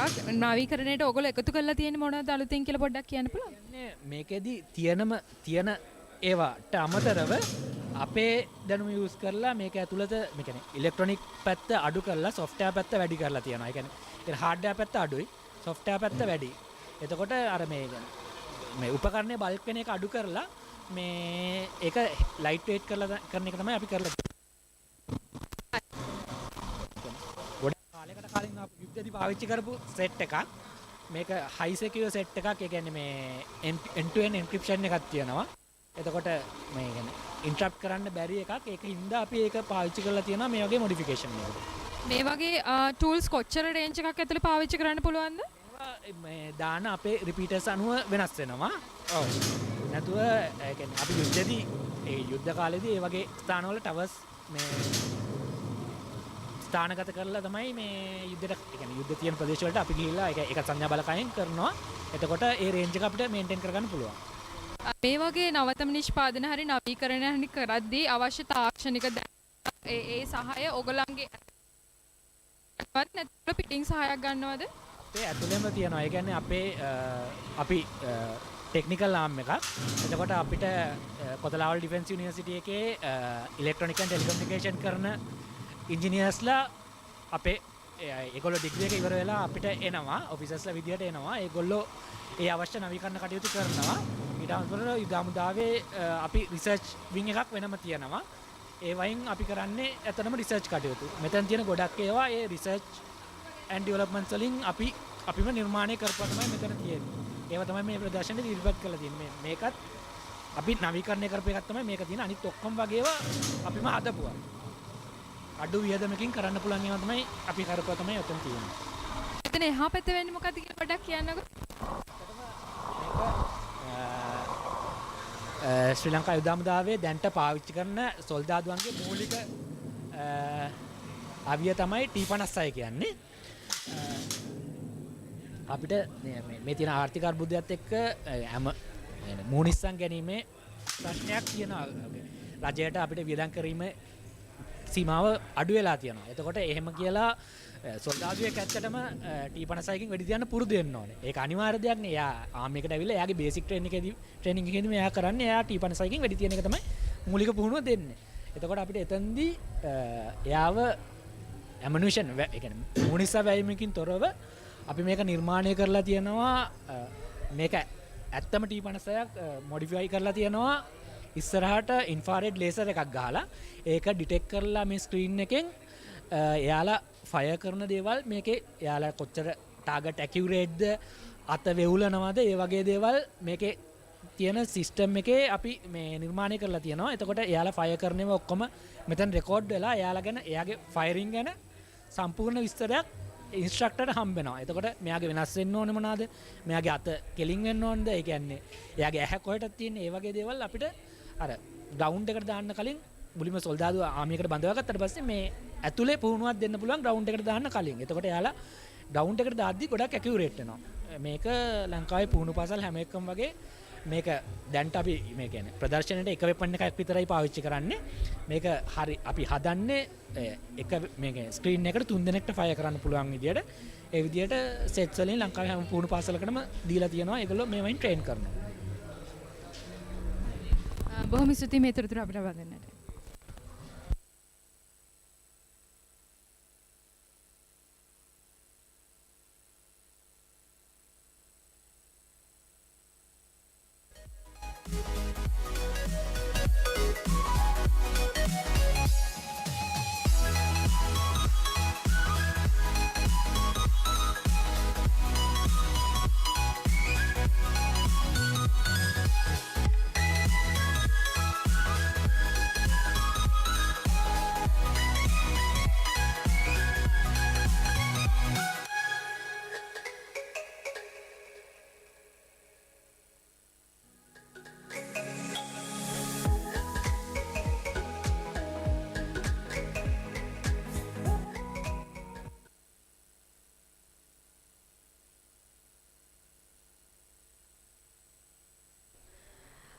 අප මේ අවස්ථාවේදී රැඳී සිටින්නේ CEY-NOR ෆවුන්ඩේෂන් ලිමිටඩ් ආයතනයේ ප්‍රදර්ශන කුටිය ඉදිරිපිට.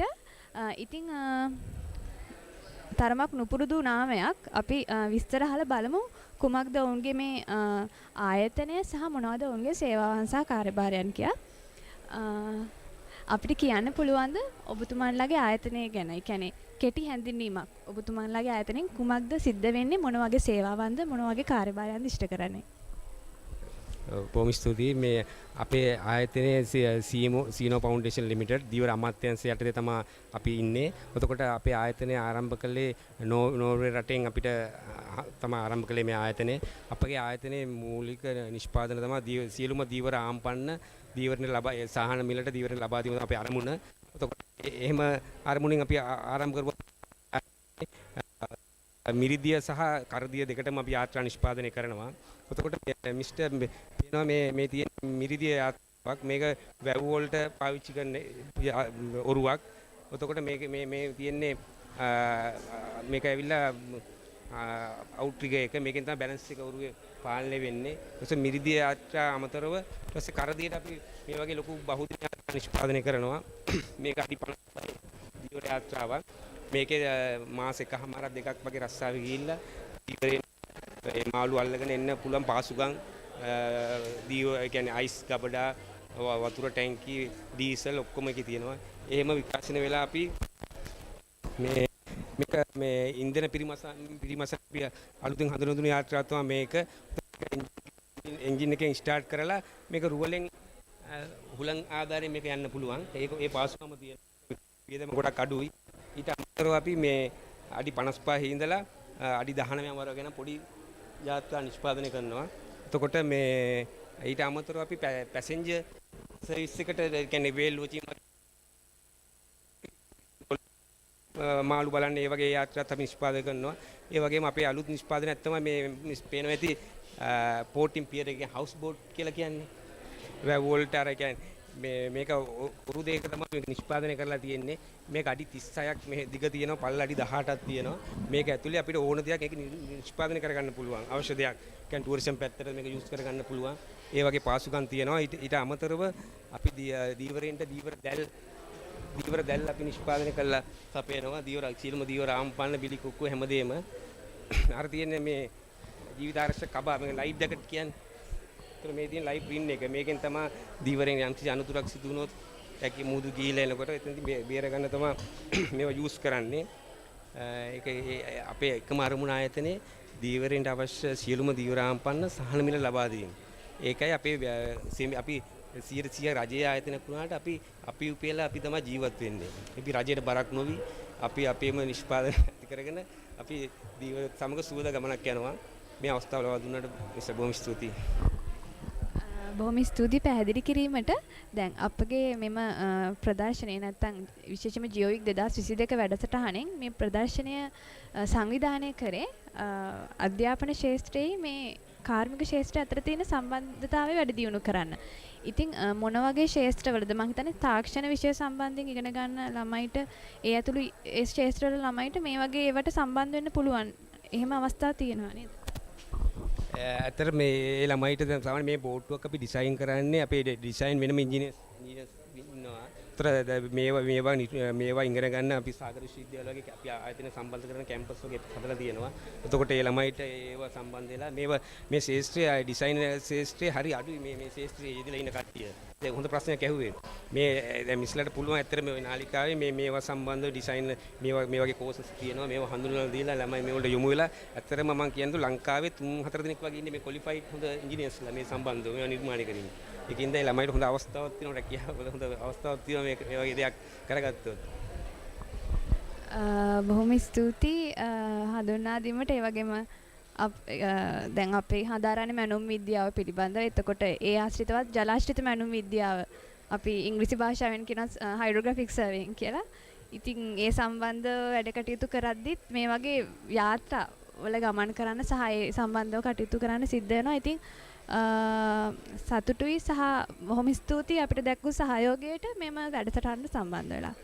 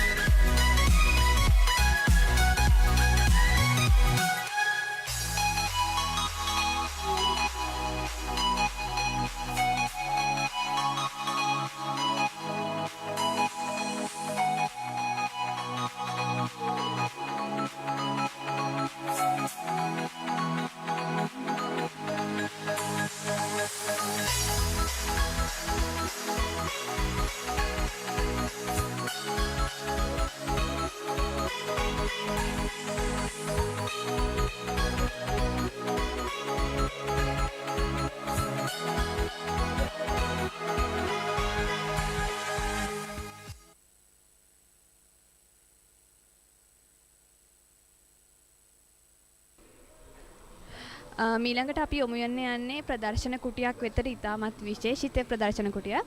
ඩිසාස්ටර් මැනේජ්මන්ට් සෙන්ටර් ආයතනය නැත්නම් අපි සිංහලෙන් කියනවා ආපදා කළමනාකරණ මධ්‍යස්ථානය.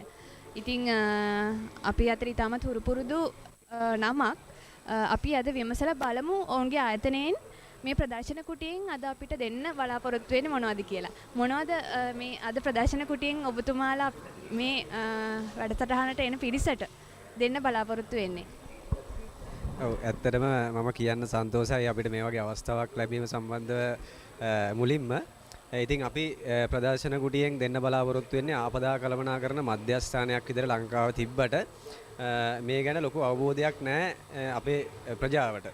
ඉතින් ඒක නිසා පාසල් ප්‍රජාව හොය වෙනත් ප්‍රජා ඕනම ප්‍රජාවකට ලොකු අවබෝධයක් නැහැ ආපදා කළමනාකරණ මධ්‍යස්ථානයක් තියෙනවද, ඒකෙන් වෙන්නේ මොන වගේ රාජකාරීද, එතකොට කොච්චර දුරට මේක ව්‍යාප්ත වෙලා තියෙනවද කියන එක ගැන ලොකු අවබෝධයක් නැහැ ඇත්තටම. ඉතින් අපි බලාපොරොත්තු වෙන්නේ අපෙන් වෙන රාජකාරි මොනවද, අපෙන් ප්‍රජාවට ගන්න පුළුවන් ප්‍රයෝජන මොනවද කියන එක පිළිබඳව තමයි අපි මේකෙන් දෙන්න බලාපොරොත්තු වෙන්නේ. ඒත් එක්කම ආපදා කළමනාකරණ මධ්‍යස්ථානය ඇත්තටම ආරම්භය ගැන මම මේ වෙලාවේ පොඩ්ඩක් කිව්වට ගැටලුවක් නැද්ද? හරි. ආපදා කළමනාකරණ මධ්‍යස්ථානය ඇත්තටම ආරම්භුනේ 2004 සුනාමියත් එක්ක. ඊට කලින් ඇත්තටම ලංකාවේ ආපදා කළමනාකරණයක් කියන එකක් මේ වගේ ප්ලෑන් කළා කරේ නැහැ. ඉතින් එතකොට 2004 සුනාමියෙන් පස්සේ ඇත්තටම ලංකාව රජය තේරුම් ගත්තා ආපදාවක් කියන එකට අපි පෙර සූදානමක් තියෙන්න ඕන. එහෙම නැති නිසා තමයි සුනාමියෙන් මෙච්චර ජීවිත දේපල හානි වුණේ. ඒ කියන එක තේරුම් අරගෙන 2005 අංක 13 දරන පනත යටතේ ආපදා කළමනාකරණ ජාතික සභාව පිහිටවලා ආපදා කළමනාකරණ අමාත්‍යාංශයක් පිහිටෙව්වා. අමාත්‍යාංශයට ආපදා කළමන මධ්‍යස්ථානයක් කොළඹ විද්‍යාමාවතේ ඒක තියෙන්නේ. ඊට පස්සේ දිස්ත්‍රික්ක 25 ඇතුළත ආපදා කළමනාකරණ දිස්ත්‍රික් සම්බන්ධීකරණ ඒකක 25ක් ස්ථාපිත කරා. ඒකෙන් දිස්ත්‍රික් ඒකක වලින් ඇත්තටම කරන්නේ සම්බන්ධීකරණ රාජකාරියක්. අපිට මුණ දෙන්න සිද්ධ වෙන ඕනම ආපදාවකදී ආපදා සම්බන්ධ ඕනම ගැටලුවකදී අවශ්‍ය උපදෙස් සහ අවශ්‍ය ආයතන සම්බන්ධීකරණය අවශ්‍ය සහයෝගය ලබා ගන්න අපේ සම්බන්ධීකරණ කටයුතු සිද්ධ වෙනවා. ඇත්තටම ආපදා කළමනාකරණ මධ්‍යස්ථානයේ ඒකක හරහා කරන ප්‍රධාන රාජකාරීන් කිහිපයක් තියෙනවා. පළවෙනි එක තමයි පුහුණු හා දැනුවත් කිරීම. එතකොට පුහුණු හා දැනුවත් කිරීම තුලින් නොදැනුවත්කම නිසා සිදුවෙන අනතුරු හානි අවම කරගන්න අපි බලාපොරොත්තු වෙනවා. ඒත් එක්කම පෙර සූදානම් සැලසුම්. පෙර සූදානම් සැලසුම් යටතේත් අපි කරන්නේ නොයෙක් ආපදාවලට ගොදුරු වෙන කලාප හඳුනාගෙන ඒ ප්‍රජාව එක්රැස් කරගෙන අපි පෙරහුරු සරඹ පවත්වනවා. උදාහරණයක් හැටියට ගත්තොත් සුනාමි පෙරහුරු සරඹ, ගම් වතුර පෙරහුරු සරඹ අතරව කඳවුරු කළමනාකරණය, ප්‍රථමාධාර ගිනි නිවාරණය සම්බන්ධයෙන්ුත් අපි පෙරහුරු සරඹ. ඊට අමතරව ආපදාවම කිරීමේ ව්‍යාපෘති ක්‍රියාත්මක කිරීමත් ආපදා කළමනාකරණ මධ්‍යස්ථාන හරහා සිද්ධ වෙනවා.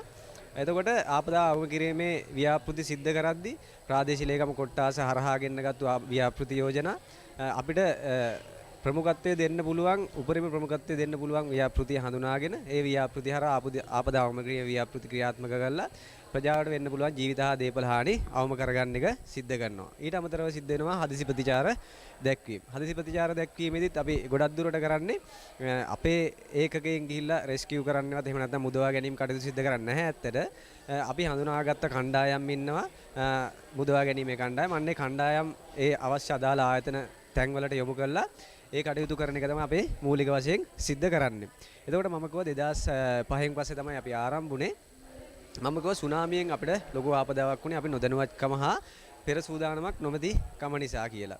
ඉතින් ඒකට හොඳ උදාහරණයක් අපි මෙතන තියෙනවා සුනාමි කුළුණක්. මේකට සුනාමි කුළුණ කියලා කියන්නේ සුනාමියෙන් පස්සේ මේක ස්ථාපිත කරන නිසා ගොඩක් දුරට මුහුදුබඩ දිස්ත්‍රික්ක 14ක තමයි මේ සුනාමි කුළුණ ස්ථාපිත කරලා තියෙන්නේ. අපි මේකට කියනවා පෙර දැනුම් දීමේ සංඥා කුළුණ කියලා. එතකොට මේක ක්‍රියාත්මක වෙන්නේ චන්ද්‍රිකා තාක්ෂණය හරහා. නමුත් මේක මැනුවල් ඔපරේට් කරන්න පුළුවන්. එතකොට මේකේ වර්ඩින් කිහිපයක් තියෙනවා. සුනාමියක් සම්බන්ධ වර්ඩින් එකක් භූමිකම්පාවක් සිද්ධ වෙන වෙලාවෙ ඉඳන් සුනාමි තත්ත්වයක් ඇති වෙනවද? සුනාමි තත්ත්වයක් ඇති වෙන්නේ නැද්ද? සුනාමි තත්ත්වයක් ඇති වුණා නම් ඒ සුනාමි තත්ත්වය පහව ගිහිල්ලාද තියෙන්නේ කියන එක පිළිබඳව මේකේ වර්ඩින් තියෙනවා. එතකොට මේක පරීක්ෂා කරද්දිත් වෙනම වර්ඩින් එකක් තියෙනවා. මට පුළුවන් ඒ ටික ඔබට දාලා පෙන්නන්න.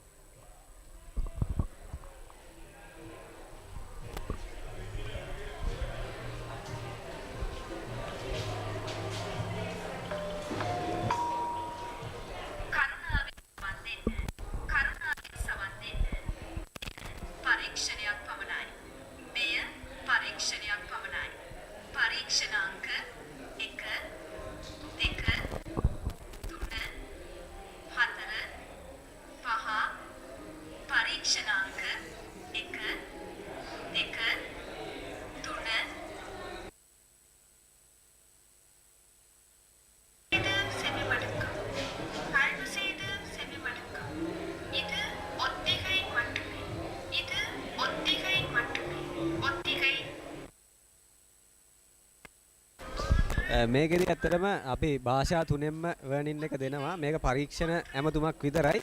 එතකොට මේකෙදි අපි ප්‍රජාව කලබල වෙන්න නිසා අපිට ඔපරේට් කරන්න පුළුවන් ටවර් එක. නමුත් අපි පරීක්ෂණයක් කියලා කරන්නේ ප්‍රජාව ඇත්තටම මේකට ගොඩක් අවධානයෙන් කියන්නේ ඇලර්ට්නස් එක මාර විදිහට තියෙනවා මේ ටවර් එකට මේ ප්‍රජාව. ඉතින් ඒක නිසා තමයි අපි පරීක්ෂණයක් කරත් නිකන් ටවර් එක චෙක් කරන්නේ නැතුව මේ විදිහට කරා. එතකොට මොන වර්නින් එක දුන්නත් අපි ලංකාවේ භාෂා ගොඩක් කතා කරන මේ ප්‍රජාව ඉන්නවා. ඉතින් සිංහල දෙමළ ඉංග්‍රීසි භාෂා තුනෙන්ම අපි වර්නින් එක දෙනවා. ඊළඟට අපි බලමු භූමිකම්පාවක් සිදු වුණාම කොහොමද වර්නින් එක එන්නේ කියලා.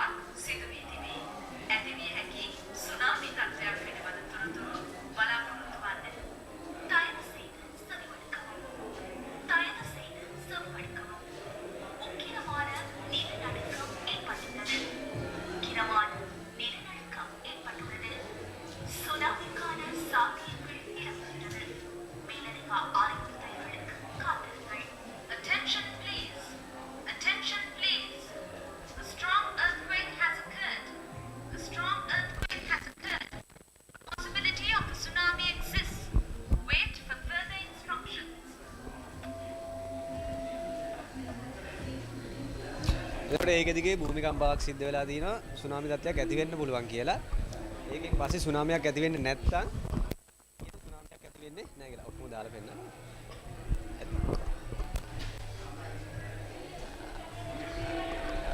එතකොට දැන් මේක සුනාමි සම්බන්ධව අපි ආපදාවක් කළමනාකරණය කරන්නේ කොහොමද කියන එක සම්බන්ධව. එතකොට අපිට දැනගන්න පුළුවන්ද තවත් මං හිතන්නේ ඔබතුමන්ලගේ ආයතනයෙන් සුනාමි වලට අමතරව තවත් ගොඩක් ආපදා කළමනාකරණය සිද්ධ කරනවා. මොන වගේ ශේෂ්ත්‍රවල පුද්ගලයන්ටද සම්බන්ධ වෙන්න පුළුවන් ඔබතුමන්ලගේ ආයතනයත් එක්ක? ඇත්තටම අපි ආපදා කළමනාකරණ කටයුතු කරද්දී ඕනම මට්ටමක පුද්ගලයන්ට අපි අපේ සේවාව ලබා දෙනවා. ඒකට මේ සුනාමි සම්බන්ධව අපි කතා කරේ වෙන ඕනම අවශ්‍ය සහාය තාක්ෂණික සහාය දැනුම අපි ලබා දෙන්න බැඳිලා ඉන්නවා. ඒත් එක්කම අපි ආපදා කළමනාකරණ කටයුතු කරද්දී අපි කළමනාකරණයේ මධ්‍යස්ථානයේ හැටියට තාක්ෂණික දැනුම කියන එක අපි අපි තාක්ෂණික ආයතන කිහිපයක් අපි ආපදා කළමනාකරණ මධ්‍යස්ථානයත් එක්ක සම්බන්ධ කරගෙන තියෙනවා. එකක් තමයි කාලගුණ. එතකොට අපිට කාලගුණය සම්බන්ධ සියලු අනවැකි තොරතුරු අපි ලබා ගන්න කාලගුණ දෙපාර්තමේන්තුවෙන්. ඊළඟට ජාතික ගොඩනැගිලි පරීක්ෂණ සංවිධානය. එතකොට ජාතික ගොඩනැගිලි පරීක්ෂණ සංවිධානයෙන් නායම් සම්බන්ධව අපි අවශ්‍ය පරීක්ෂණ කටයුතු කරනවා. එතකොට නායම් සම්බන්ධව අවශ්‍ය වර්නින් ඔක්කොම දෙන්නේ අපිට අනතුරු වැගීම් සියලුම දේ සිද්ධ කරන්නේ NBR එකේ එහෙම නැත්නම් ජාතික ගොඩනැගිලි පරීක්ෂණ සංවිධානය. ඊළඟට භූමිකම්පා සම්බන්ධව අපිට මොන හරි දැනගන්න තියෙනම් එහා තියෙන ස්ටෝල් එක GSMB එහෙම නැත්නම් Geological Surveyor ආයතනයෙන් තමයි අපි ඒ තොරතුරු ගන්නෙ. ඊට අමතරව ගම් වතුර සම්බන්ධව අපි තොරතුරු ලබා ගන්නෙ වාරි මාර්ග දෙපාර්තමේන්තුවෙන්. මෙන්න මේ ආයතන සම්බන්ධ කරගෙන තමයි අපි ක්‍රියාත්මක වෙන්නේ. එතකොට තාක්ෂණික දැනුම ලබා ගැනීම අවශ්‍යතාවයක් තිබුණත් පුද්ගලයෙකුට අපි හරහා සම්බන්ධ වෙලා ඒ කටයුතු කරගන්න පුළුවන්. ඒ වගේ කටයුතු තමයි අපි සිද්ධ කරන්නේ. මොකද මම මේ ප්‍රශ්නය අහන්න හේතුව දැන් අපේ උපාධි පාඨමාලාව තුල තියෙනවා GIS සම්බන්ධව හදාරන්න. එතකොට ගොඩක් වෙලාවට GIS භාවිතා කරනවා. අපි කියනවා භූගෝලීය තොරතුරු පද්ධති පිළිබඳව විද්‍යාවක් එය. එතකොට එය භාවිතා වෙනවා මේ ඩිසාස්ටර් මැනේජ්මන්ට් නැත්නම් ආපදා කළමනාකරණය සඳහා. ඉතින් මම හිතනවා මේක හොඳ ප්‍රවේශයක් වෙයි ඒ සම්බන්ධව හදාරන අපේ ශිෂ්‍යයන්ට ඔබතුමන්ලගේ ආයතනයත් හා සම්බන්ධ වෙන්න. මොකද අපේ අරමුණ වෙන්නේ අධ්‍යාපන ශාස්ත්‍රය සහ අධ්‍යාපන අංශය සහ මේ කාර්මික ශාස්ත්‍රය අතර තියෙන ශක්තිය තවදුරටත් සංවර්ධනය කරන එක. ඉතින් බොහොම ස්තුතියි පැහැදිලි කිරීම වලට. අපි යමු ඊළඟ කුටියට.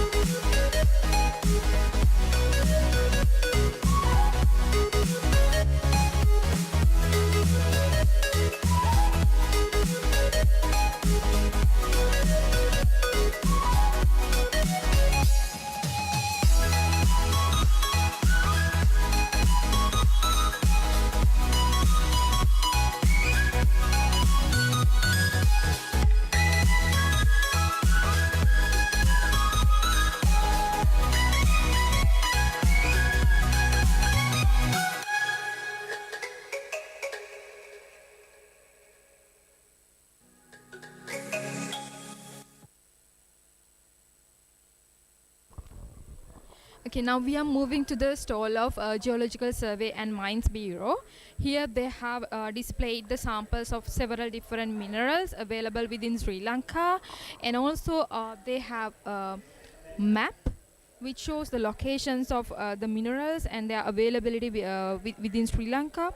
And there are many minerals like Miocene, gem-bearing areas, dolomite, pearl bank, silica, and some others.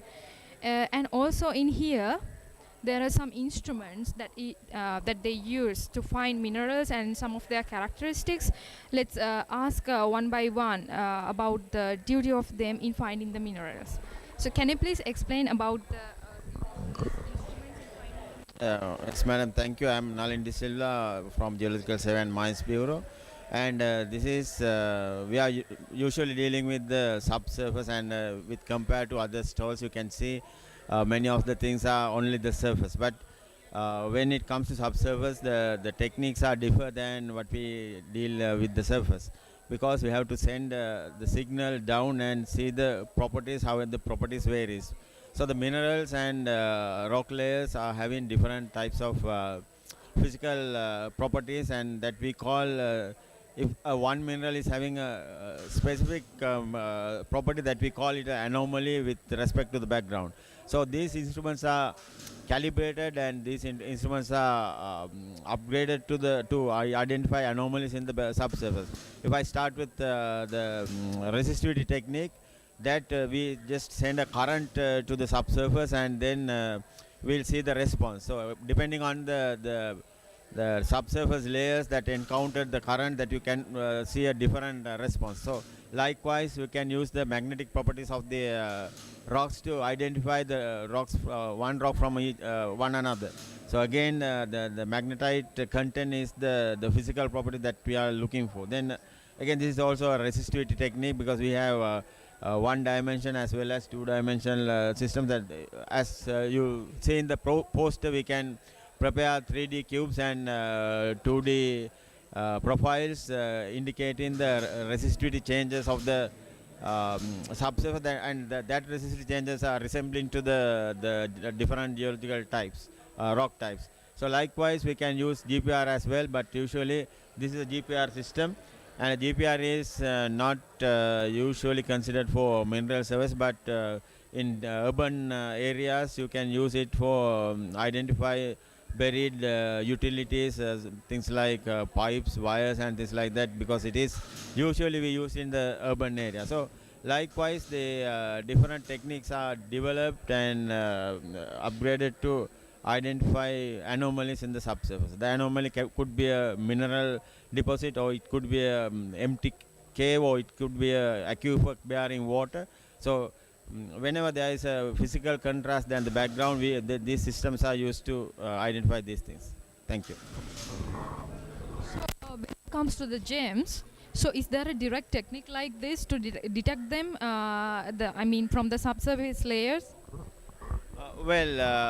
This gems and treasure hunting, because there are a lot of equipment advertised in the cyberspace, but I would like to conclude that there is no such equipment that you can straight away find a gem, because a gem is a small anomaly. Only the density is different than the background material. We may find the layer with the boulders that contain the gem, but there is no technique where you can find gem straight away. Okay, thank you very much for your explanation.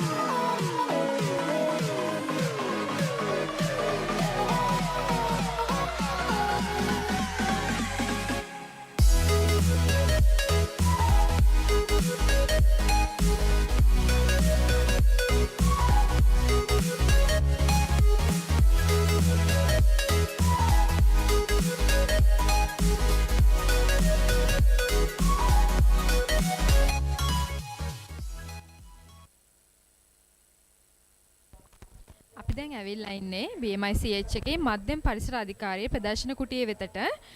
ඔවුන්ගේ තියෙනවා ආකෘති දෙකක්. අපි බලමු ඒවෙන් කියන්නේ මොකද කියලා.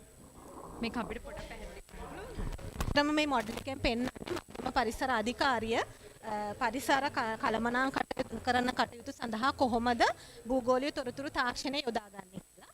ඒකෙදි ප්‍රධාන ක්‍රම කිහිපයක් අපි මෙතෙන්දී හඳුන්වලා දෙනවා. චන්ද්‍රිකා ඡායාරූප භාවිතයෙන් කොහොමද පරිසර කළමනාකරණය සඳහා දත්ත එකතු කරන්නේ? ඊට අමතරව GPS උපකරණ පාවිච්චි කළා කොහොමද? ඊට අමතරව ඒරියල් ෆොටෝග්‍රාෆ්ස් එහෙම නැත්නම් ඩ්‍රෝන යන්ත්‍ර පාවිච්චි කරලා කොහොමද අපි තොරතුරු රැස් කරන්න කියන එක තමයි පළවෙනියෙන්ම. ඒ කියන්නේ මූලික වශයෙන් මූලික දත්ත ඒ ක්‍රම වලින් තමයි එකතු කරගන්නේ.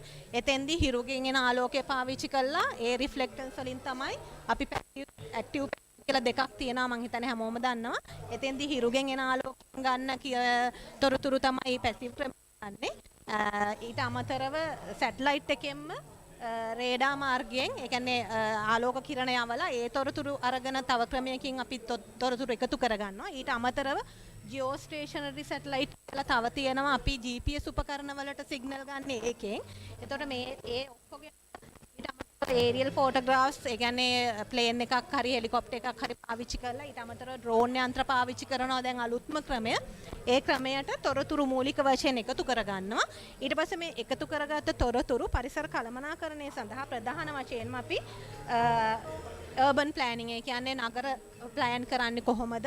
ඊට පස්සේ වයිල්ඩ් ලයිෆ් ගොඩක් වෙලාවට හැමෝම දන්නවා අලින්ට කොලර්ස් දාලා ඒගොල්ලන්ගේ පාත්වේස් කොහොමද ඒගොල්ලන්ගේ අලි මංකඩවල් කොහෙද තියෙන්නේ කියන තොරතුරු අපි එක්ස්ප්‍රෙස් කරනවා. ඊට අමතරව air traffic railway planning road management වලට ඊට අමතරව වෙට්ලන්ඩ් මැනේජ්මන්ට් වලට අපි පාවිච්චි කරනවා. ඊට අමතරව වෝටර් ක්වොලිටි මොනිටරින් වලට පාවිච්චි කරනවා. ඒ වගේම ඩිසාස්ටර්ස් වලට ඒ කියන්නේ ලෑන්ඩ් ස්ලයිඩ් එකක් ආවොත් ඒ කොහොමද අපි ඒ තොරතුරු රැඳෙන්නේ මේ හැම දෙයකටම අපි මේ සැටලයිට් ඉමේජස් ඊට පස්සේ GPS උපකරණ පාවිච්චි කරලා ඒ තොරතුරු එකතු කරගෙන තමයි පරිසර කළමනාකරණ කටයුතු කරන්නේ. ඊට අමතරව අපි පරිසර අධිකාරිය වෙනමම අන්තර්ජාලගත ඔන්ලයින් සිස්ටම් එකක් ඩෙවලොප් කරලා තියෙනවා. ඒ කියන්නේ ෆීල්ඩ් එකේ ඉන්න ඔෆිසර්ස්ලාට කොහොමද ෆීල්ඩ් එකේදීම තොරතුරු ගන්න කියලා. ඒක අපි ඔන්ලයින් සිස්ටම් එකක්. ඒ කියන්නේ අපේ මොබයිල් ෆෝන් එකෙන් ටැබ් එකකින් ඕන එකකින් යන්න පුළුවන්. ඒ තොරතුරු ඇත්තට මේක අපේ පරිසර අධිකාරිය ෆීල්ඩ් ඔෆිසර්ස්ලා ඩෙවලොප් කරලා තියෙන්නේ. ඒකෙන් එතකොට Tamanට ෆීල්ඩ් එකේදීම ඉන්නේ පරිසර සංවේදී කලාපයකද ඒකේ ඉඳන් බෆර් සෝන් එකකද එහෙම නැත්නම් ඒකේ එළියද ඒ කියන තොරතුරු ඔක්කොම පරිසර අධිකාරියෙන් ලබාගෙන ඒ අනුව තමයි පරිසර කළමනාකරණ කටයුතු සිදු කරන්නේ. දැන් ඕගොල්ලෝ සැටලයිට් ඉමේජස් පාවිච්චි කරනවා කියලා කිව්වා. එතකොට ඔප්ටිකල් සැටලයිට්, රේඩාර් සැටලයිට් ඒ දෙකම පාවිච්චි කරනවද? දෙකම පාවිච්චි කරලා කරනවා.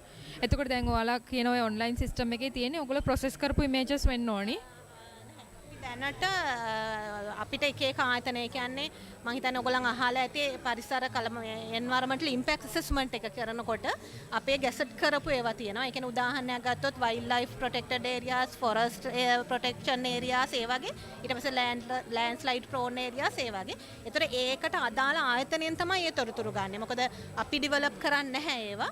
ඒ අදාළ ආයතනයෙන් තොරතුරු අරගෙන ඒවා ඔක්කොම අපි ඕවර්ලේ කරලා එක සිස්ටම් එකක් හදලා තියෙනවා ඔන්ලයින්. ඊට අමතරව අපේ තොරතුරු විදිහට අපි අපේ කර්මාන්තවල පිහිටීම් කොහොමද පාසල්වල පිහිටීම් කොහොමද මොකද ඒවත් අපිට අවශ්‍යයි වැදගත් කර්මාන්තයක් පිහිටවනකොට ඒ කර්මාන්තයේ අවට පරිසරය ගොඩක් වැදගත් වෙන හින්දා. ඒතකොට ඒ ඔක්කොම බලා ගන්න පුළුවන් එක අවස්ථාවදීම ෆීල්ඩ් එකේදී අපේ ඔන්ලයින් සිස්ටම් එකේ.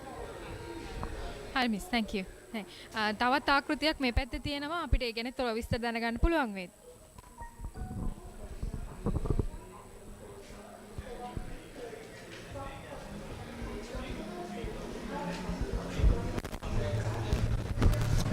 මේ ආකෘතියෙන් පෙන්නලා තියෙන්නේ සනීප ආරක්ෂක කසල රඳවනයක් ගැන. ඇත්තෙන්ම අපේ රටේ අද කසල කියන එක ලොකු ප්‍රශ්නයක් කරගෙන තියෙනවා මහ ජනතාව. අපි මේ වගේ ආකෘති හදන එකෙන් අපි මහ ජනතාවට දෙන්න හදන පණිවිඩය තමයි ඔයාලගේ කසල නිසියාකාරව කළමනාකරණය කරන්න කියන එක. ඇත්තෙන්ම කසල කළමනාකරණය සම්බන්ධයෙන් දැනට අපි හඳුනලා දීලා තියෙන සංකල්පය තමයි R3 සංකල්පය reduce reuse recycle කියන. අපි මුලින්ම අපෙන් ජනනය වෙන කසල ප්‍රමාණය අඩු කරන්න ඕනේ. අපිට පුළුවන් ඒ දේ කරන්න. ඊට අදාළව තමයි තනි භාවිත ප්ලාස්ටික් පොලිතීන් තහනම වගේ දෙයක් අපේ රටට හඳුන්වලා දීලා තියෙන්නේ.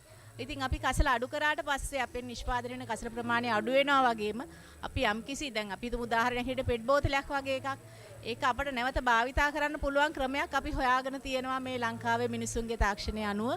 ඒගොල්ලෝ යම්කිසි දෙයක් කරන්න උත්සාහ කරලා තියෙනවා. ඒ අනුව ඒ අපෙන් නිපදෙන කසලයක් කියලා අපි අහල් ඉවතට දාන්න හදන යම් ආකාරයක කසල ප්‍රමාණයක් නැවත භාවිතා කරන්න පුළුවන්. රීයුස් යටතේ අපි කරන්නේ ඒකයි. එහෙමත් නැත්නම් අපිට පුළුවන් ප්‍රතිචක්‍රීකරණය කරලා කසල කුණු හැටියට ඉවත දාන්නේ නැතුව සම්පතක් කරගන්න. විපතක් වෙන්න තියෙන දේ වළක්වලා සම්පතක් කරගන්න පුළුවන්. ඒ විදිහට කසල කළමනාකරණය කරන්න අපි කියලා දුන්නාට අපි මේ සනීපාරක්ෂක කසල රඳවනයක් ගැනත් වැඩිපුර කතා කරනවා. සනීපාරක්ෂක කසල රඳවනයට දාන්න පුළුවන් යම් ආකාරයේ නිර්දේශිත කසල වර්ග තියෙනවා. අපි අර නැවත භාවිතා කරන්න බැරි, ප්‍රතිචක්‍රීකරණය කරන්න බැරි. අන්න ඒ වගේ කසල තමයි මෙතන නිර්දේශ කරන්නේ. මේ පෙනලා තියෙන දොම්පේ පිහිටලා තියෙන සනීපාරක්ෂක කසල රඳවනයට අදාළව අපිට කතා කරන්න පුළුවන් ආකෘතියක්. ඉතින් මෙතෙන්දී අපි කරන්නේ යම්කිසි බිම් ප්‍රමාණයක් තෝරගෙන විද්‍යානුකූලව ඉංජිනේරු තාක්ෂණය අනුව මේ ස්ථානය යම් ආකාරයේ පූර්ව සැකසීමකට ලක් කරලා ඉවර වෙලා ඒ සකසන ලද භූමිය අර අපි ඉවත දාන්න හදන කසල දාලා වෙලා බිම් පෙරවීමක් එහෙම නැත්නම් කසල රඳවනයක් හැටියට මේක සනීපාරක්ෂක කසල රඳවනේ භාවිතා කරනවා. අපි ඒක යම් ආකාරයකට ක්‍රමානුකූල විදිහකට තමයි පිරවීම පටන් ගන්නෙ. ඇත්තෙම කියනවා නම් ඒ කසල අරගෙන එන ට්‍රැක්ටරේ හිටන් ඒකේ රෝද හිටන් සේදිලා එන විදිහට තමයි මේකේ ස්ට්‍රක්චර් එක හදලා තියෙන්නේ. ඒ කසල රැගෙන එන මේ වාහනේ බර මැනලා ඉවර වෙලා ඒකේ කසල ප්‍රමාණය කෙලවරක ඉඳන් ක්‍රමානුකූලව බ්ලොක්ස් හැටියට පුරවාගෙන එීමක් කරන්නේ. කසල මේ බිමට නිශ්චිත ආකාරයට දැම්මට පස්සේ ඒ નિયમિત ආකාරයට දැම්ම ලද කසල මතු පිටින් අපි පස් තට්ටුවක් අතුරන්න ඕනේ. ඊට පස්සේ නැවත කසල තට්ටුවක් නැවත පස් තට්ටුවක් ආකාරයට මේ හරස්කඩ බලනකොට පේනවා ඇති කොයි ආකාරයකටද කසල සහ පස් මේ ස්ථානයේ ස්ථානගත කරලා තියෙන්නේ කියලා. ඉතින් මේ කොටසෙන් පෙන්වන්නේ පුරවන ලද බිම් ප්‍රමාණය. මේ කොටසෙන් පෙන්වන්නේ පුරවන්න තියෙන බිම් ප්‍රමාණය. ඔයගලන්ට නිරීක්ෂණය කරන්න පුළුවන් මේ මධ්‍යයේ සිට පිටතට විහිදිලා යන කාණු පද්ධතියක්. ඒ වගේම මේ කාණු පද්ධතිය එකතු වෙලා හදන පර්යන්ත කාණුවක් තියෙනවා. ඒ කාණුවෙන් ගලාගෙන යන අපජලය දැන් මේ කුණු වලින් යම් ආකාරයක අපදියර ශ්‍රාවයක් එකතු වෙනවා නම් ඒ දේ ගලාගෙන ගිහිල්ලා අතන ට්‍රීට්මන්ට් ප්ලාන්ට් එකට යනවා. පිරිපහදු කිරීමේ ස්ථානයකට ගිහිල්ලා පිරිසිදු වෙලා තමයි උදාහරින්නේ. එතකොට මේ ආකාරයට කසල රඳවලා තියෙනකොට සමහර අවස්ථාවලදී වායු වර්ග මීතේන් වායු වගේ වායු නිෂ්පාදනය වෙන්න පුළුවන් නිර්වායු ශ්වසනය කරන බැක්ටීරියාවන්ගේ ක්‍රියාකාරීත්වයෙන්. මොකද වායු ගොලේ තියෙන ඔක්සිජන් මේ යටහරියේ තියෙන කසල වලට ලැබෙන්නේ නැති නිසා. එතකොට මේ නිෂ්පාදනය වෙන මීතේන් වායුව දහන පෝෂක වායුවක් වගේම හරිතාගාර වායුවක් පරිසරයට බහුල වශයෙන් නිදහස් වුණොත් එතන ලොකු ගැටලුවක් ඇති වෙනවා. වායු ගොලේ උෂ්ණත්වය වැඩි වෙන්න පුළුවන්. ඒ නිසා ඒ නිෂ්පාදනය වෙන මීතේන් වායුව ටිකෙන් ටික ඉහළට ගොඩක් ඉහළට නිදහස් වෙන්න තමයි මේ ආකාරයේ බට පද්ධතියක් ස්ථානගත කරලා තියෙන්නේ. ඉතින් ඒ විදිහට අපි නිර්දේශිත ආකාරයට කසල මේ සනීපාරක්ෂක කසල රඳවනේ තැන්පත් කරනවා නම් ආපදාවක් රහිතව අපට අපි මේ බිම් පිරීමක් හැටියට මේක පාවිච්චි කරලා බොහොම ලස්සනට මේ ස්ථානය උද්‍යාන අලංකරණය කරලා භාවිතා කරන්න පුළුවන් තැනක් වෙනවා. ඒත් එක්කම මේ මිනිසුන්ට යන්න එන්න බැරි ස්වාරක්ෂක කලාපයකුත් තියෙනවා. ඒක තියලා තියෙන්නේ මහ ජනතාවගේම ආරක්ෂාවට.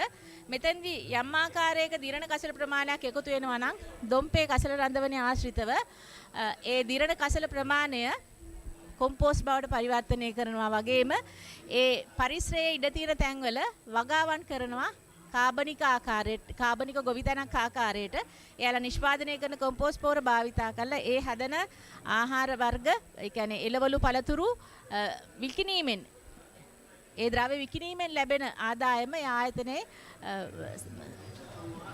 තිරසර විදිහට නඩත්තු කටයුතු කරන්න භාවිතා කරනවා. ඉතින් අපි තේරුම් ගන්න ඕනේ අපේ කසල අපි වෙනත් තැනකට විසික් කරන එක කරන්නේ නැතුව එහෙම නැත්නම් එකතු වෙන පොලිතින් ප්ලාස්ටික් ටික විවෘත බිමක දාලා පුලුස්සන්නේ නැතුව නිරෝගීමත් ජීවිතයක් ගත කරන්න නම් මේ වගේ ස්ථාන ශ්‍රී ලංකාවේ තියෙනවා. මෙයට යම් ආකාරයක කළමනාකරන ක්‍රමවිධි හඳුන්වලා දීලා තියෙනවා. ඒ අනුව කටයුතු කළා සියලු දෙනාම තමන්ගේ කසල කළමනාකරණය කළ රට ආරක්ෂා කරගන්න පරිසරය ආරක්ෂා කරගන්න දායක වෙන්න නිරෝගිමත් අනාගතයකට ඔයාලගේ දරුවන්ව යොමු කරන්න නම් අනිවාර්යෙන් කසල කළමනාකරණය සඳහා සියලු දෙනා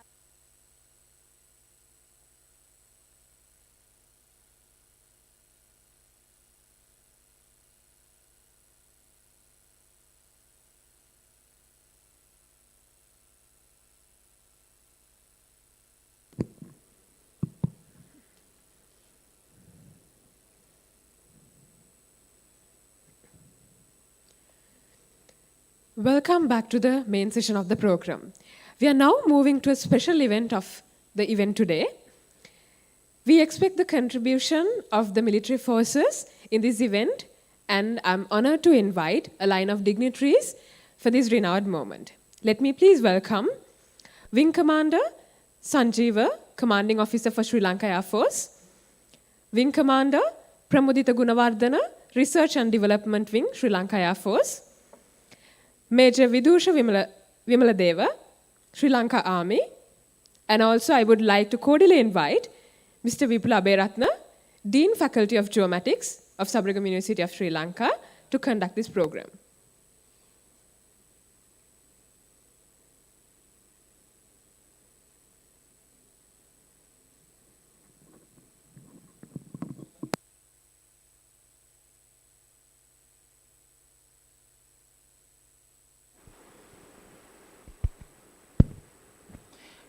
Thank you very much for the introduction.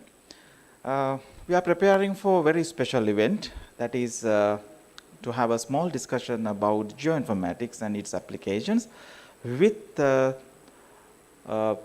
Sri Lanka Air Force and Sri Lanka Army.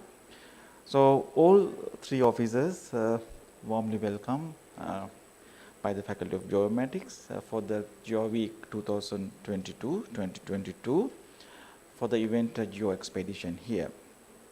Yes, so we know geoinformatics or geo-information or geo-related information, so it has very vital importance because so we do everything, we are planning let's say something, probably we would need such data. So nowadays for sure the geoinformation would be the most demanding data for planning and this kind of purposes. In this respect, this is also very true that probably the biggest sector who are using geoinformation probably would be the military. They are the biggest map readers, not surveyors or not geomatics or not other professionals, they are the biggest map readers. So they are dealing with lot of geo-related data. Anyway, from this small discussion, what we are trying to understand is how far this geoinformation is used by military applications for military purposes. I know that this is very perhaps you cannot say everything here because some are restricted by itself, but I think that we can start the discussion and we can continue the discussion with the available information. So first of all, let me again welcome Wing Commander Pramudita Gunawardana is from Research and Development, and Wing Commander Indunil Sanjeeva from which section? Commanding Officer of the IT Unit, and Major Vidusha Vimaladeva from Research and Development. So let me ask first from Wing Commander Pramudita Gunawardana. Yes, Wing Commander Pramudita, now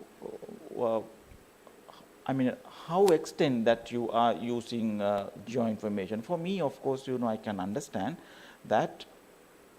I mean, they are being used from from inception of this institution. It is true, but we can understand or we can clearly identify maybe the analog kind of period.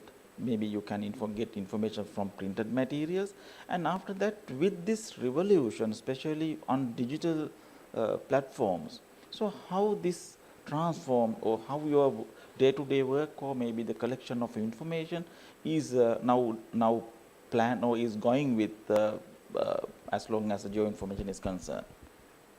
Yes. Thank you, sir. Being this, as the Sri Lanka Air Force, basically from during the war period, we have hugely used the geoinformations basically for our war periods to recognize our targets and to get the exact precisions hit during the war period. After that post-war era,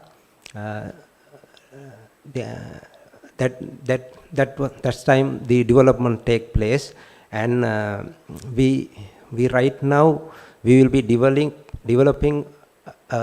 own UAV, that is Lihinia Mark II indigenous UAV aircraft, so that based on that we can achieve more information using the cameras as well. So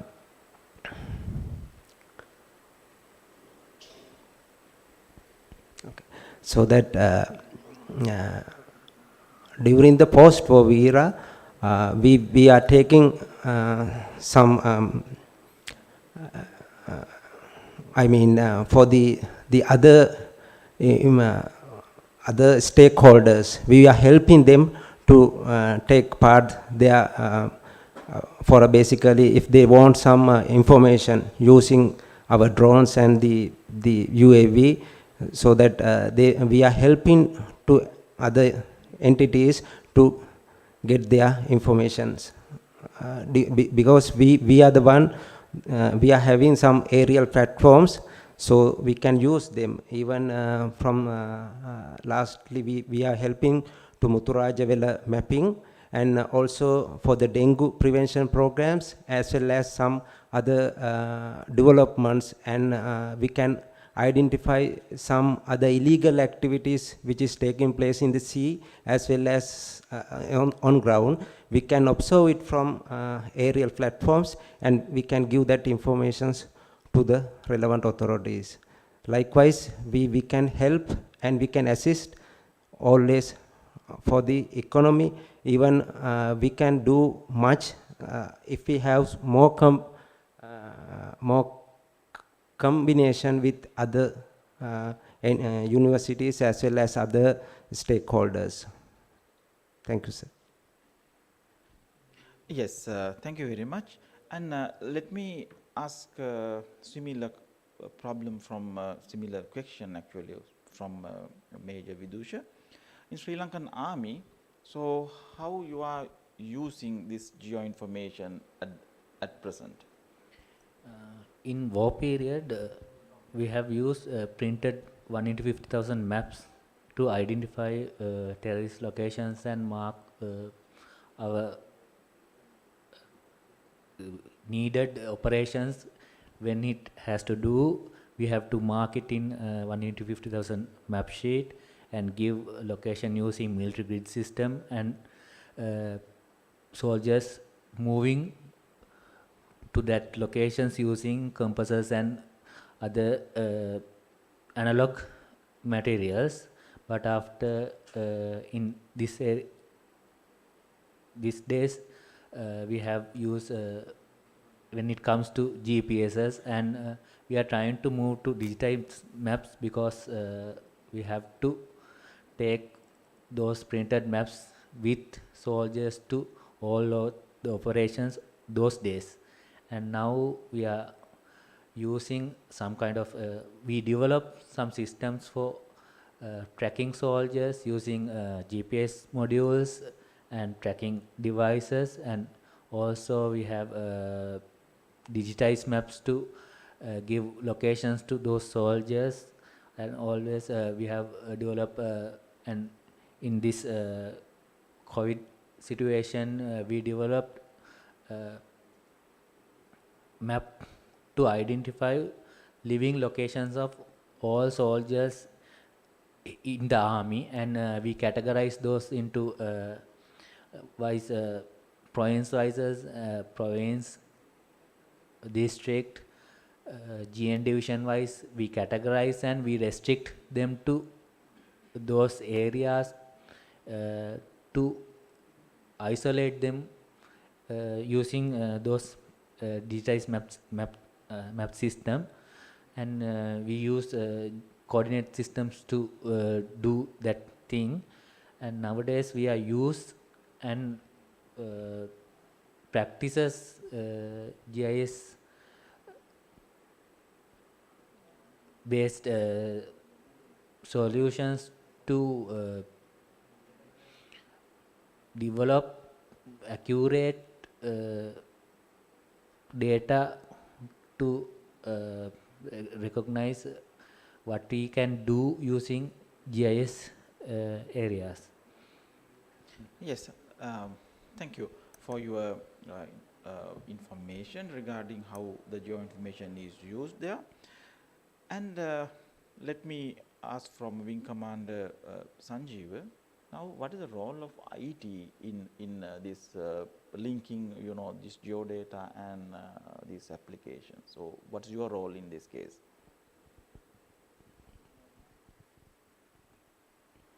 Right, thank you, sir. So normally in the past we use the desktop GIS. Now with the technology there's a requirement to have web GIS applications. So there are some information we have to visualize through the web or the internet. Then the users can see the details or the Geo-informatics details. So there are some applications we developed. I can give some examples for dengue or epidemic, even the COVID. We used to gather data for the dengue, the patient locations and the breeding locations and those data. And we have to collect this. First, what we did, we have to collect this data from the tabular form, and then we develop a system. When a PHI or the required authorities, when they visited the place, they can directly upload the data using maybe an Android or phone or the mobile device, and using that WebGIS application, we can see this data. Then we can make some decisions. What are the hotspots in the dengue, and what are the most vulnerable areas likewise. And another example, the vehicle tracking systems. In the Air Force, we develop a vehicle tracker. And we did some experiment with some vehicle. We placed that vehicle tracker and we placed that. Then again we had that problem, how we are going to weave in this. And again we use WebGIS application to view this vehicle's details. And then we can find the exact route and exact locations of the vehicle, or are they going to break the speed limit. Likewise, those details we can use from single applications. These are some examples, and like Major Vidusa said, in that war period we had a problem to find the locations, because the Army and Navy, Air Force and the Navy, they use global positioning system. And it's based on that WGS-84 ellipsoid. But the ground forces, Army, they use traditional maps, or the 1x50,000 maps in maps they used to find the locations. And sometimes when the Army, they give the location, but we have to go to that location and make the target. So there is a problem because there are two systems. One is we use GPS, and but Army, they use the 1x50,000 maps. That's based on the our national grid system or the Kandawala system, and that time we use a application. Then now Army, they use that application that called a high-tech soldier. I was a member in that team. We develop with the Army that applications that's called high-tech soldier. So from that applications, we can find the exact location. If we give the WGS84 lat longs, and we can find the exact location using that 1 into 50,000 maps or the national coordinate system. So using that application, we can reduce that error with the different coordinate system. So this is also WebGIS applications. So as a IT team, we use some WebGIS applications to show the data or the visualize the data. Right. Thank you, sir. Yeah, thanks a lot. And would like to ask, would like to know about, in the research and development section of Sri Lanka Air Force, so what sort of activities that you are currently, you have undertaken?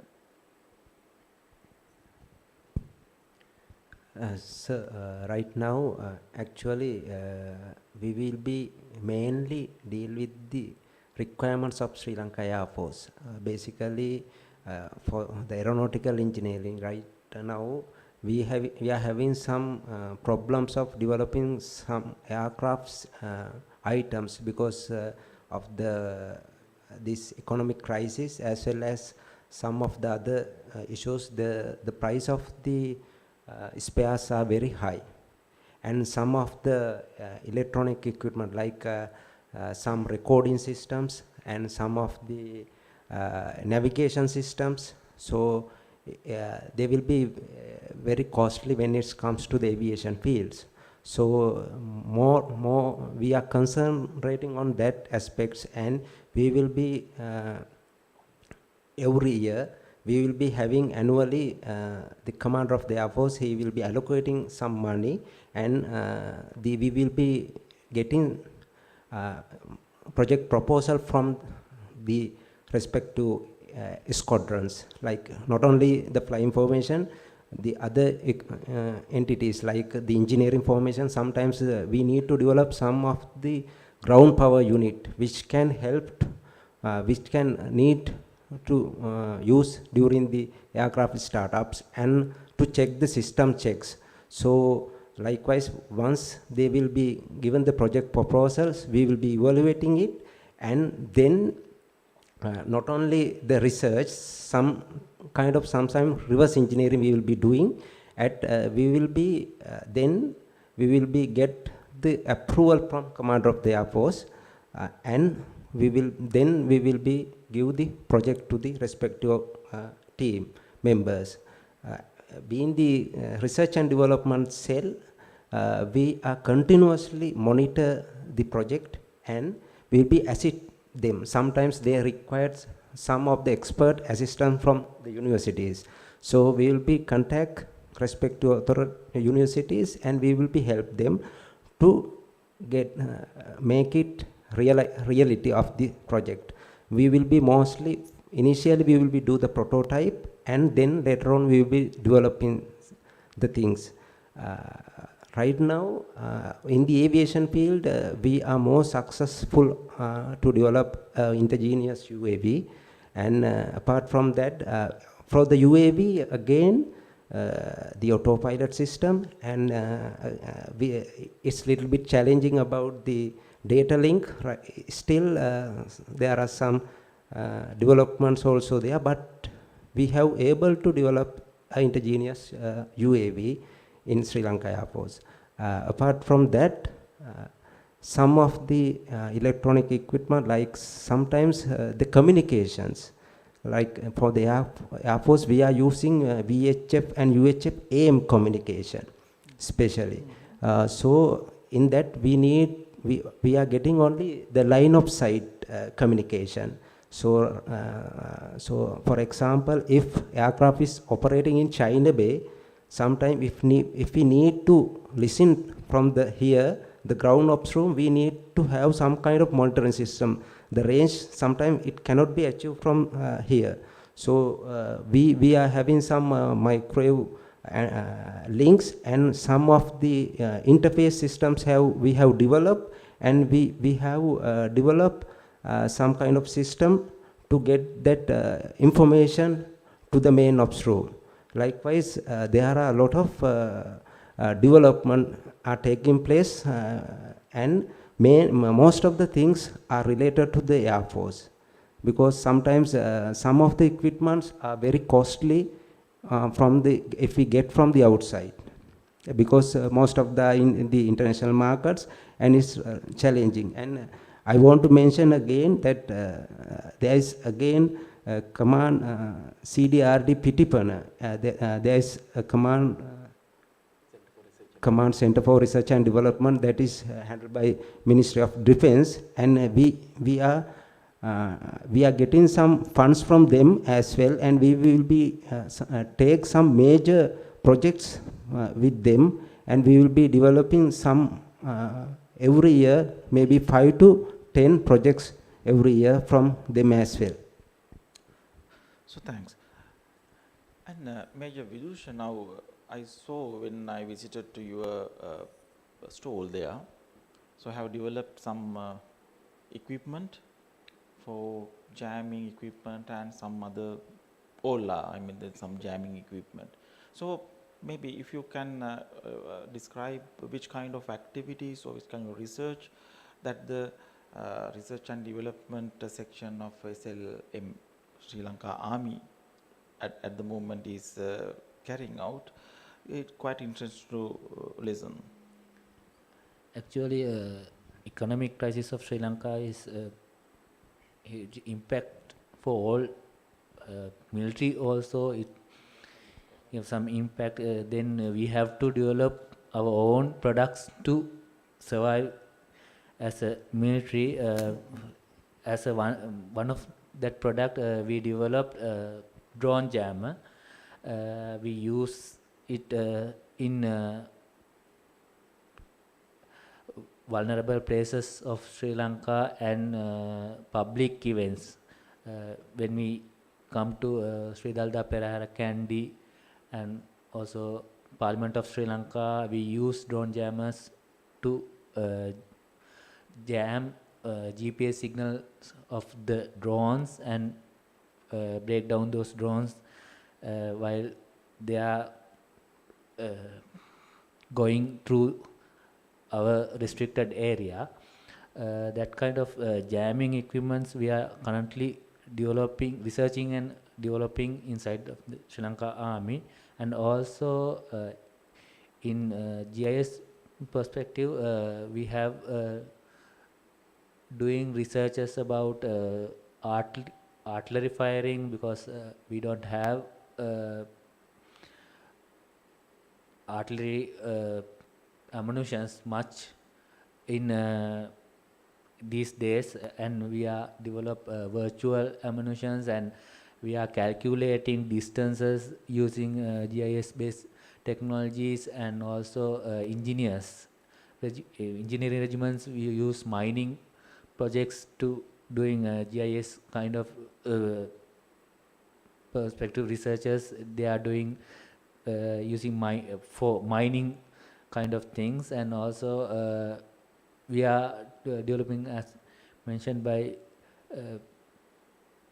Commander, also we are doing tracking solutions. We need to track soldiers when they deploy for missions.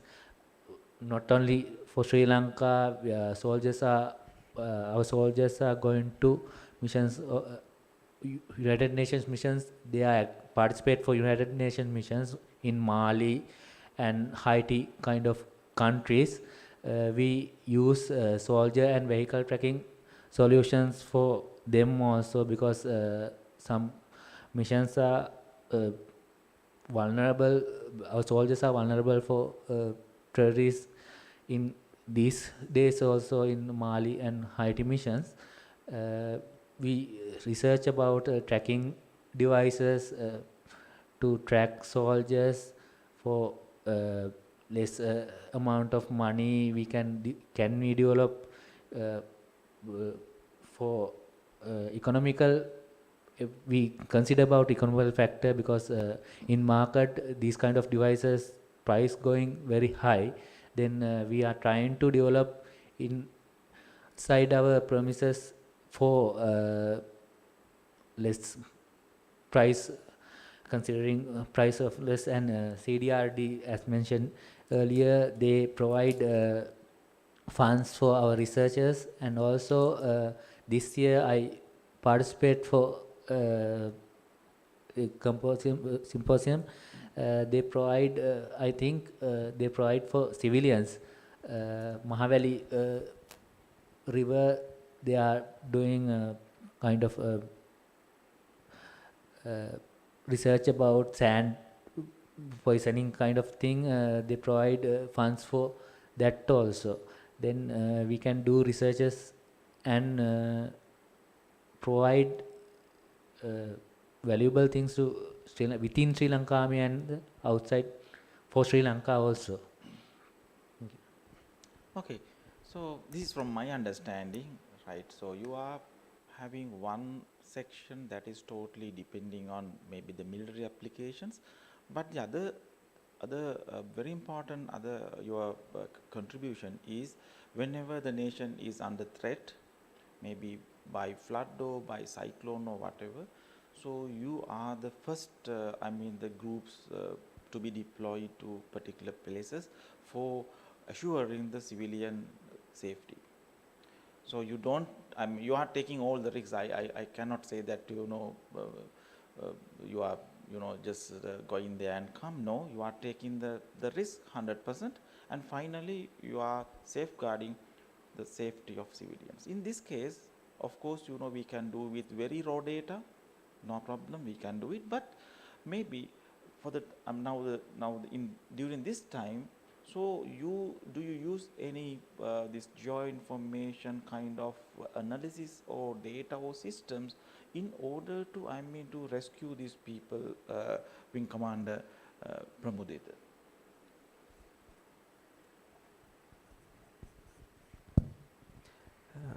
Yes, right now with the available systems what we are having, mostly if we can get the raw data, it is very, we can do it efficiently. If you want to go to a place and identify the location, if we get the real data of that particular location, and even the reference point, if we can identify, if we before going to the area, even for a pilot, or then he can visualize the terrain before going to that area. So it is very much handy to get the information. Not only right now, it was a bit challenging during the war period, but once the Blue Horizon informations, once we getting actually we no need to hover and find the locations, because if we can earmark the correct places and the reference point, and we can directly go and identify the informations. So the downtime can minimize, even for the flood or another incidents, like for example, even in the deep sea, if something, we need a quick assistance from the Air Force, we can do if the informations, if the precision informations are if available, so we can directly go to exact locations without wasting much more. And with the available, because we are readily, even for the search and rescue missions, 24 hours we are standby. So with the other information, so when it comes to the identify the correct locations, it is very much handy. So right now it is the most important factor when it comes to the aerial operations are launching. thanks. Yeah. Yeah, sure. Wing Commander Sanjeeva, now as an expert in IT, so for all these things, there is a kind of preparedness. I mean, to collect data and just, for example, once the flood is happen, I mean, we cannot get data and all, but before it, probably, we have to understand what are the vulnerable areas, and then do you have any preparedness plan for collecting information, and I mean, to be facing for the incident later on would be much easier then. You do have that kind of preparedness plan? Right. So first I will add something to his speech. And when we talk about the disasters, as a military, we are the first response team to any disaster. So we have some experience at the Meetotamula disaster site. When I remember that there may be a New Year day in 2016, and we heard the news, and then after that we went to that place immediately. And when we go to that place, there are houses, but the locations, the houses are slipped away. So at least we couldn't identify that how many people died from the disaster, how many houses destroyed. So what we done, we flew our drone in that location and make the map of after disaster, post disaster map, and then we want to find a pre-disaster map. Luckily we had some LiDAR data in that period, so we found that pre-disaster map and the post-disaster map, and then we identify where was the actual house locations and what happened during the disaster, and now where is the house locations, and then we develop the web applications also at that time. So like you say, sir, in flood situations we have some issues because in a flood we can't exactly identify where are the locations, and what is the previous flood, and during that flood to what extent it happened.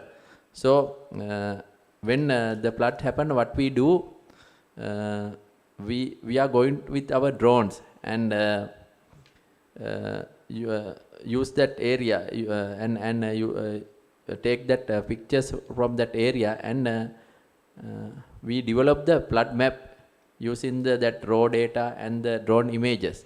So we keep it in our servers, and next time when situations comes, we can identify those vulnerable areas, and we can give the people to the message, these are the most vulnerable areas. So as a IT systems, we use these previous or the historical flood data, and sometimes we use the data of the landslide. Likewise, we use most of geospatial data in pre-disaster situation, and that can be used in post-disaster situations. Yeah, it is so the preparedness is really very extensive level, so you have to collect many data, maybe the previous data, and sometimes the real-time data, and you have to act very quickly, you have to respond very quickly because people are under threat. Yes, from Major Vidusha, now how the Sri Lanka Army is preparing for this kind of, for facing for this kind of disasters. How do you collect data? In which means, so you are using remote sensing data or maybe the ground data, whatever. So how do you prepare for it? Actually, we collect data in both ways, ground data and remote sensing data. Both we are collecting, and we are combined with Navy and Air Force, as previously mentioned, CDRD do the main part for this disaster management kind of things, disaster situations. They collect data and they are doing analysis part for Sri Lanka Army, Sri Lanka Navy and Sri Lanka Air Force. All together they analyze the data and prepare for future disasters in there. And also we as a army, we collect data by ground and use drones also, and we have that raw data within us, but as analysis part we are not much doing in analysis part because we have resource persons, but we have to collaborate with all of us and do kind of things within inside the army, not much doing the analysis part. In CDRD we have to do those kind of things with support of Sri Lanka Navy and Sri Lanka Air Force. Yes. So now, as far as this joint for geospatial technologies are concerned, so we are using different platforms. Maybe airborne platforms, maybe terrestrial, as well as the spaceborne. Some platforms and some data are collected. For example, remote sensing, or maybe data from drones, or UAV kind of equipment, and maybe some terrestrial data as well. In this case, we have visited the Sri Lanka Air Force this exhibition room, and we saw there you have kept one very interesting equipment developed by yourself, much appreciated for that, elegant. That is Lihinia Mark II. In Lihinia Mark II, I mean, you both can contribute when answering, because you are having different expertise, I know.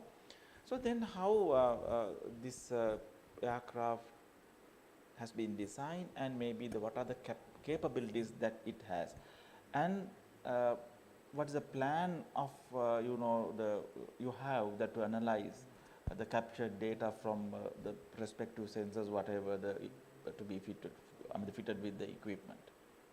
Lihinia Mark II.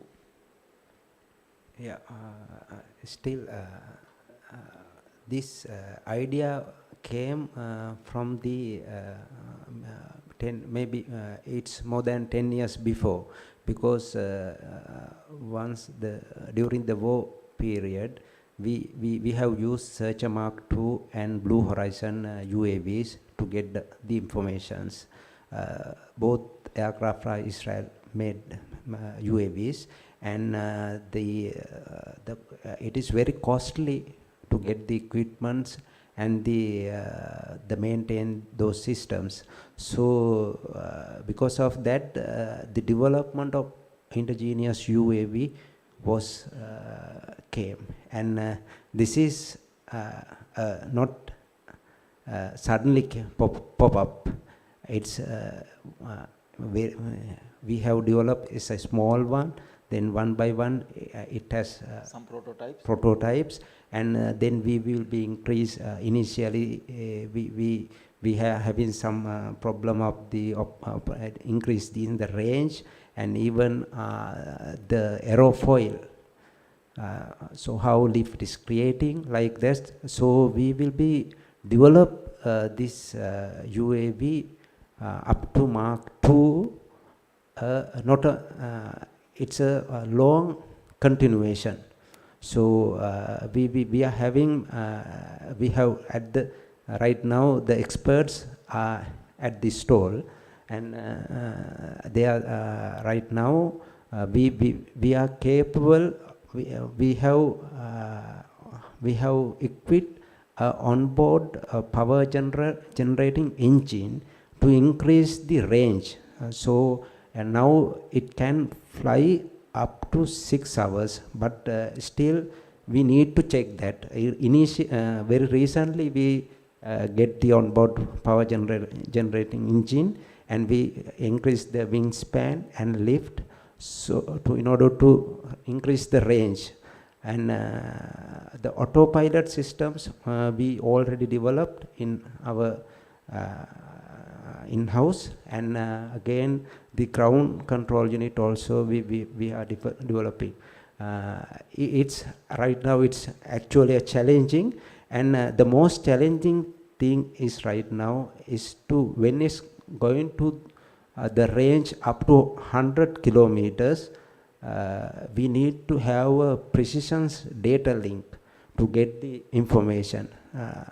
So it's a big challenging task for us, and also University of Moratuwa, they are helping us, and they are developing some data link, initially 25 kilometers, then 50, and then 100, because the SLF is the Moratuwa University, they are having some capabilities for doing concentrate on those aspects and develop it.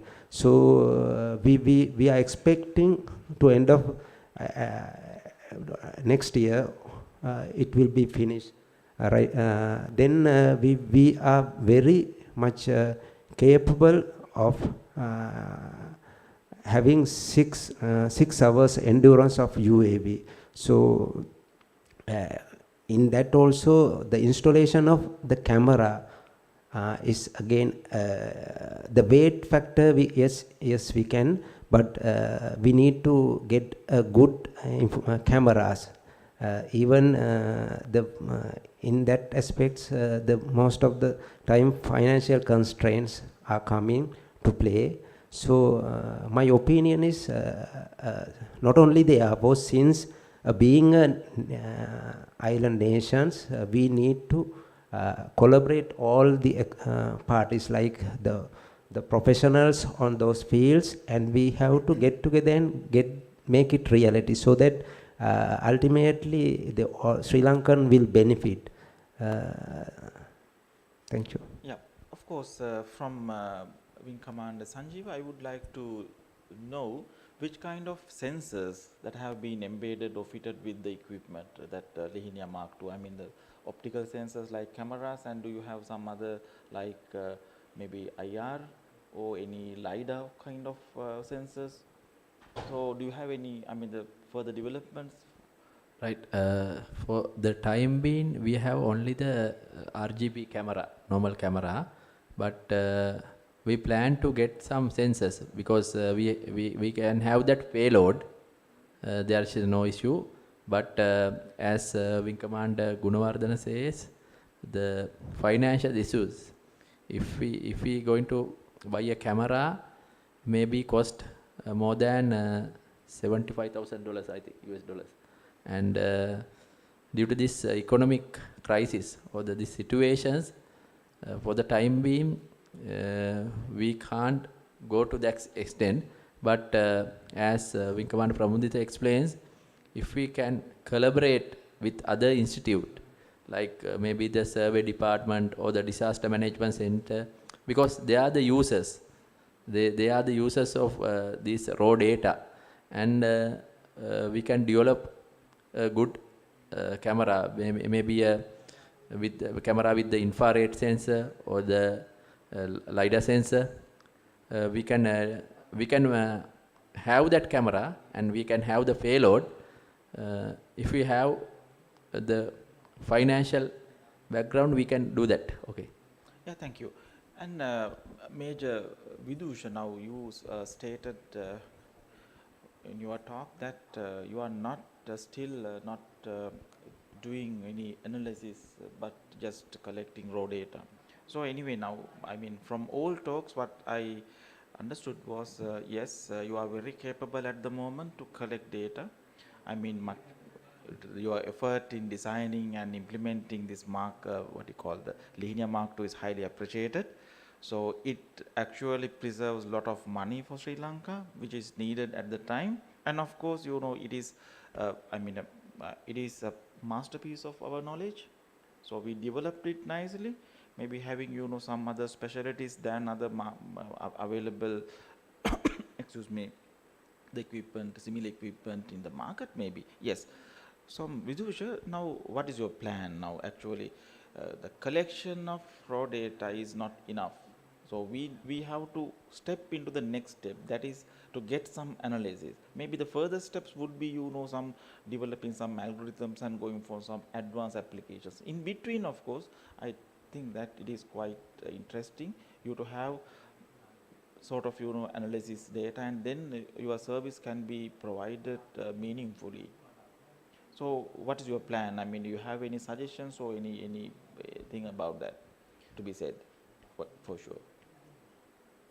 I think in that case we need to collaborate with other government organizations like Survey Department and other universities like you and also Peradeniya University, and I think Jawaharlal University also doing some GIS works, and we can get assistance from you for those analysis and doing GIS based researchers. We can get analysis from you, and we actually take guidance from Survey Department also. In near past we had some sessions with past Survey General,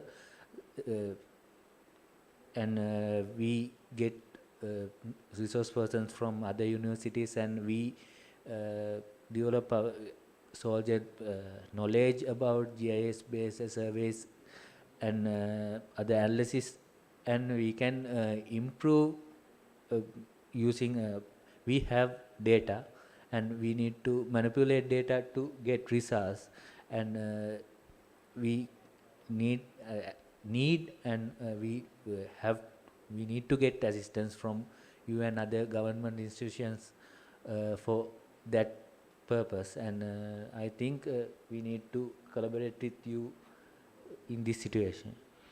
Yeah, of course. I think Faculty of Geomatics is always open.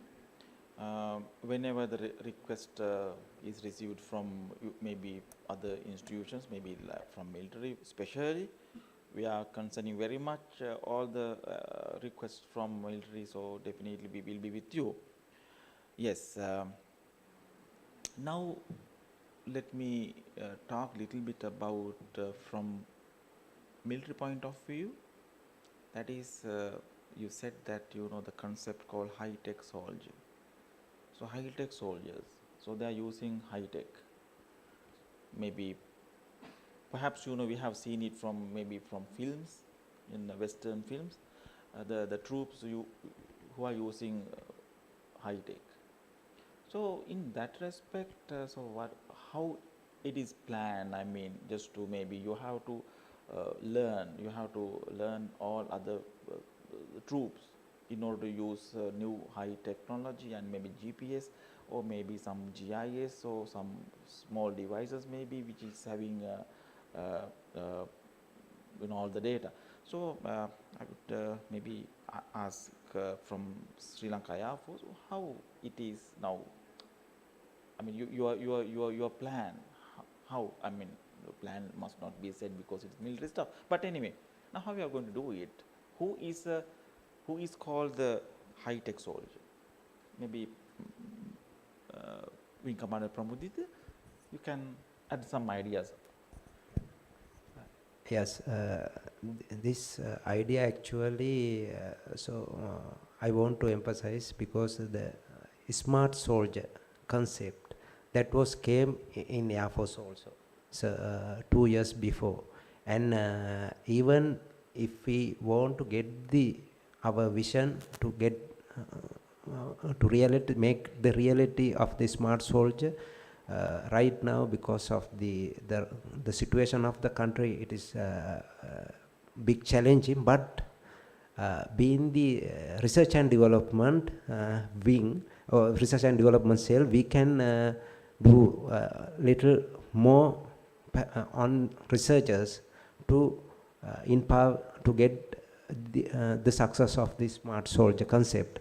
In that aspect, we are developing some of the applications, like we are doing a research on anomaly detections of human behaviors. So if there is any anomaly, for example, for a suicide attack, if somebody is wearing a backpack, and if it is heavy, and he might, when he is working,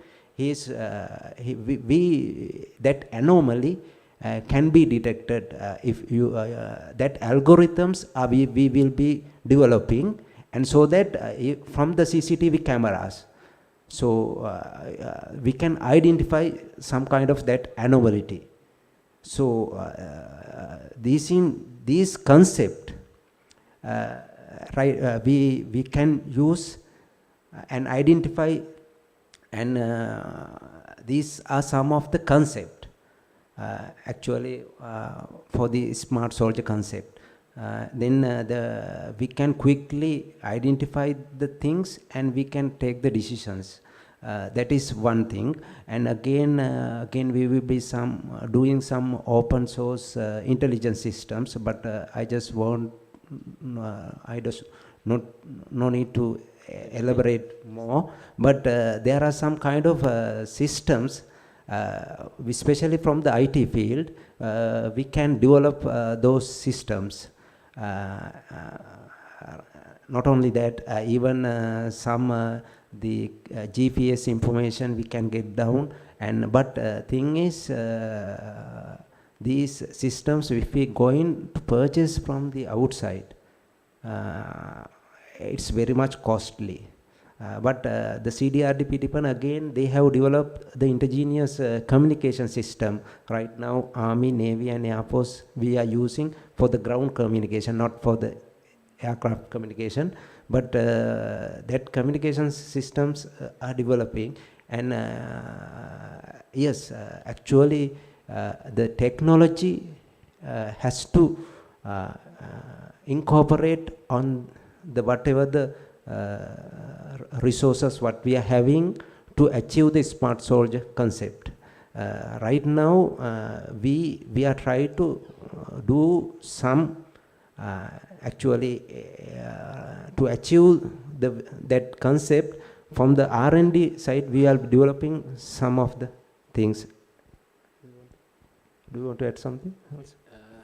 So when we talk about high-tech or the smart soldier, the technology comes with maybe the soldier's uniform, maybe the devices, maybe the equipment, and it's very important thing is to find the location of the soldier. When we have a war or a disaster operation or rescue operation, anything, we have to find the location of the soldier. Then we develop some GPS unit to identify the locations of the soldier. But we have some challenges because sometimes the soldiers, especially in some missions, especially in army, they are going on 4 or 5 days, maybe 1 or 2 weeks mission. Then how we are going to supply the power to that GPS device? And still we are researching. So we are researching also about the body sensor networks. It's called the BSN, and how to get the thermal or the temperature of the soldier body and the humidity and those things. And those things we are using. We are using the IoT technologies to identify those things. How about the preparation of, your definition for the smart or high-tech soldiers for army? Because you are the ground troops. Yes. As he mentioned, we prepare from uniform also. We now last year we gave new materials for uniforms for to aware from humidity and temperature, and also we have to track soldiers from we develop tracking devices using GPS tracking devices using with GSM technology, and it cooperate to our tracking servers. We use WebGIS servers to track soldiers, and also for in counterpart for soldier firing and all those things, we develop most of T56 simulators, artillery simulators, driving simulators. In Army, we use mortar simulators and RPG simulator also. We develop those kind of simulators for give training to Army soldiers, because with this economic crisis, we cannot purchase ammunitions, and we cannot use ammunitions for training purposes. Its cost, ammunition cost is very high these days. We use those simulators for training purposes for soldiers, and also we develop tracking solutions I mentioned earlier, and these kind of things we develop as a ground troop. We develop to benefit for our soldiers. That's all. I think we do that kind of things. Right. So this is going to be very interesting talk. I think we can talk maybe for hours. So how these things are done and all. But as a common thing, what I noticed was from your research and development branches. So most of things are actually you have developed from scratch maybe. So this is the most interesting part I have noticed. So you Sri Lanka Army, developed the jammers, and maybe from Sri Lanka Air Force they have now almost done the Lihinia Mark II, the surveillance, total surveillance system. In this opportunity, of course, actually in this case, what you call, so in your experience, of course, we need to know that participate into Expedition this time. And just before the conclusion of this event, so can you add some your ideas about the participation for the GeoWeek this time? Your experience.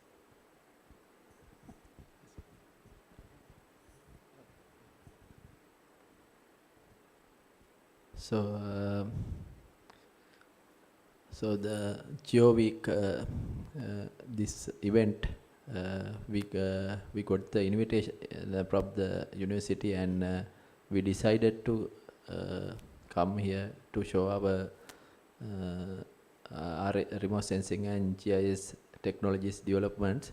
And this event is, I think, very important to show or share our knowledge, and especially share our experience with the government universities and the other bodies, and to acquire the new products or the new trends or the new softwares and the new technologies to not only for the military, for the civil operations.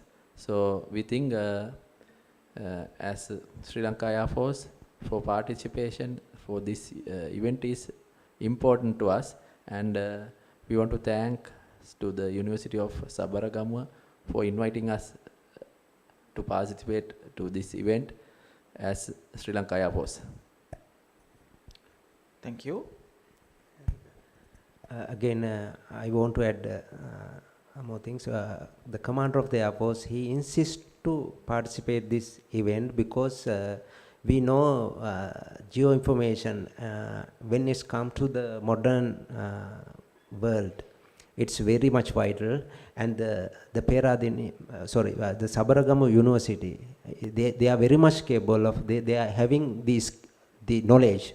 And when it comes to the airborne platforms, we are having the platforms. But if we have a good synergy among us, and if we can get the know-how of this, the knowledge from the universities, that idea already required. And in this participation of this exhibition is very much vital for the Air Force, because when it comes to have a good collaboration among us, this is a good platform, and this will be a good bridge among us. So this has to be continued, and then and only the both parties can benefit, and ultimately the Sri Lanka will be benefited. Thank you. Major Vidusha. As our commander got the invitation from you from the beginning, and we have 25 regiments in Sri Lanka Army, and Signal Corps only participate for this event. I think we can use as per the invitation. We only give the technical exhibits for this exhibition. I think we can collaborate with you, and for future exhibitions we can come up with our survey engineers regiments and artillery. They are doing GIS things, mining things doing by engineer services regiments, and we can collaborate with you, and also as a organization we need, and we ask from you for your support to knowledge purposes. I mean to acquire knowledge we don't have from you, to do these analysis parts, and to develop our soldiers for this area. And again, thank you to invite us for this exhibition, and I think it's very important exhibition for us and also civilians to get knowledge for these areas. Yes, thank you very much for all the comments. And finally, let me add this thing just before concluding the event. The Faculty of Geomatics actually will open a platform for discussing the industrial problems. So whether it is military or maybe civil or whatever, no problem. So you can come to the university. University is open for you all. And we hope that to give solutions for, I mean, the problems that you are facing, especially in mathematical means or some other algorithm wise or whatever in the IT solution. So it could be anything, but we are going to open a platform for that, and we are going to invite maybe some other scholars to come over there and get into the problem, and maybe they can give their solution. Even this time actually we wanted to plan it, but unfortunately we did not have much time to do it. For sure, GEOWEEK 2023 will be having that event. So then you can, maybe we can select number of feasible questions to be answered during the week, and it can be open for some other scholars as we do it normally, and maybe hope to get some solutions at the end. So this is one thing. And of course, as we are always saying you are welcome at any time to the faculty, and maybe we can do many things by collaborating all institutions together. And of course, we know that in nowadays, on modern days, these interdisciplinary research are are given the most highest value. So then hope that we can find good solutions maybe in future by having good collaboration with all institutions together, right? Even we can find some other universities as well. And finally, I'm very much thankful for our three special guests today, three senior officers from Sri Lanka Army and Sri Lanka Air Force. Wing Commander Indunil Sanjeeva, thank you very much for coming over here and participating in this this event. And Wing Commander Pramudita Gunawardana, of course, from Research and Development, Sri Lanka Air Force. Thank you very much for your participation. And finally, Major Vidusha Vimala Sena. Yes, Vimala Deva, right? Yes. And of course, thank you very much for participating for this event as well as for the exhibition as well. Thank you very much. Please.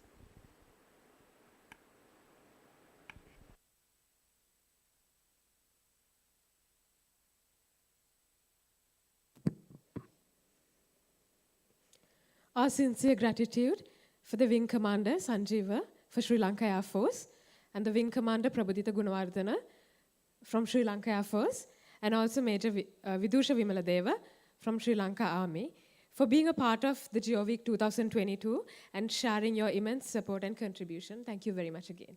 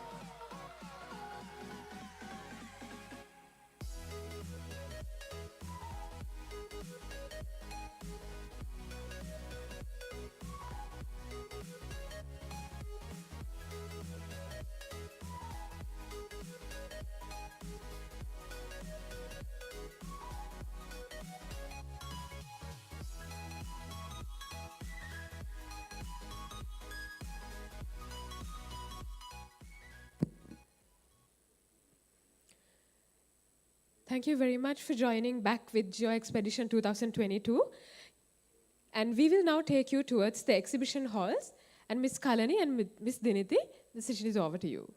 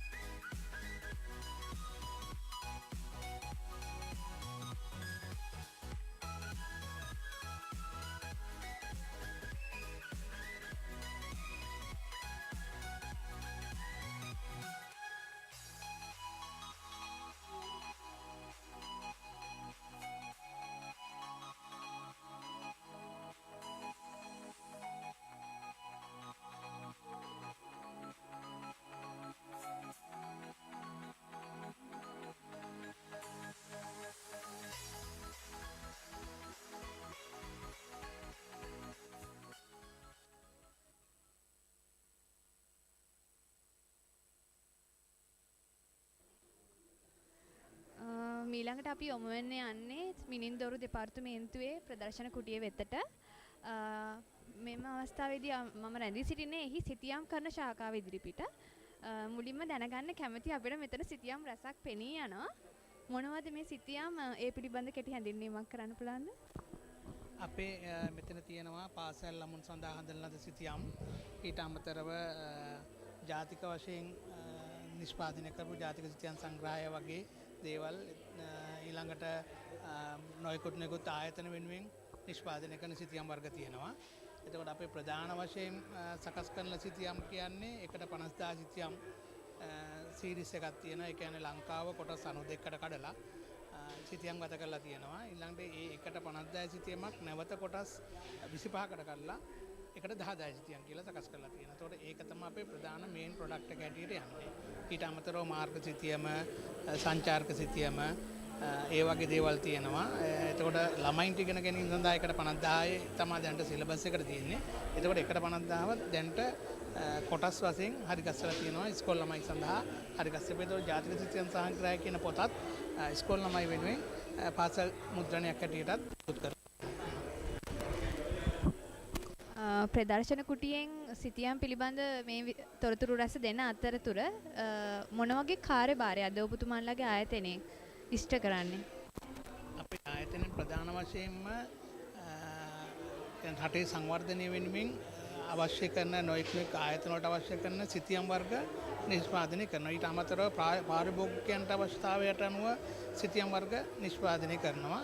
ඊට අමතරව පාසල් ළමුන් සඳහා විශේෂයෙන්ම අධ්‍යාපනයට අවශ්‍ය සිතියම් නිෂ්පාදනය කරනවා. මෙම සිතියම් කරණයේදී සිතියම් නිෂ්පාදනයේදී මොන වගේ තාක්ෂණයක්ද භාවිතා කරන්නේ? අපේ මුලින්ම සිතියම් පටන් ගත්තේ ඇත්තටම බිම් මැනුමක් කරලා තමයි සිතියම් නිෂ්පාදනය කරේ. ඊට පස්සේ ඒක ටික කාලයකදී ඊළඟට ඒරියා ෆොටෝග්‍රාෆි, ඒ කියන්නේ අපි උඩ ගුණට ගිහිල්ලා ඡායාරූප අරගෙන ඒ ඡායාරූප උපයෝග කරගෙන සිතියම් නිර්මාණය කරා. ඊට අමතරව ඊට පස්සේ චන්ද්‍රිකා ඡායාරූප. ඔය කියන කාරණා තුනම පදනම් කරගෙන තමයි මූලිකවම සිතියම් අපි නිර්මාණය කරන්නේ. බොහොම ස්තුතියි.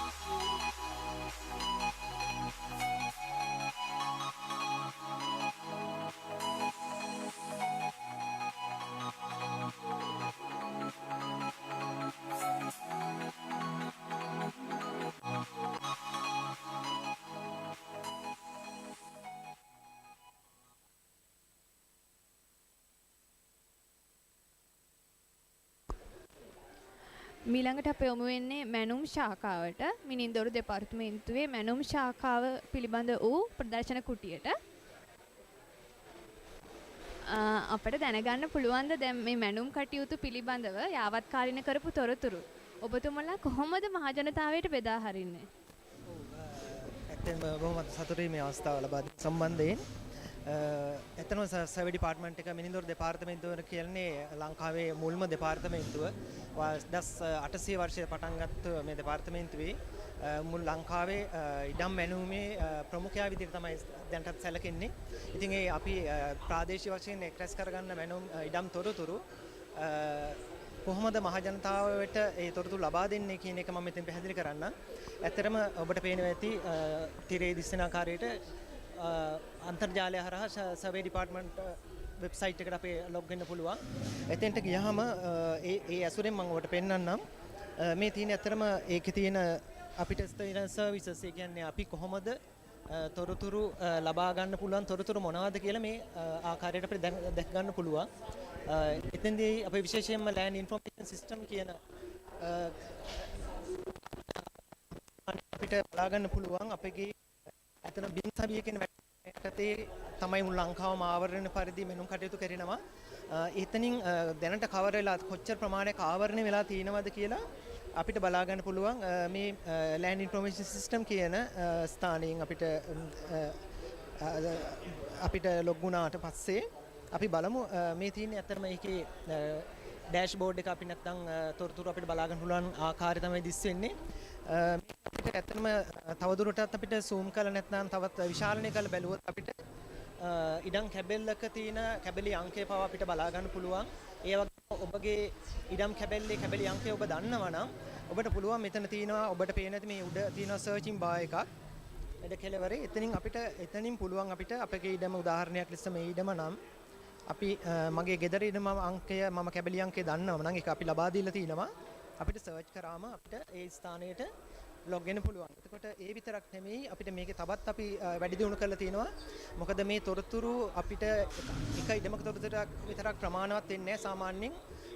මොනවද තොරතුරු ඇනලයිස් කරන්න. එහෙම නැත්නම් තව ඩිසිෂන් මේකින් මොනවාද අපිට තීන්දුව ගන්න ප්‍රාදේශීය ලේකම් කොට්ටාශ වලට ඒ වගේ අයට අවශ්‍ය වෙන්න පුළුවන් මොන හරි තොරතුරු ලබා ගන්න. ඒතකොට ඒ වගේ වෙලාවෙදී අපි අවස්ථාව සලසලා දීලා තිනවා මේකේ. ඔබට පේනවා අපි උදාහරණයක් විදිහට මේ කොළඹ දිස්ත්‍රික්කයේ රත්මලාන කියන ප්‍රාදේශීය ලේකම් කොට්ටාශය ගත්තොත් ඒ රත්මලාන ප්‍රාදේශීය ලේකම් කොට්ටාශයේ කුපමණ ප්‍රමාණයක් මැනනද කියලා අපිට අදාළ තොරතුරු අපිට ලබා ගන්න පුළුවන්. මේක අන්තර්ජාල සම්බන්ධතාවය හොඳට තියෙනවනේ. ඇත්තටම මෙතන පොඩි ඔබට පේනවා ඇති රත්මලාන ප්‍රදේශයට අපිට දැක් ගන්න පුළුවන්. ඒක තවදුරටත් අපිට zoom කරලා කියන්නේ තවත් විශාලණය කරොත් ඒ අදාළ බිම් කැමිලි ප්‍රමාණය අපිට බලා ගන්න ප්‍රමාණය ඒ විතරක් නෙමෙයි අතන තවදුරටත් අපිට එහාට යන්න ගිහලා අපි එක ප්‍රාදේශීය ග්‍රාම නිලධාරී කොට්ටාශයක් මොනවාද වැඩ කටයුතු කරලා තියෙන කියලා බලනවා නම් අපිට ඒ කොට්ටාශ අංකයක් සිලෙක්ට් කරන්නත් පුළුවන් අපිට මේ විදිහට. එතකොට අපිට මේ කොට්ටාශය මේ ග්‍රාම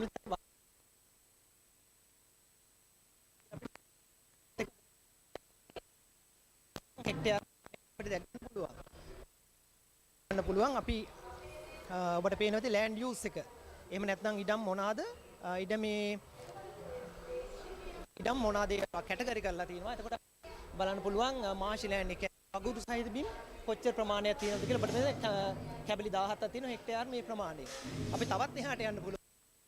යම් කිසි ප්‍රමාණයක් බැලුවොත් අපිට හිතන්න පුළුවන් අක්කරයකට වැඩි. අක්කරයට වඩා වැඩි ප්‍රමාණයේ තියෙන ඉඩම් කැබලි කීයක් තියෙනවනේ. ඊට පස්සේ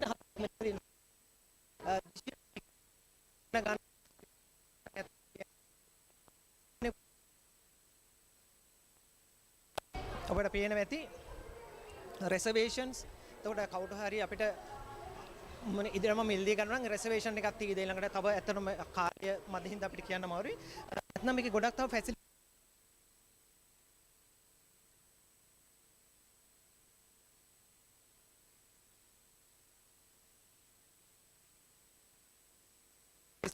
කොච්චර ඒ වගේ සින්දු තියෙන ගන්න පුළුවන් මල්ටි ඩිස්ප්ලින්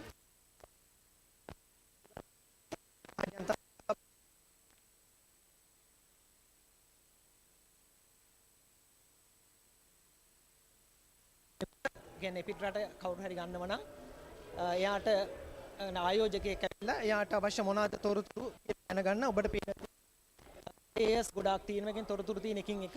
ඉතින් එකින් එක ක්ලික් අපි ටිව් කරාම අපිට බලන්න පුළුවන්. කාර්යයට යුතුයමයි තමයි ලැබෙන්නේ. ඒ නිසා හැමෝටම අපි ආදරය මේ වෙබ්සයිට් එකට එහෙම නැත්නම් අපගේ මේම පිටුවට අන්තර්ජාල පිටුවට ඇවිල්ලා මේ තොරතුරු බලන්න. මොකද ඔබට අවශ්‍ය සියලුම දේ ඇත්තටම දැන් ඔබේ අත ළඟ තියෙනවා. ඔබ භාවිතය නැති ගැටලුව විතරයි තියෙන්නේ. කියලා බොහොම ආදරෙන් මේ දියුණු කරලා තියෙන්නේ ශ්‍රී ලංකාවම ආවරණය වන පරිදි. ඔව් එතකොට අපිට කියන්න බලන්න කොහොමද මේක දියුණු කරේ මේ ආකාරයට මොන වගේ තාක්ෂණයක්ද භාවිතා කරේ ලංකාවම ආවරණය කරන්න? ඇත්තෙන්ම ලංකාවම මෙතන විශේෂයෙන් කියනවනේ බිම්සවි වැඩසටහන යටතේ මුළු ලංකාවම ආවරණය වෙන පරිදි තමයි වැනුම් කටයුතු සිදු වෙන්නේ. නමුත් තවම 10ක වගේ ප්‍රමාණයක් තමයි කවර වෙලා තියෙන්නේ. ඊට අමතරව මීට කලින් ප්‍රථමයෙන් මැනුම් කරලාද මැනුම් අදාළ පිඹුරුපත් අපි ස්කෑන් කරලා එහෙම නැත්නම් ඩිජිටයිස් කරලා ඒවත් මේමයි මේ සියල්ලම අපි ඇතුළත් කරලා තියෙනවා. එතකොට එම නිසා අපි ක්‍රමක්‍රමයෙන් වැඩි වෙන නිතරම අප්ඩේට් වෙන අලුත් වෙන තොරතුරු යාවත් කාලීනීකරණය කරනවා. එතකොට එම නිසා අප්ඩේට් වෙන සැනින්ම ඔබට බලා ගන්න පුළුවන් ආකාරය තමයි මේක මේ අපි සකස් කරලා තියෙන්නේ. අතම තාක්ෂණය ගත්තොත් අපි ArcGIS platform එකේ කියන්නේ ලෝකයේ තියෙන දියුණුම commercial software අපි පාවිච්චි කරන සර්වේ department එක අපි සතුයි. ඒ නිසා ඒකේ ඒ සමගම තවත් අනිකුත් තොරතුරු තාක්ෂණ මේවලම අපි පාවිච්චි කරනවා. ඉතින් අපි හිතනවා අපි තාක්ෂණයෙන් අපි උපරිම තාක්ෂණ අපි මේන් යොදාගෙන තිනවා. ඒතර GPS තාක්ෂණයේ සියල්ලම අපි සතුයි. අපිට වෙනම GPS units ළඟට මැනුම් GPS වෙනම අපේ ආයතනයේ වෙනම කොටස් තියෙනවා. ඉතින් ඒ සියල්ලංගෙම අපි සමන්විතයි. අපි හිතනවා අපිට ඇත්තම තාක්ෂණයේ අපි උපරිමේ අපි පාවිච්චි කරනවා කියලා තමයි අපි විශ්වාස කරන්නේ. බොහොම ස්තුතියි.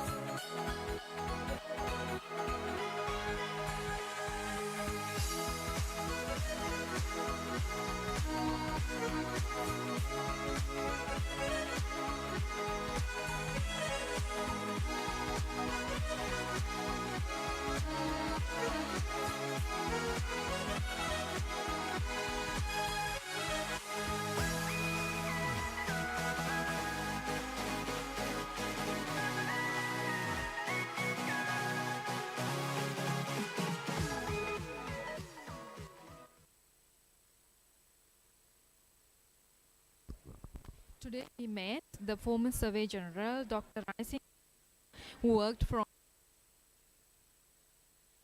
3 like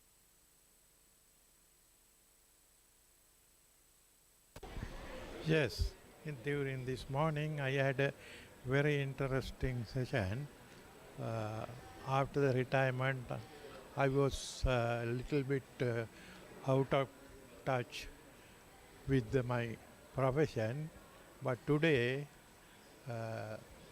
when I visited this, I could update all that I have missed during this last 20 years, because there have been a lot of different developments as I see, and they all are shown here. All these advancements are nicely displayed, and so that anybody can understand what this subject is, and is the profession of surveying. And new developments coming from all over the world are here, and under this one roof you can see that very easily. It's very useful to all those who know about that, and those who don't know much about those also. So it's very good thing that you all have done by organizing this exhibition and this session for people who are interested in this subject. Thank you. So do you have any comments that something that we need to develop in the next one? Do you have any comments about something that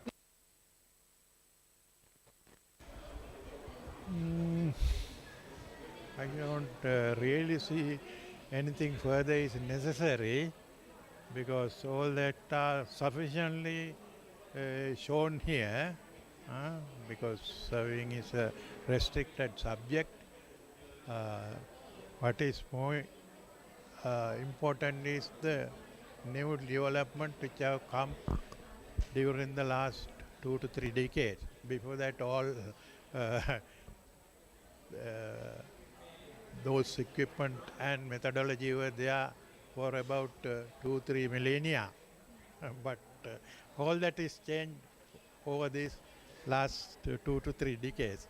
All that is shown here, that certainly anybody will understand what it is and what are the development that have taken place. It's a good show, really. Thank you, sir. Thank you. It's our great pleasure to have you here.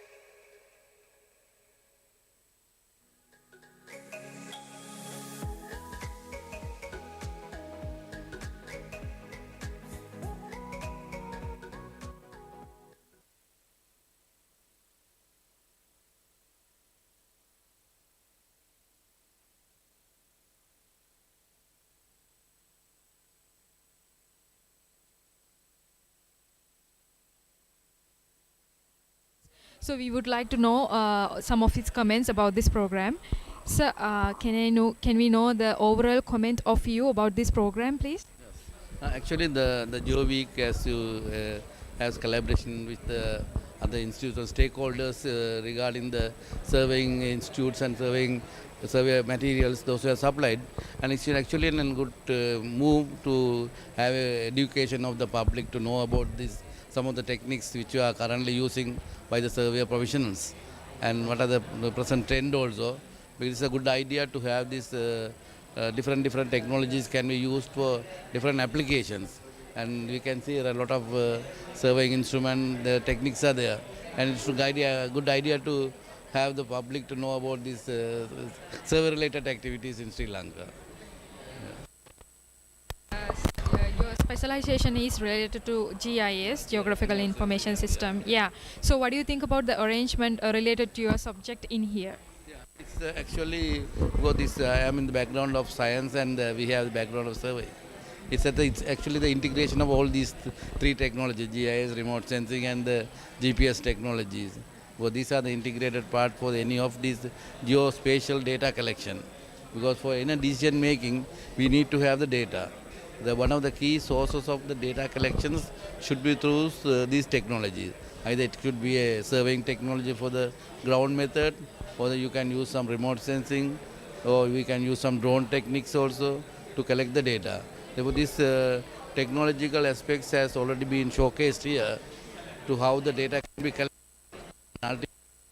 This data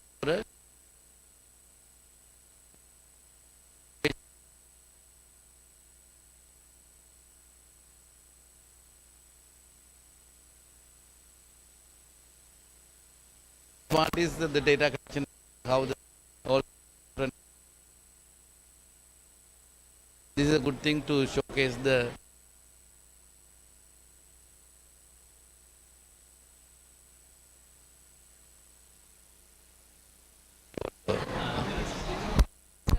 It's great news that you are going to be the next Survey General. And I would like to know whether there are any comments from you for the development of the next program. actually no, because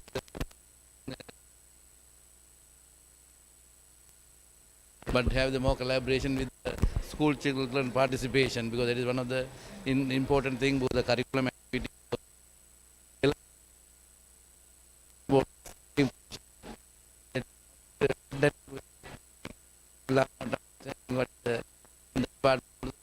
Survey department, most of the people don't know, but this technology.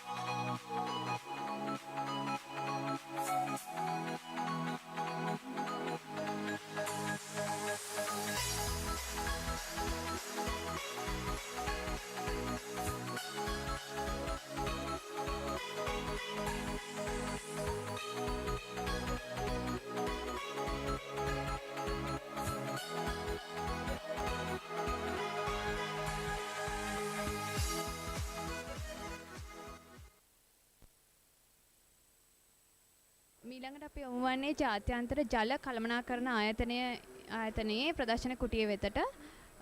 අපිට දැනගන්න පුළුවන්ද මේ ප්‍රදර්ශන කුටිය හරහා ඔබතුමාන්ලා මොකක්ද ලබා දෙන්න උත්සාහ කරන පණිවිඩය?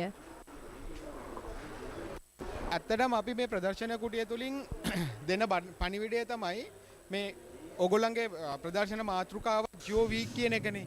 ඒ කියන්නේ ස්පේස් ටෙක්නොලොජි එක කොහොමද අපි පාවිච්චි කරගන්නේ මිනිස්සුන්ගේ වැඩ පහසු කරගන්න සහ ආපදා කළමනාකරණය වගේ විවිධ අංශවලට කොහොමද යොදා ගන්න පුළුවන් විදිහ තමයි අපි මෙතනින් පෙන්වන්න බලාපොරොත්තු වෙන්නේ. උදාහරණයක් විදිහට ගත්තාම දැන් මෙතන මේ තියෙන පෝස්ටර් වලින් අපි පෙන්ලා තියෙනවා drought monitoring and early warning system එක. මේක ලංකාවේ හදලා තියෙන ඇත්තට මේක අපි සවුත් ඒෂියාවටම කරලා තියෙන ලොකු ෆෝම් එකක්. මේකෙන් අපිට හැම සතියකම අකුණු අධ්‍යාව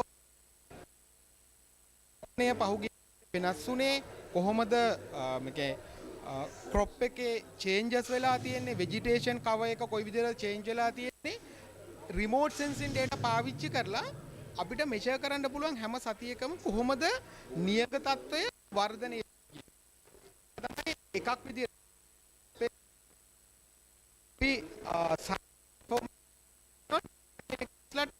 ඒක බලලා ඒගොල්ලන්ට කියන්නේ ඒගොල්ලන්ගේ වැඩ කරන එන්වයරන්මන්ට් එකේ ඉඳන් ඩිසිෂන් අරගෙන ඒක පහළ ලෙවල් එකට ක්‍රියාත්මක කරන්න පුළුවන් වෙන විදිහට. ඒක ලොකු ඇප්ලිකේෂන් එකක් ඩෙවලොප් කරලා තියෙන. අනිත් එක තමයි මෙතන එකක් තියෙන බන්ඩල් ඉන්ෂුරන්ස් කියන එක. ඉන්ඩස්ට්‍රි එක ගත්තාම ඒකේ ලොකු ප්‍රශ්නයක් තියෙනවා ෆාමර්ස්ලා හරි.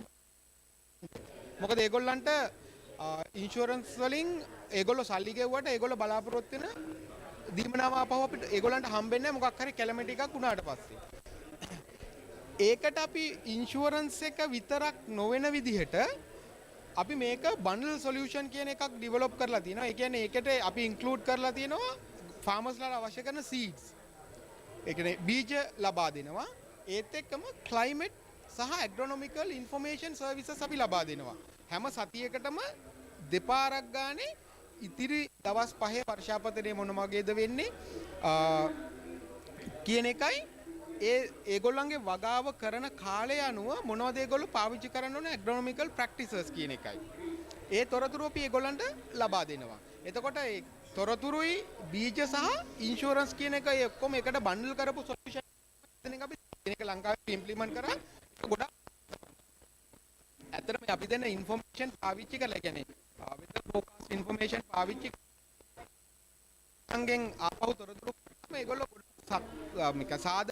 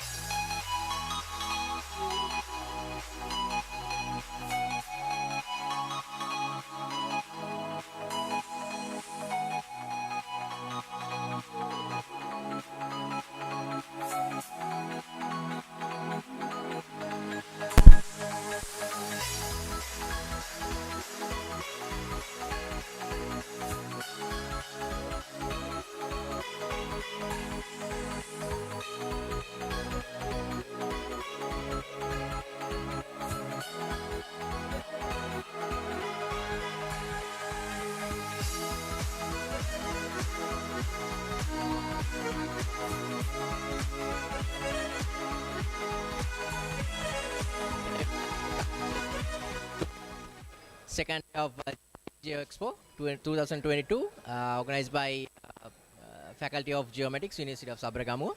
And today we are going to present you about the post-processing softwares of GNSS equipment and the technologies that you can adapt with. So here we have Nishara Jayasinghe, and she will be continuing with the presentation, and we'll be doing some demonstration for you. So hope you will enjoy. Thank you. Thank you, Buddhi. Actually, today we are going to demonstrate the Leica Infinity software. Basically, we can use Leica Infinity software for image processing, static data processing, TPS, evagema level, So we can use GNSS static data for establishing high quality control point establishment. Today basically we are going to only demonstrate the control point establishment and process GNSS data only. Jaini will conduct the presentation, so you can enjoy the session. Thank you.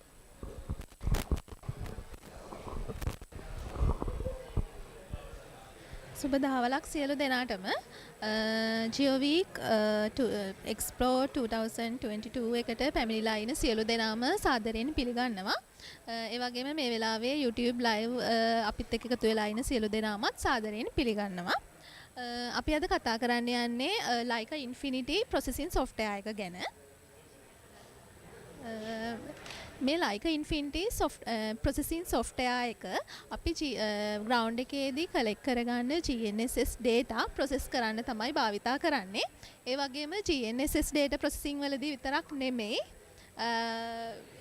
surveying related total stations ඒ වගේම digital levels scanning imaging ඒ වගේම UAV data process කරන්න අපි මේ software එක භාවිතා කරනවා. ඒ වගේම මේ software එකේ modules 12ක් තියෙනවා. මේ GNSS data process කරන්න අපිට අවශ්‍ය වෙන්නේ modules 3ක් විතරයි.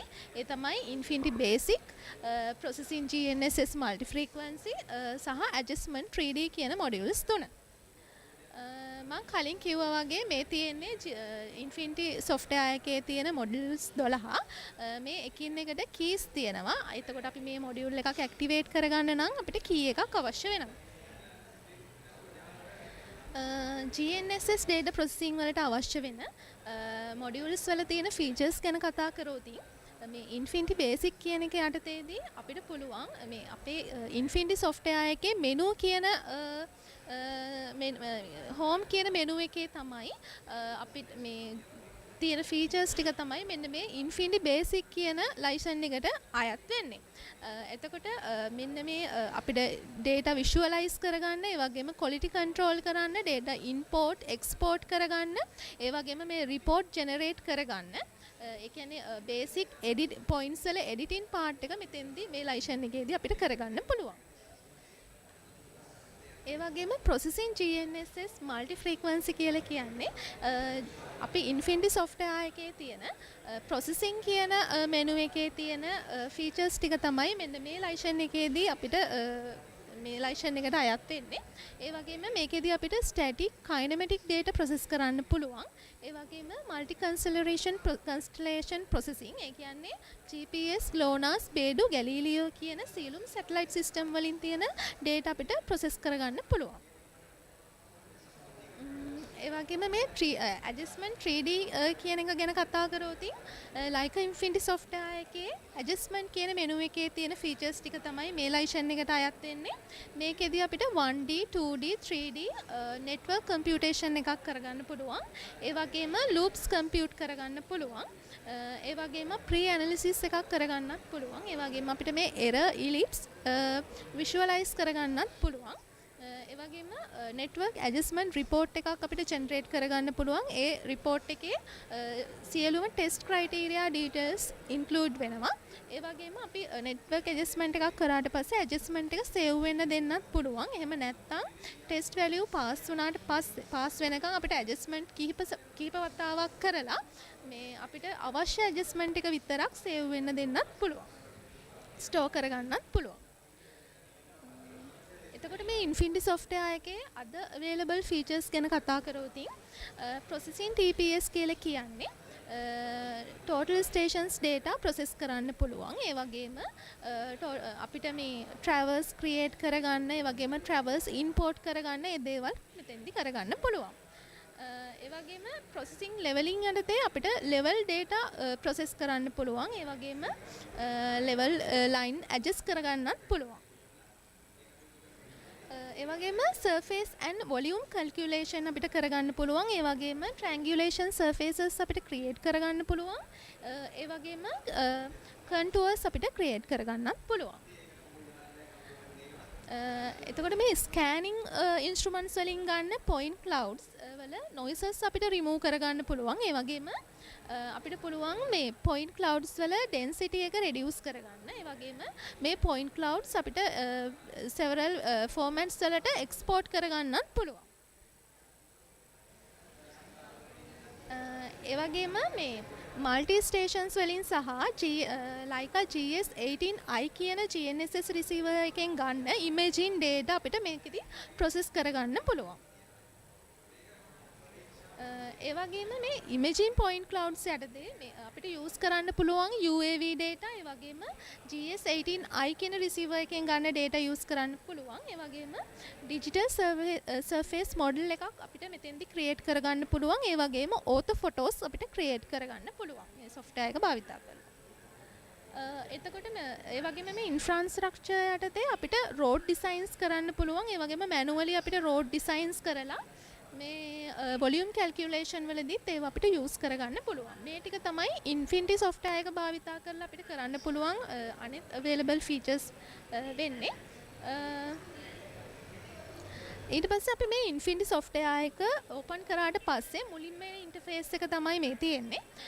ඒ කියන්නේ මේ file කියන menu එකේ home කියන tab එකට welcome කියන tab එකට තමයි එන්නේ. මේකෙදි අපි recently කරලා තියෙන project ටික තමයි මෙතෙන්දි display වෙන්නේ. ඒකෙදි අපිට ඒ project එකක් select කරගෙන open කරගන්නත් මෙතෙන්දි කරගන්න පුළුවන්. ඒ වගේම මේ new project කියන tab එකෙන් අපිට පුළුවන් අපිට අලුත් project එකක් create කරගන්න.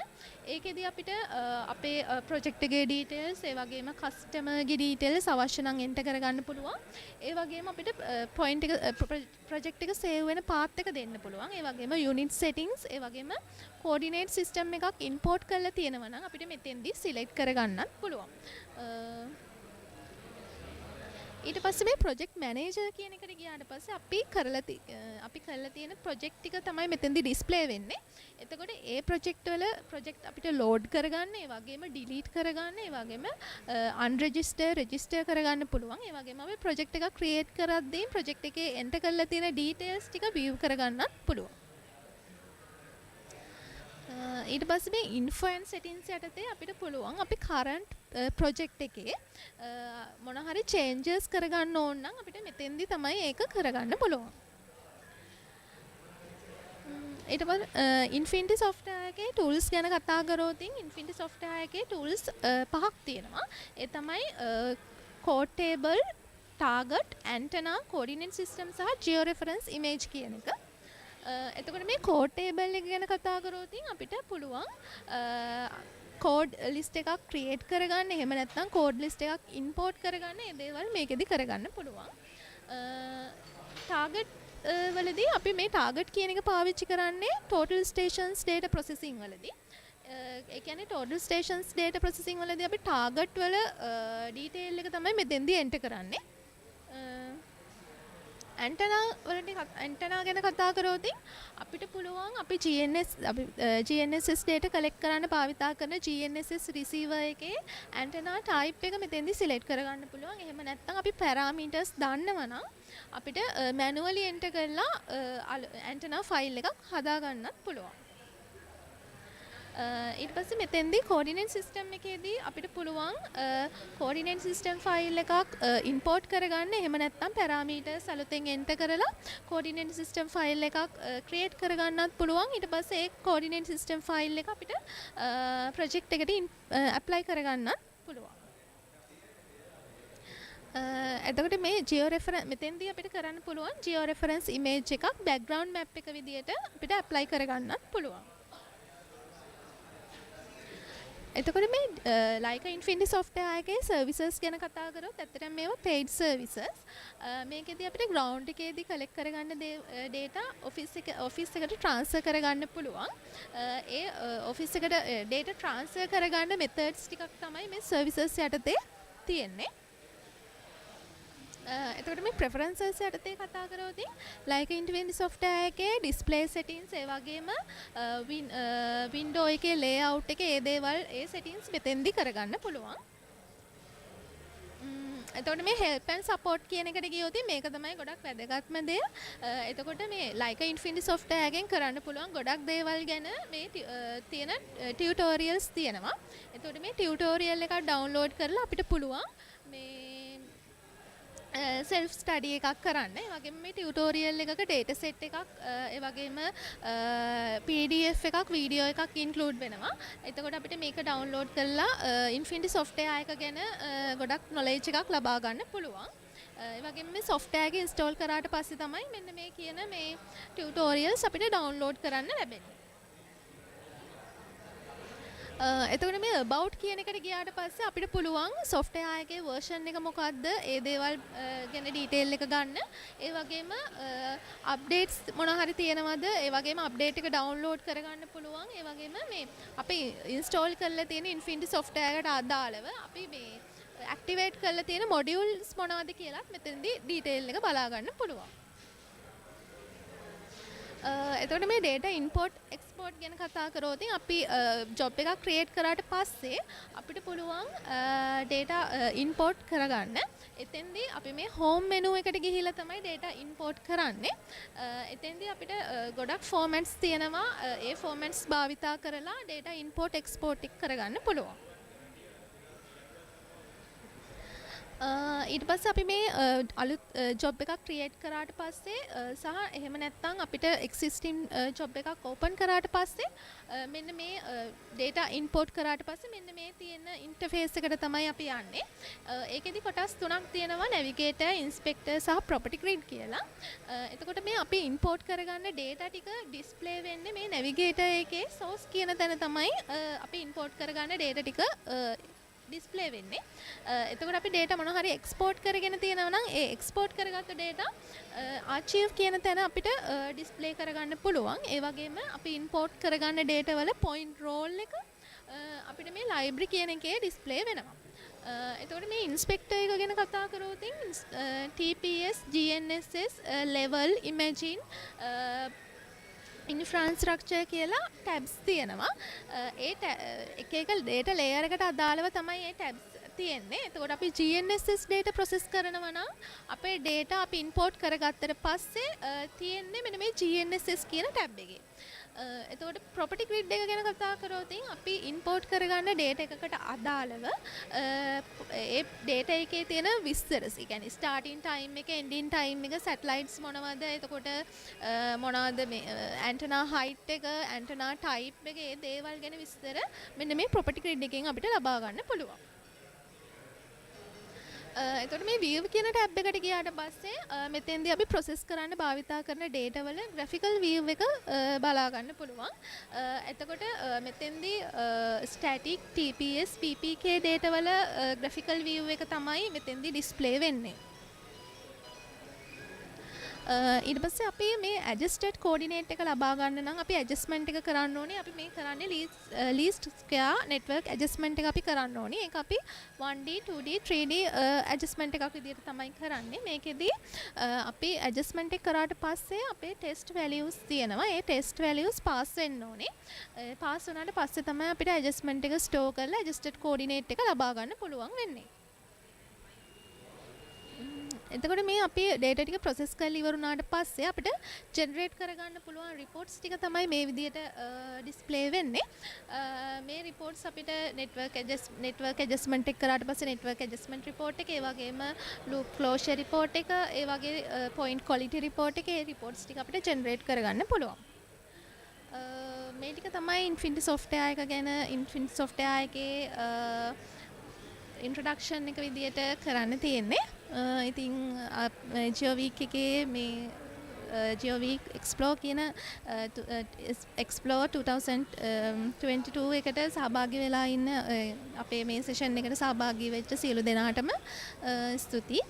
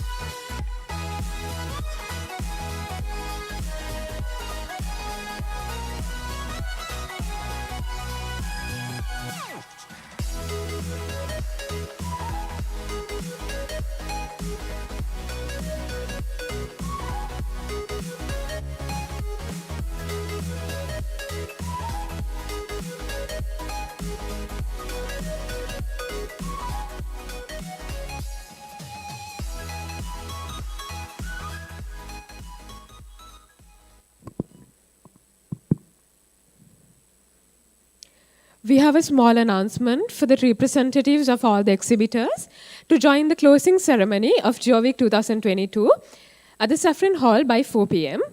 And also, please note that the exhibitors can continue the stalls till 7 p.m. and our viewers can join the exhibition stalls as well. Thank you.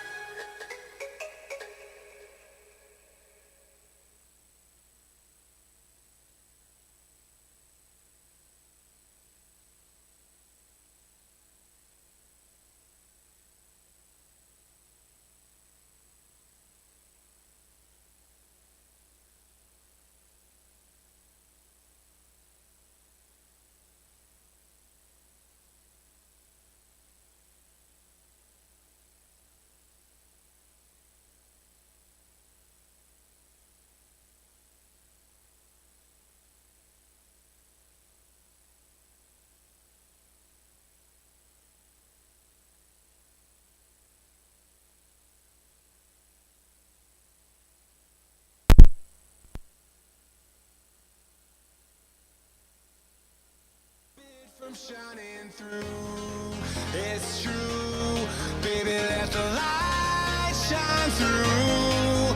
If you believe it's true, baby, won't you let the light shine through for you, for you, for you, for you, for you, for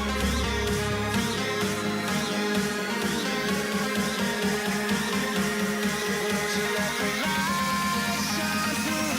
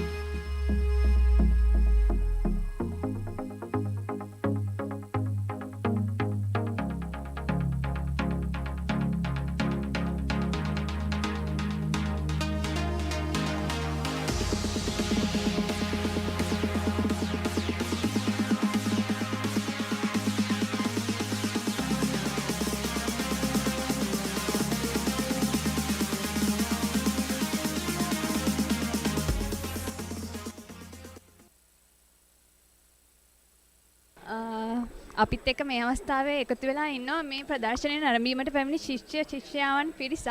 ඉතින් අපි යාළගෙන් අහලා බලමු කොහොමද මේ අත්දැකීම කියලා. ඉස්සෙල්ලාම කියන්න බලන්න කොහොමද මේ ගැන දැනගත්තේ මේ ප්‍රදර්ශනය පිළිබඳව? මේ ගැන දැනගත්තේ නම් මගේ ක්ලාස් එකකින් මම යන ටියුෂන් ක්ලාස් එකකින්. එතකොට මේ වගේ ප්‍රදර්ශනයක් මම හිතන්නේ කලින් තියලා නැහැ විශේෂයෙන්ම මේ මිනින්දෝරු විද්‍යාවන් පිළිබඳව. ඉතින් ශිෂ්‍යාවක් විදිහට ඔබ මොකද හිතන්නේ මේ අත්දැකීම පිළිබඳව?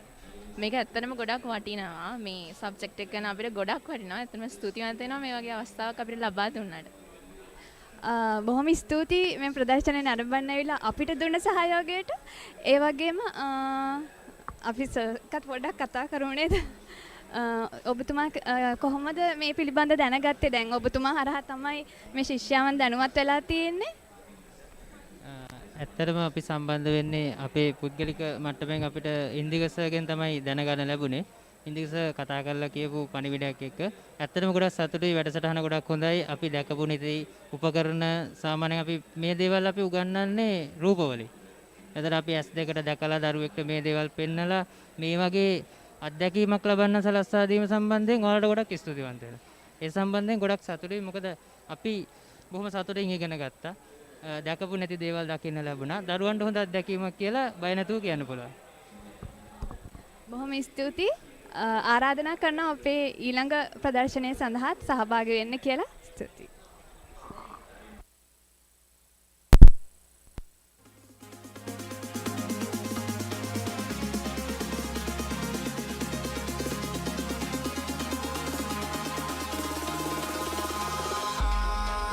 In the sky, gazing far into the night, I raise my hand to the fire, but it's no use, 'cause you can't stop it from shining through. It's true, baby, let the light shine through. If you believe it's true, baby, won't you let the light shine through for you.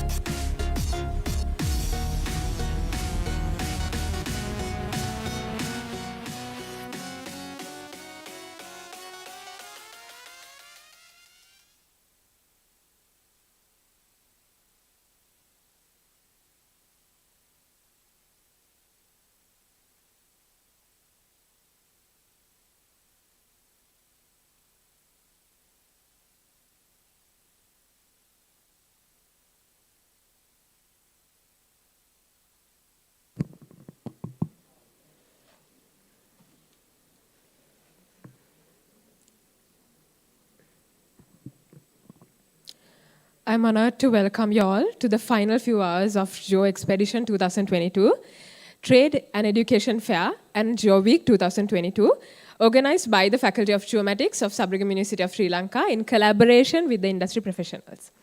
So now this honorable invitation goes to Mr. Vipula Aberatna, Dean, Faculty of Geomatics of Sabaragama University of Sri Lanka, Dr. G.S.N. Pereira, Chair, GeoWeek 2022, Senior Lecturer and the Head of the Department of Remote Sensing and GIS of Faculty of Geomatics, Dr. P.G.R.N.I. Pussalla, Co-Chair, GeoWeek 2022, Senior Lecturer of the Department of Remote Sensing and GIS of Faculty of Geomatics, Dr. Surangi Bandara, Secretary, GeoWeek 2022, Senior Lecturer of the Department of Remote Sensing and GIS of Faculty of Geomatics, to be seated in the head table.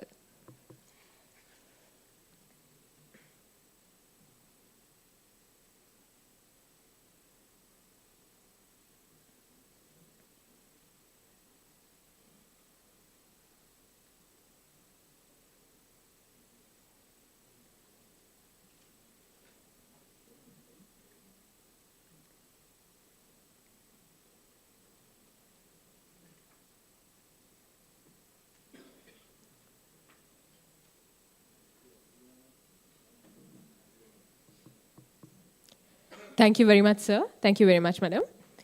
With this, the honorable invitation is for Mr. Vipula Aberatna, Dean, Faculty of Geomatics of Sabaragama University of Sri Lanka, to share his esteemed thoughts with the gathering.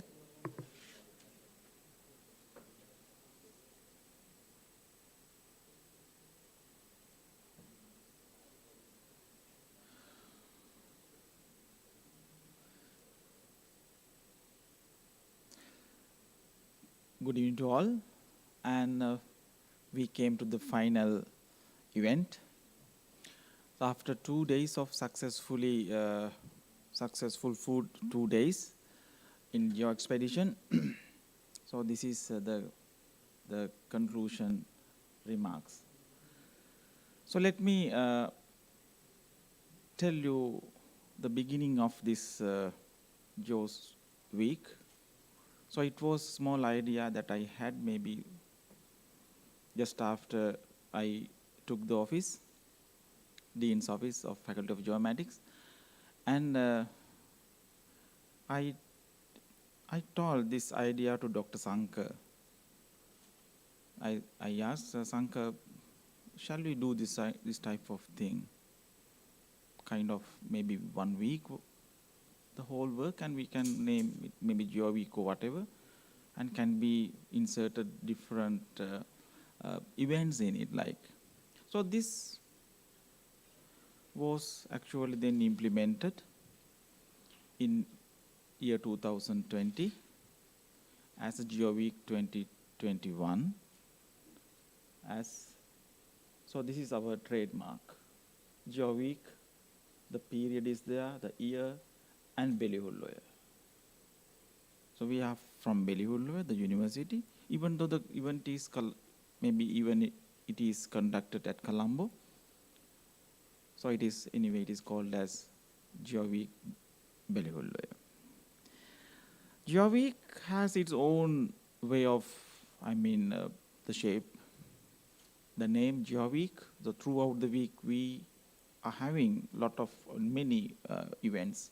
In this case, in this GeoWeek, of course, we had discussion forums, maybe roundtable discussions, some very specially oriented programs or design program for school kids, many more.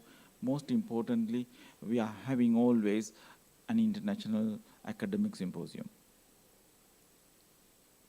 So, distinguished guests, we are honored by representing you here today, and you did a big role in the GeoWeek, the last event, Geo Expedition.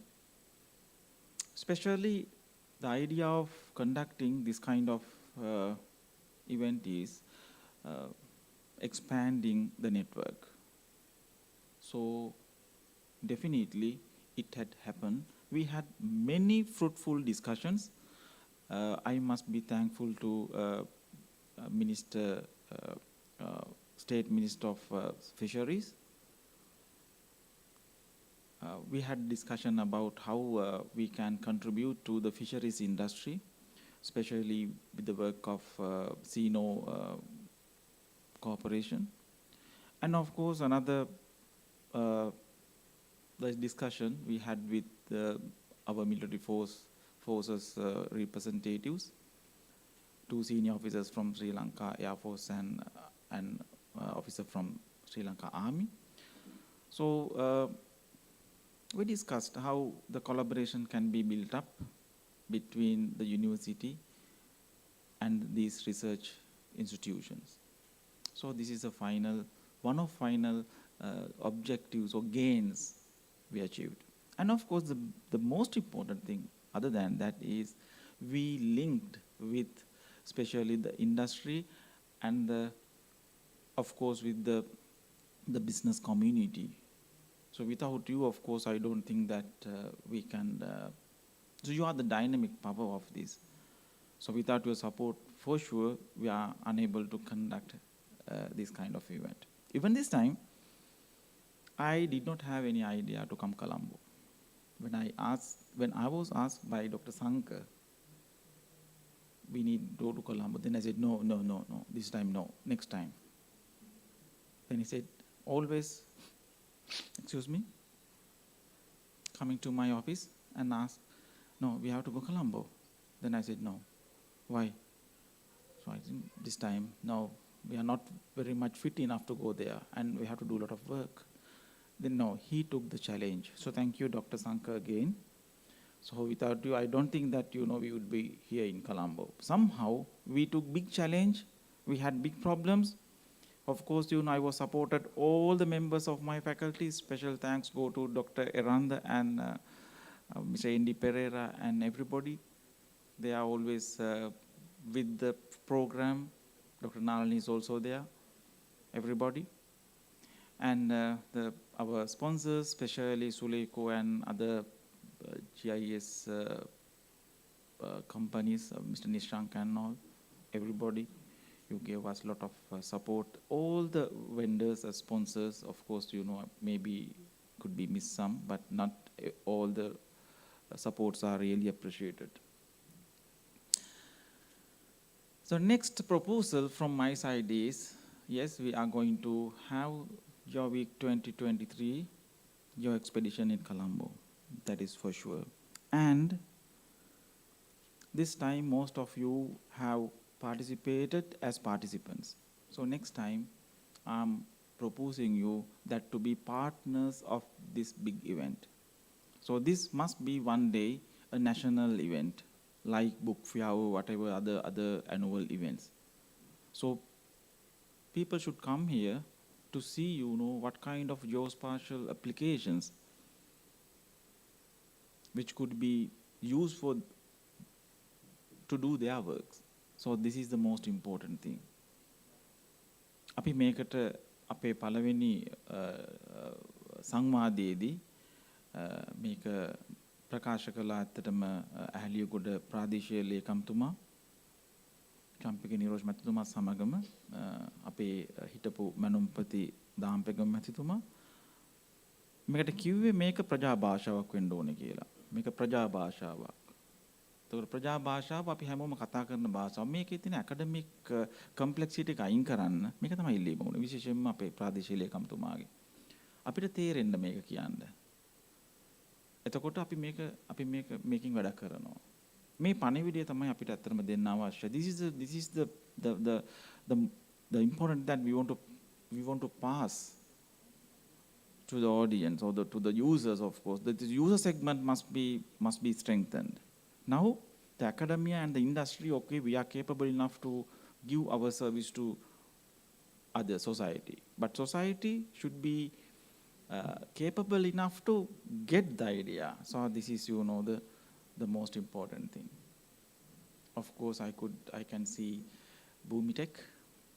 So you are also a big strength to us always. Thank you for coming to this event. Yeah. අපිට මෙතනින් පටන් ගන්න වෙන්නේ. දැන් අපි අපේ පැත්තෙන් the capacity is all right now. we have to start teach people geoinformatics. So this is the final concluding remarks at this this ceremony. So thank you very much for all the people who give support to this event, and maybe we are going to have successful GeoWeek 2023 by next year. Thank you very much.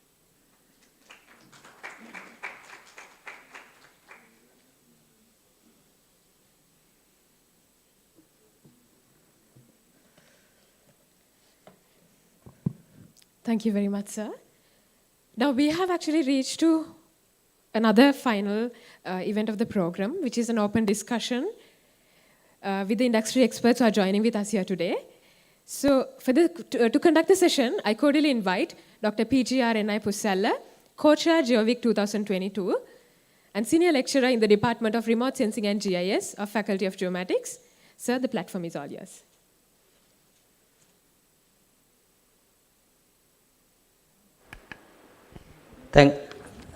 Thank you very much, and also හැමෝගෙම අවසරයි. අතර මේ GeoWeek 2022 තියෙන සංකල්පය මම හිතන්නේ ඉදිරියට කරගෙන යාම අපේ ෆැකල්ටි එක වෙනුවෙන් අපිට බාර වුණා. ඒ වගේම එතෙන්දී අතරම අපි ගොඩක් මම හිතන්නේ ගොඩක් කට්ටිය මහන්සි වුණා මෙතෙන්දී. හැමෝටම ස්තුතිවන්ත වෙනවා මුලින්ම. ඒ වගේම මම හිතන්නේ අපේ මේ අපිට අවශ්‍ය වුණේ ඇකඩමික්ස්ලා විදිහට අපි සහ ස්ටුඩන්ට්ස්ලා ඒ වගේම ඉන්ඩස්ට්‍රි එක ඒ දෙක අතර කොලැබොරේෂන් එකක් හදා ගැනීම. ඒ කියන්නේ අපි සමහර වෙලාවට අපි රිසර්චර්ස් වලින් කරන දේවල් ඉන්ඩස්ට්‍රි එකට එහෙම නැත්නම් පබ්ලික් ඒ කියන්නේ සාමාන්‍ය මහ ජනතාවට එකෙන් සේවයක් වුණ නැත්නම් මං හිතන්නේ ඒක වැඩක් නැති වෙනවා. ඒතොර ඒ දෙක අතර බ්‍රිජ් එකක් එහෙම නැත්නම් පාලමක් නිර්මාණය කිරීම සහ ඉන්ඩස්ට්‍රි එක අනිත් පැත්තෙන් ඉඳගෙන එයාලගේ සොලියුෂන්ස්. එතකොට තමයි ඉන්ඩස්ට්‍රි එකත් මං හිතන්නේ එයාලගේ අලුත් අයිඩියාස් වලින් මේ ලෝකය ගොඩක් ලස්සන වේවි කවදා හරි දවසක. ඉතින් ඒක කරගෙන යනකොට අතරම අපිට ගොඩක් කට්ටිය උදව් වුණා. ඒ අතරින් විශේෂයෙන්ම මං හිතන්නේ අපි හැමෝම ඉන්ඩස්ට්‍රි එක කිව්වහම අපි ඉන්ඩස්ට්‍රි ටොක්ස් තිබ්බා මෙතන. ඒ වගේම අපි පැනල් ඩිස්කෂන්ස් තිබ්බා, රවුන්ඩ් ටේබල් ඩිස්කෂන්ස් තිබ්බා. ඒ හැමදේම බලාපොරොත්තු උනේ අපි දෙගොල්ල අතර ඇකඩමියායක ඒ වගේම ඉන්ඩස්ට්‍රි එක අතර සම්බන්ධතාවය ගොඩනගාගෙන මේකෙන් කොහොමද ඉස්සරහට මේ ගමන යන්නේ කියන එක. ඉතින් එතෙන්දි මම හිතන්නේ අපි දැන් මේ GeoWeek 2022 අපි දැන් අවසානයට ළඟා වෙලා තියෙන්නේ. ඊළඟට අපි GeoWeek 2023 සංවිධානය කර ගැනීමේදී තව අවුරුද්දකින් අපි මම හිතන්නේ බලාපොරොත්තු වෙනවා අපේ ඩීන් සර් කිව්වා වගේ මේ වගේම දෙයකින් අපි හමු වෙන්න. ඒතොර එතෙන්දී තා මොනවද අලුතෙන් ඇඩ් වෙන්න ඕනේ. ඒ වගේම තා මොනවද අපේ දැනට තිබ්බ දුර්වලකම් හරි මොනවා තව ඩෙවලොප් වෙන්න ඕනේ. අන්න ඒ ගැන මම හිතන්නේ මම මුලින්ම මිස්ටර් අජිතකින් අහනවා පොඩ්ඩක් SULECO ප්‍රයිවට් ලිමිටඩ් නියෝජනය කරන මිස්ටර් අජිත අපිට පොඩ්ඩක් කියන්න මේ කොහොමද මේ ගමන අපි යන්නේ දෙගොල්ලෝ එකතු වෙලා. ප්‍රථමයෙන්ම මම මේ අවස්ථාව ගන්නවා සියලුම දෙනාම යුනිවර්සිටි ඔෆ් සබරගමුව නියෝජනය කරමින් මෙහි සම්බන්ධ වෙලා තියෙන සියලු දෙනාටම ස්තුති කරන්න. මේ වගේ ඉතාමත් සාර්ථක ජියෝ එක්ස්පෙඩිෂන් එකක් 2022 වසරේ සියලු ප්‍රශ්න මැදත් මේක කොහොම හරි කරමු කියලා මේක සාර්ථකව අපි මේක නිමා කිරීම ගැන අපි මං හිතන්නේ දෙයක් මුලින්ම තියෙන ප්‍රශ්න තමයි දෙයක් පටන් ගන්න එක. ඊට පස්සේ පටන් ගත්තාම තියෙන ප්‍රශ්න තමයි මේක දිගට කරගෙන යන එක. දැන් ඒතර අපි මේකේ පටන් ගන්නම කළා. ඊට අමතරව දැන් දෙවෙනි අවුරුද්දත් කළා. ඉතින් මේකේ කන්ටිනියුේෂන් එක, ඒ කියන්නේ ඩෙවලොප්මන්ට් එකක් එක කන්ටිනියුේෂන් එක තමයි දැන් අපි බලන්න ඕනි. ඒතර මම හිතන්නේ මූලිකවම ඔබතුමාලා කරන්න අවශ්‍යයි මේකට මේ පස් වසරක විතර විෂනරි ප්ලෑන් එකක් මුලින් දාගන්න ඕනි. මොකද්ද මේකේ අවුරුද්දෙන් අවුරුද්දට මොන වගේ දේවල්ද කරන්න කියලා. මොකද දැන් අපි ඇත්තටම ආරම්භයක් විදිහට අපි මෙතන අපි දැන් ජියෝ සිම්පෝසියම් කරනවා, ජියෝ ටොක්ස් කරනවා, සෙෂන්ස් කරනවා, ඔන්ලයින් සෙෂන්ස් කරනවා. එතකොට ඒකේ GeoWeek එකම ගත්තොත් මම හිතන්නේ අවසානයේ විදිහට අපි එක්සිබිෂන් එකක් කළා. ඒකේ ඇත්තටම ඉන්ඩස්ට්‍රියේ තියෙන ගොඩක් දෙනා සහභාගී වෙලා වෙන්ඩර්ස්ලා විදියට අපි ඇවිල්ලා තියෙනවා. ඊට අමතරව ස්ටේක් හෝල්ඩර්ස්ලා විදියට ගොඩක් ට්‍රයිෆෝසර්ස් ඇවිල්ලා තියෙනවා. ඒකට සර්වේ ඩිපාර්ට්මන්ට් එක ඊට අමතරව GIS solutions provide කරන companies එතකොට GSMB technical services වගේ විවිධ කණ්ඩායම් අපිත් එක්ක සම්බන්ධ වුණා මේකට. ඉතින් ඒක නිසා මූලිකවම දාගන්න ඕනි මොන annual plan එකක් මෙන්න මේ කාලේ මේ දේවල් කරනවා කියලා. මොකද අවසාන මොහොතේ දේවල් plan කරන්න ගියාම ටිකක් අපි මම හිතන්නේ මේ අවුරුද්ද ටිකක් අපිට පොඩි විවේකයක් නැති වුණා දේවල් කරගන්න. ඒත් එක්කම මගේ විශාලම තියෙන ඉල්ලීම තමයි මේකට සිසුන්ව ගොඩක් මේකට සම්බන්ධ කරගැනීමේ ක්‍රියාවලියක් පටන් ගන්න ඕනේ. මොකද මේ කරන ඔක්කොම දේවල් වලින් අන්තිමේදී ඒගොල්ලෝ තමයි බෙනිෆිට් වෙන්න ඕනි. ඉතින් එතකොට මම හිතන්නේ අපිට මාර්තු මාසේ හරි නැත්නම් වසරේ මැද හරිය දිහාවෙන් වගේ පටන්ගෙන මොකද අපි දන්නවනේ මේක අනිවාර්යයෙන්ම දෙසැම්බර් වල නොවැම්බර් වල තියනවා කියලා. එතකොට අපිට මේක ස්ටියරින් කමිටියක් හරි මොකක් හරි ස්ටුඩන්ට් chapter එකක් පටන් ගන්න පුළුවන්. ඒගොල්ලෝ plan කරන්න ඊට ඒගොල්ලොන්ව ගයිඩ් කරන්න ඇකඩමික් කමිටි එකක් වගේ මොකක් හරි වගේ දෙයක්. එතකොට අත්‍තරම ස්පොන්සර්ෂිප්ස් වගේ බලන දේවල් වලට සහ ඉවෙන් මේ හැමදේම කෝඩින් දැන් මේ ගොඩාක් ලියුම් ගහන්න ඕනේ, අප්‍රූවල් ගන්න ඕනේ, අරේ යන්න ඕනේ, මේ යන්න ඕනේ, හැම දෙයකටම ගොඩ විශාල වෙහසක් දරන්න ඕන හින්දා. ඒතකොට ඒකෙන් මම හිතනවා ගොඩක් ලොකු එක්ස්පෝෂර් එකක් එයි ළමයින්ට. ඉතින් අපි ඒක ඒ ළමයින්ටත් ඒක කන්වින්ස් කරගෙන ඊට අමතරව මම දැකපු දෙයක් තමයි අර ඔන්ලයින් තිබ්බ ප්ලැට්ෆෝම්ස් වලදී වුණත් මීට වඩා ගොඩක් නොලෙජ් එක ට්‍රාන්ස්ෆර් කරගන්න තිබුණා කියන දේ සහයෝගයක් ගන්න විදියක් හදාගත්තොත්.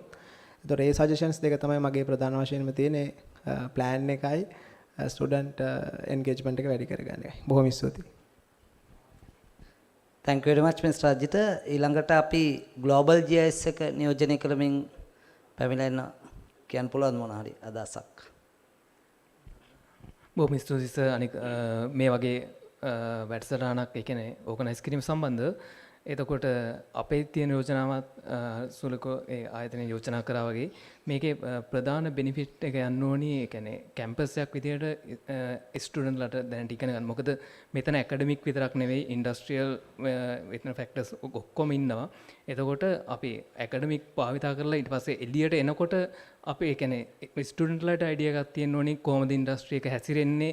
එතකොට මේ වගේ වැඩසටහන් වලින් ඒ ස්ටුඩන්ට්ලට ඒ අයිඩියා එක ගන්න පුළුවන්. එතකොට අපේ තියෙන ප්‍රධානම යෝජනාව තමයි අපි මේකට ස්ටුඩන්ට්ලව ඉන්වෝල්ව් කරගන්න ඕනි කියන එක.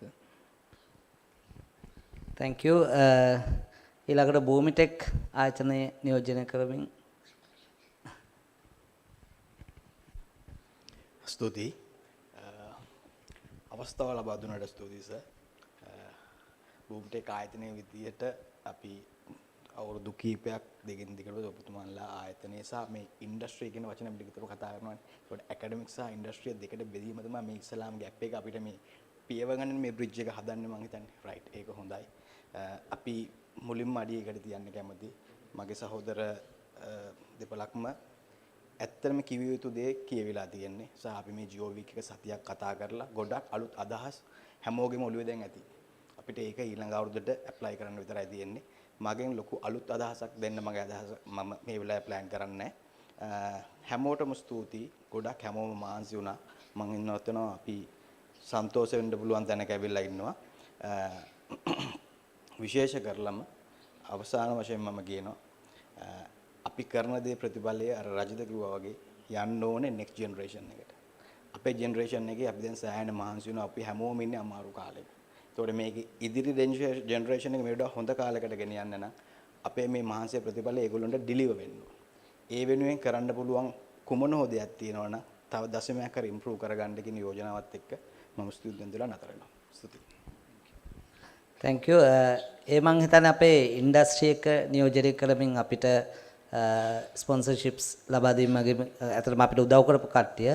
ඒ වගේම අපි ඊළඟට තව ඉන්නවා අපේ මේ මං හිතන්නේ සමස්ත ශ්‍රී ලංකාවම නියෝජනය කරමින් අපේ පැමිණලා සිටිනා ශ්‍රී ලංකා යුද හමුදාවේ නිලධාරි මහත්මන් ඔනුත් මං හිතන්නේ ඇත්තටම අපිට ලොකු උදව්වක් කෙරුවා මේ ස්ටෝල්ස් මේ ඉදිරිපත් කිරීමේදී ඒ වගේම ප්‍රදර්ශන කුටි සම්බන්ධයෙන් ඔබතුමාලට මොනත් අදහස දක්වන්න.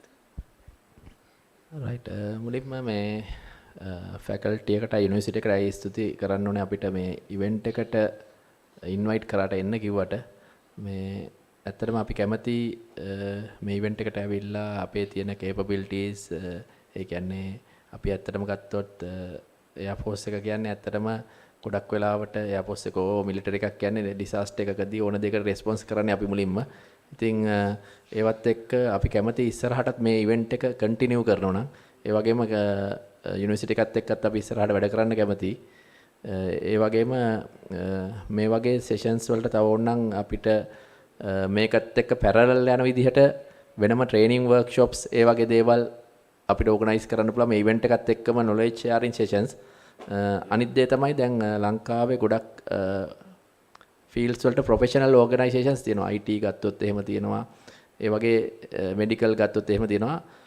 මෙතනින් පටන් අරගෙන මේ GIS Geo-informatics වලට මේක ප්‍රොෆෙෂනල් ඕගනයිසේෂන් එකක් දක්වා ගෙනියන්න පුළුවන් නම් මම හිතන්නේ ඉස්සරහට හොඳයි මේක කන්ටිනියුේෂන් එකක් විදියට. රයිට් මම නැවතත් ස්තුති කරනවා ෆැකල්ටි එකටයි ඩීන්ටයි යුනිවර්සිටි එකටයි අපිට මේ chance එක මේ අවස්ථාව ලබා දුන්නට බොහොම ස්තුතියි. thank you very much එහෙනම් හැමෝටම මම හිතන්නේ අපේගේ geomatics faculty එක විදිහට අපගේ කාර්යභාර උනේ අපි ඉස්සෙල්ලා කිව්වා වගේ මේ ඇකඩමියා එක ඉන්ඩස්ට්‍රි එක සහ අවට ලෝකයේත් එක්ක සම්බන්ධතාවයක් ගොඩනගා ගැනීම මම හිතන්නේ මේ ගිය අවුරුද්දේ අපි සියල්ලම ඔන්ලයින් මෝඩ් එකෙන් තමයි පැවතුනේ. දැන් මේ අවුරුද්දේ පොඩි ස්ටෙප් එකක් අපි ඉස්සරහට ගත්තා මේ ඔන්ලයින් මෝඩ් එකට අමතරව කොළඹට අපේ මේ එක්සිබිෂන් එක. මම හිතන්නේ ඊළඟ අවුරුදු වල අපිට තවදුරටත් ඉස්සරහට යන්න පුළුවන්. මම හිතන්නේ ඔබ සියලු දෙනාගේ උත්සාහය සහ අපි සියලු දෙනාගේ අපි එකතු වුණොත් මම හිතන්නේ ලොකු ගමනක් අපිට යන්න පුළුවන්. එහෙනම් හැමෝටම ස්තුතිවන්ත වෙනවා. Thank you very much.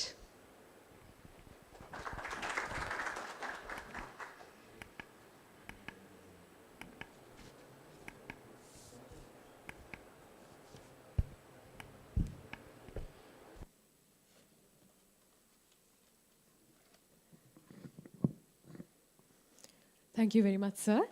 And thank you very much for all the respected representatives of the industry who are here with us today for your cooperation right throughout for GeoWeek 2022. Marking the end of a remarkable and astounding week, we believe that this wonderful collaboration of academia and industry through many programs in GeoWeek 2022 achieved their objective of delivering the first ever largest geospatial experience in Sri Lanka to the public. With that, now I would like to invite Dr. Surangi Bandara, Secretary, GeoWeek 2022, Senior Lecturer in the Department of Remote Sensing and GIS of Faculty of Geomatics, to deliver the vote of thanks.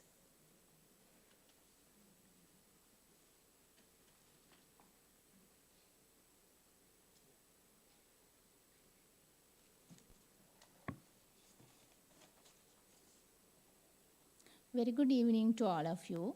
Mr. P.J. Vipula Aberatna, Dean of the Faculty of Geomatics, Head of the Departments, Dr. Sanka Pereira, Chair of the GeoWeek 2022, Dr. Indika Pusalla, Co-Chair of the GeoWeek 2022, dear honored distinguished guest. Feeling thankfulness and not expecting it is like wrapping a present, not giving it. So today I take the opportunity to put all my gratitudes into words. It is fair to conclude that the Geo Expeditions, Trade and Education Exhibitions along with GeoWeek 2022 at the Faculty of Geomatics, Sabaragamu University of Sri Lanka is a great success. So many people have contributed in so many ways to turn this event into a smoothly running event with many workshops and attractive events. On behalf of the organizing committee, I extended very hearty vote of thanks to all event coordinators for conducting the event by networking participants to the discussion. So then I would like to thank the Vice Chancellor of the Sabaragamu University of Sri Lanka and the Dean of the other faculties and the Head of the departments for all the supports and advice extended towards making this event reality. We have been fortunate be assisted by our Dean, Faculty of Geomatics, Mr. P.J. Vipula Aberatna, founder of the GeoWeek. Dear sir, you have been constant support and you have given us a lot of encouragement. Thank you very much for your perfect guidance throughout the event. This event is sponsored by the SULECO Private Limited, Hong Kong Surveys Institute, BhoomiTech Private Limited, Global GIS Private Limited, Gangoda Associate International Private Limited, Metropolitan Technologies Private Limited, ICC Private Limited, GIS Solution Private Limited. I am very much thankful to the entire sponsors of the GeoWeek 2022. Without their generous financial support, it won't be possible to organize the GeoWeek 2022. I am sure that this GeoWeek will continue to get generous support from different organizations in the future as well. Next, I would like to take this opportunity to thank Registrar of the Sabaragamu University of Sri Lanka, Bursar of the University, and Assistant Registrar of the Faculty for rendering us with all possible logistic support towards the organizing this event. And then I would like to express my sincere gratitude to all invitees exhibited for their valuable time.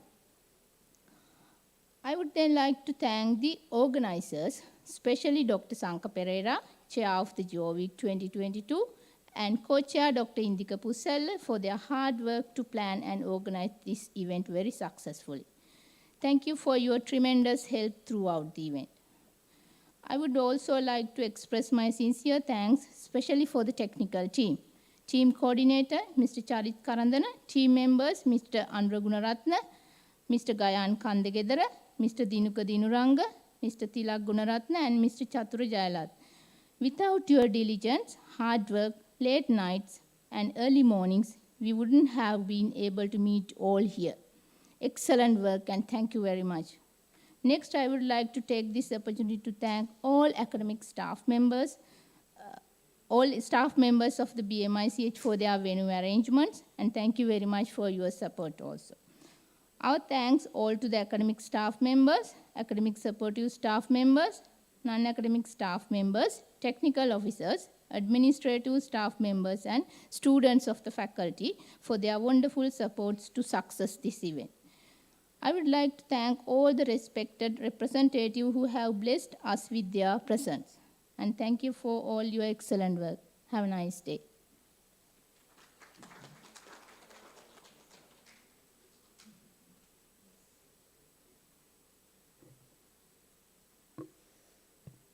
Thank you very much, Madam. With that, we are now concluding the closing ceremony of GeoWeek 2022. And our sincere gratitude again goes for all the dedicated personalities for their immense support and presence in this event.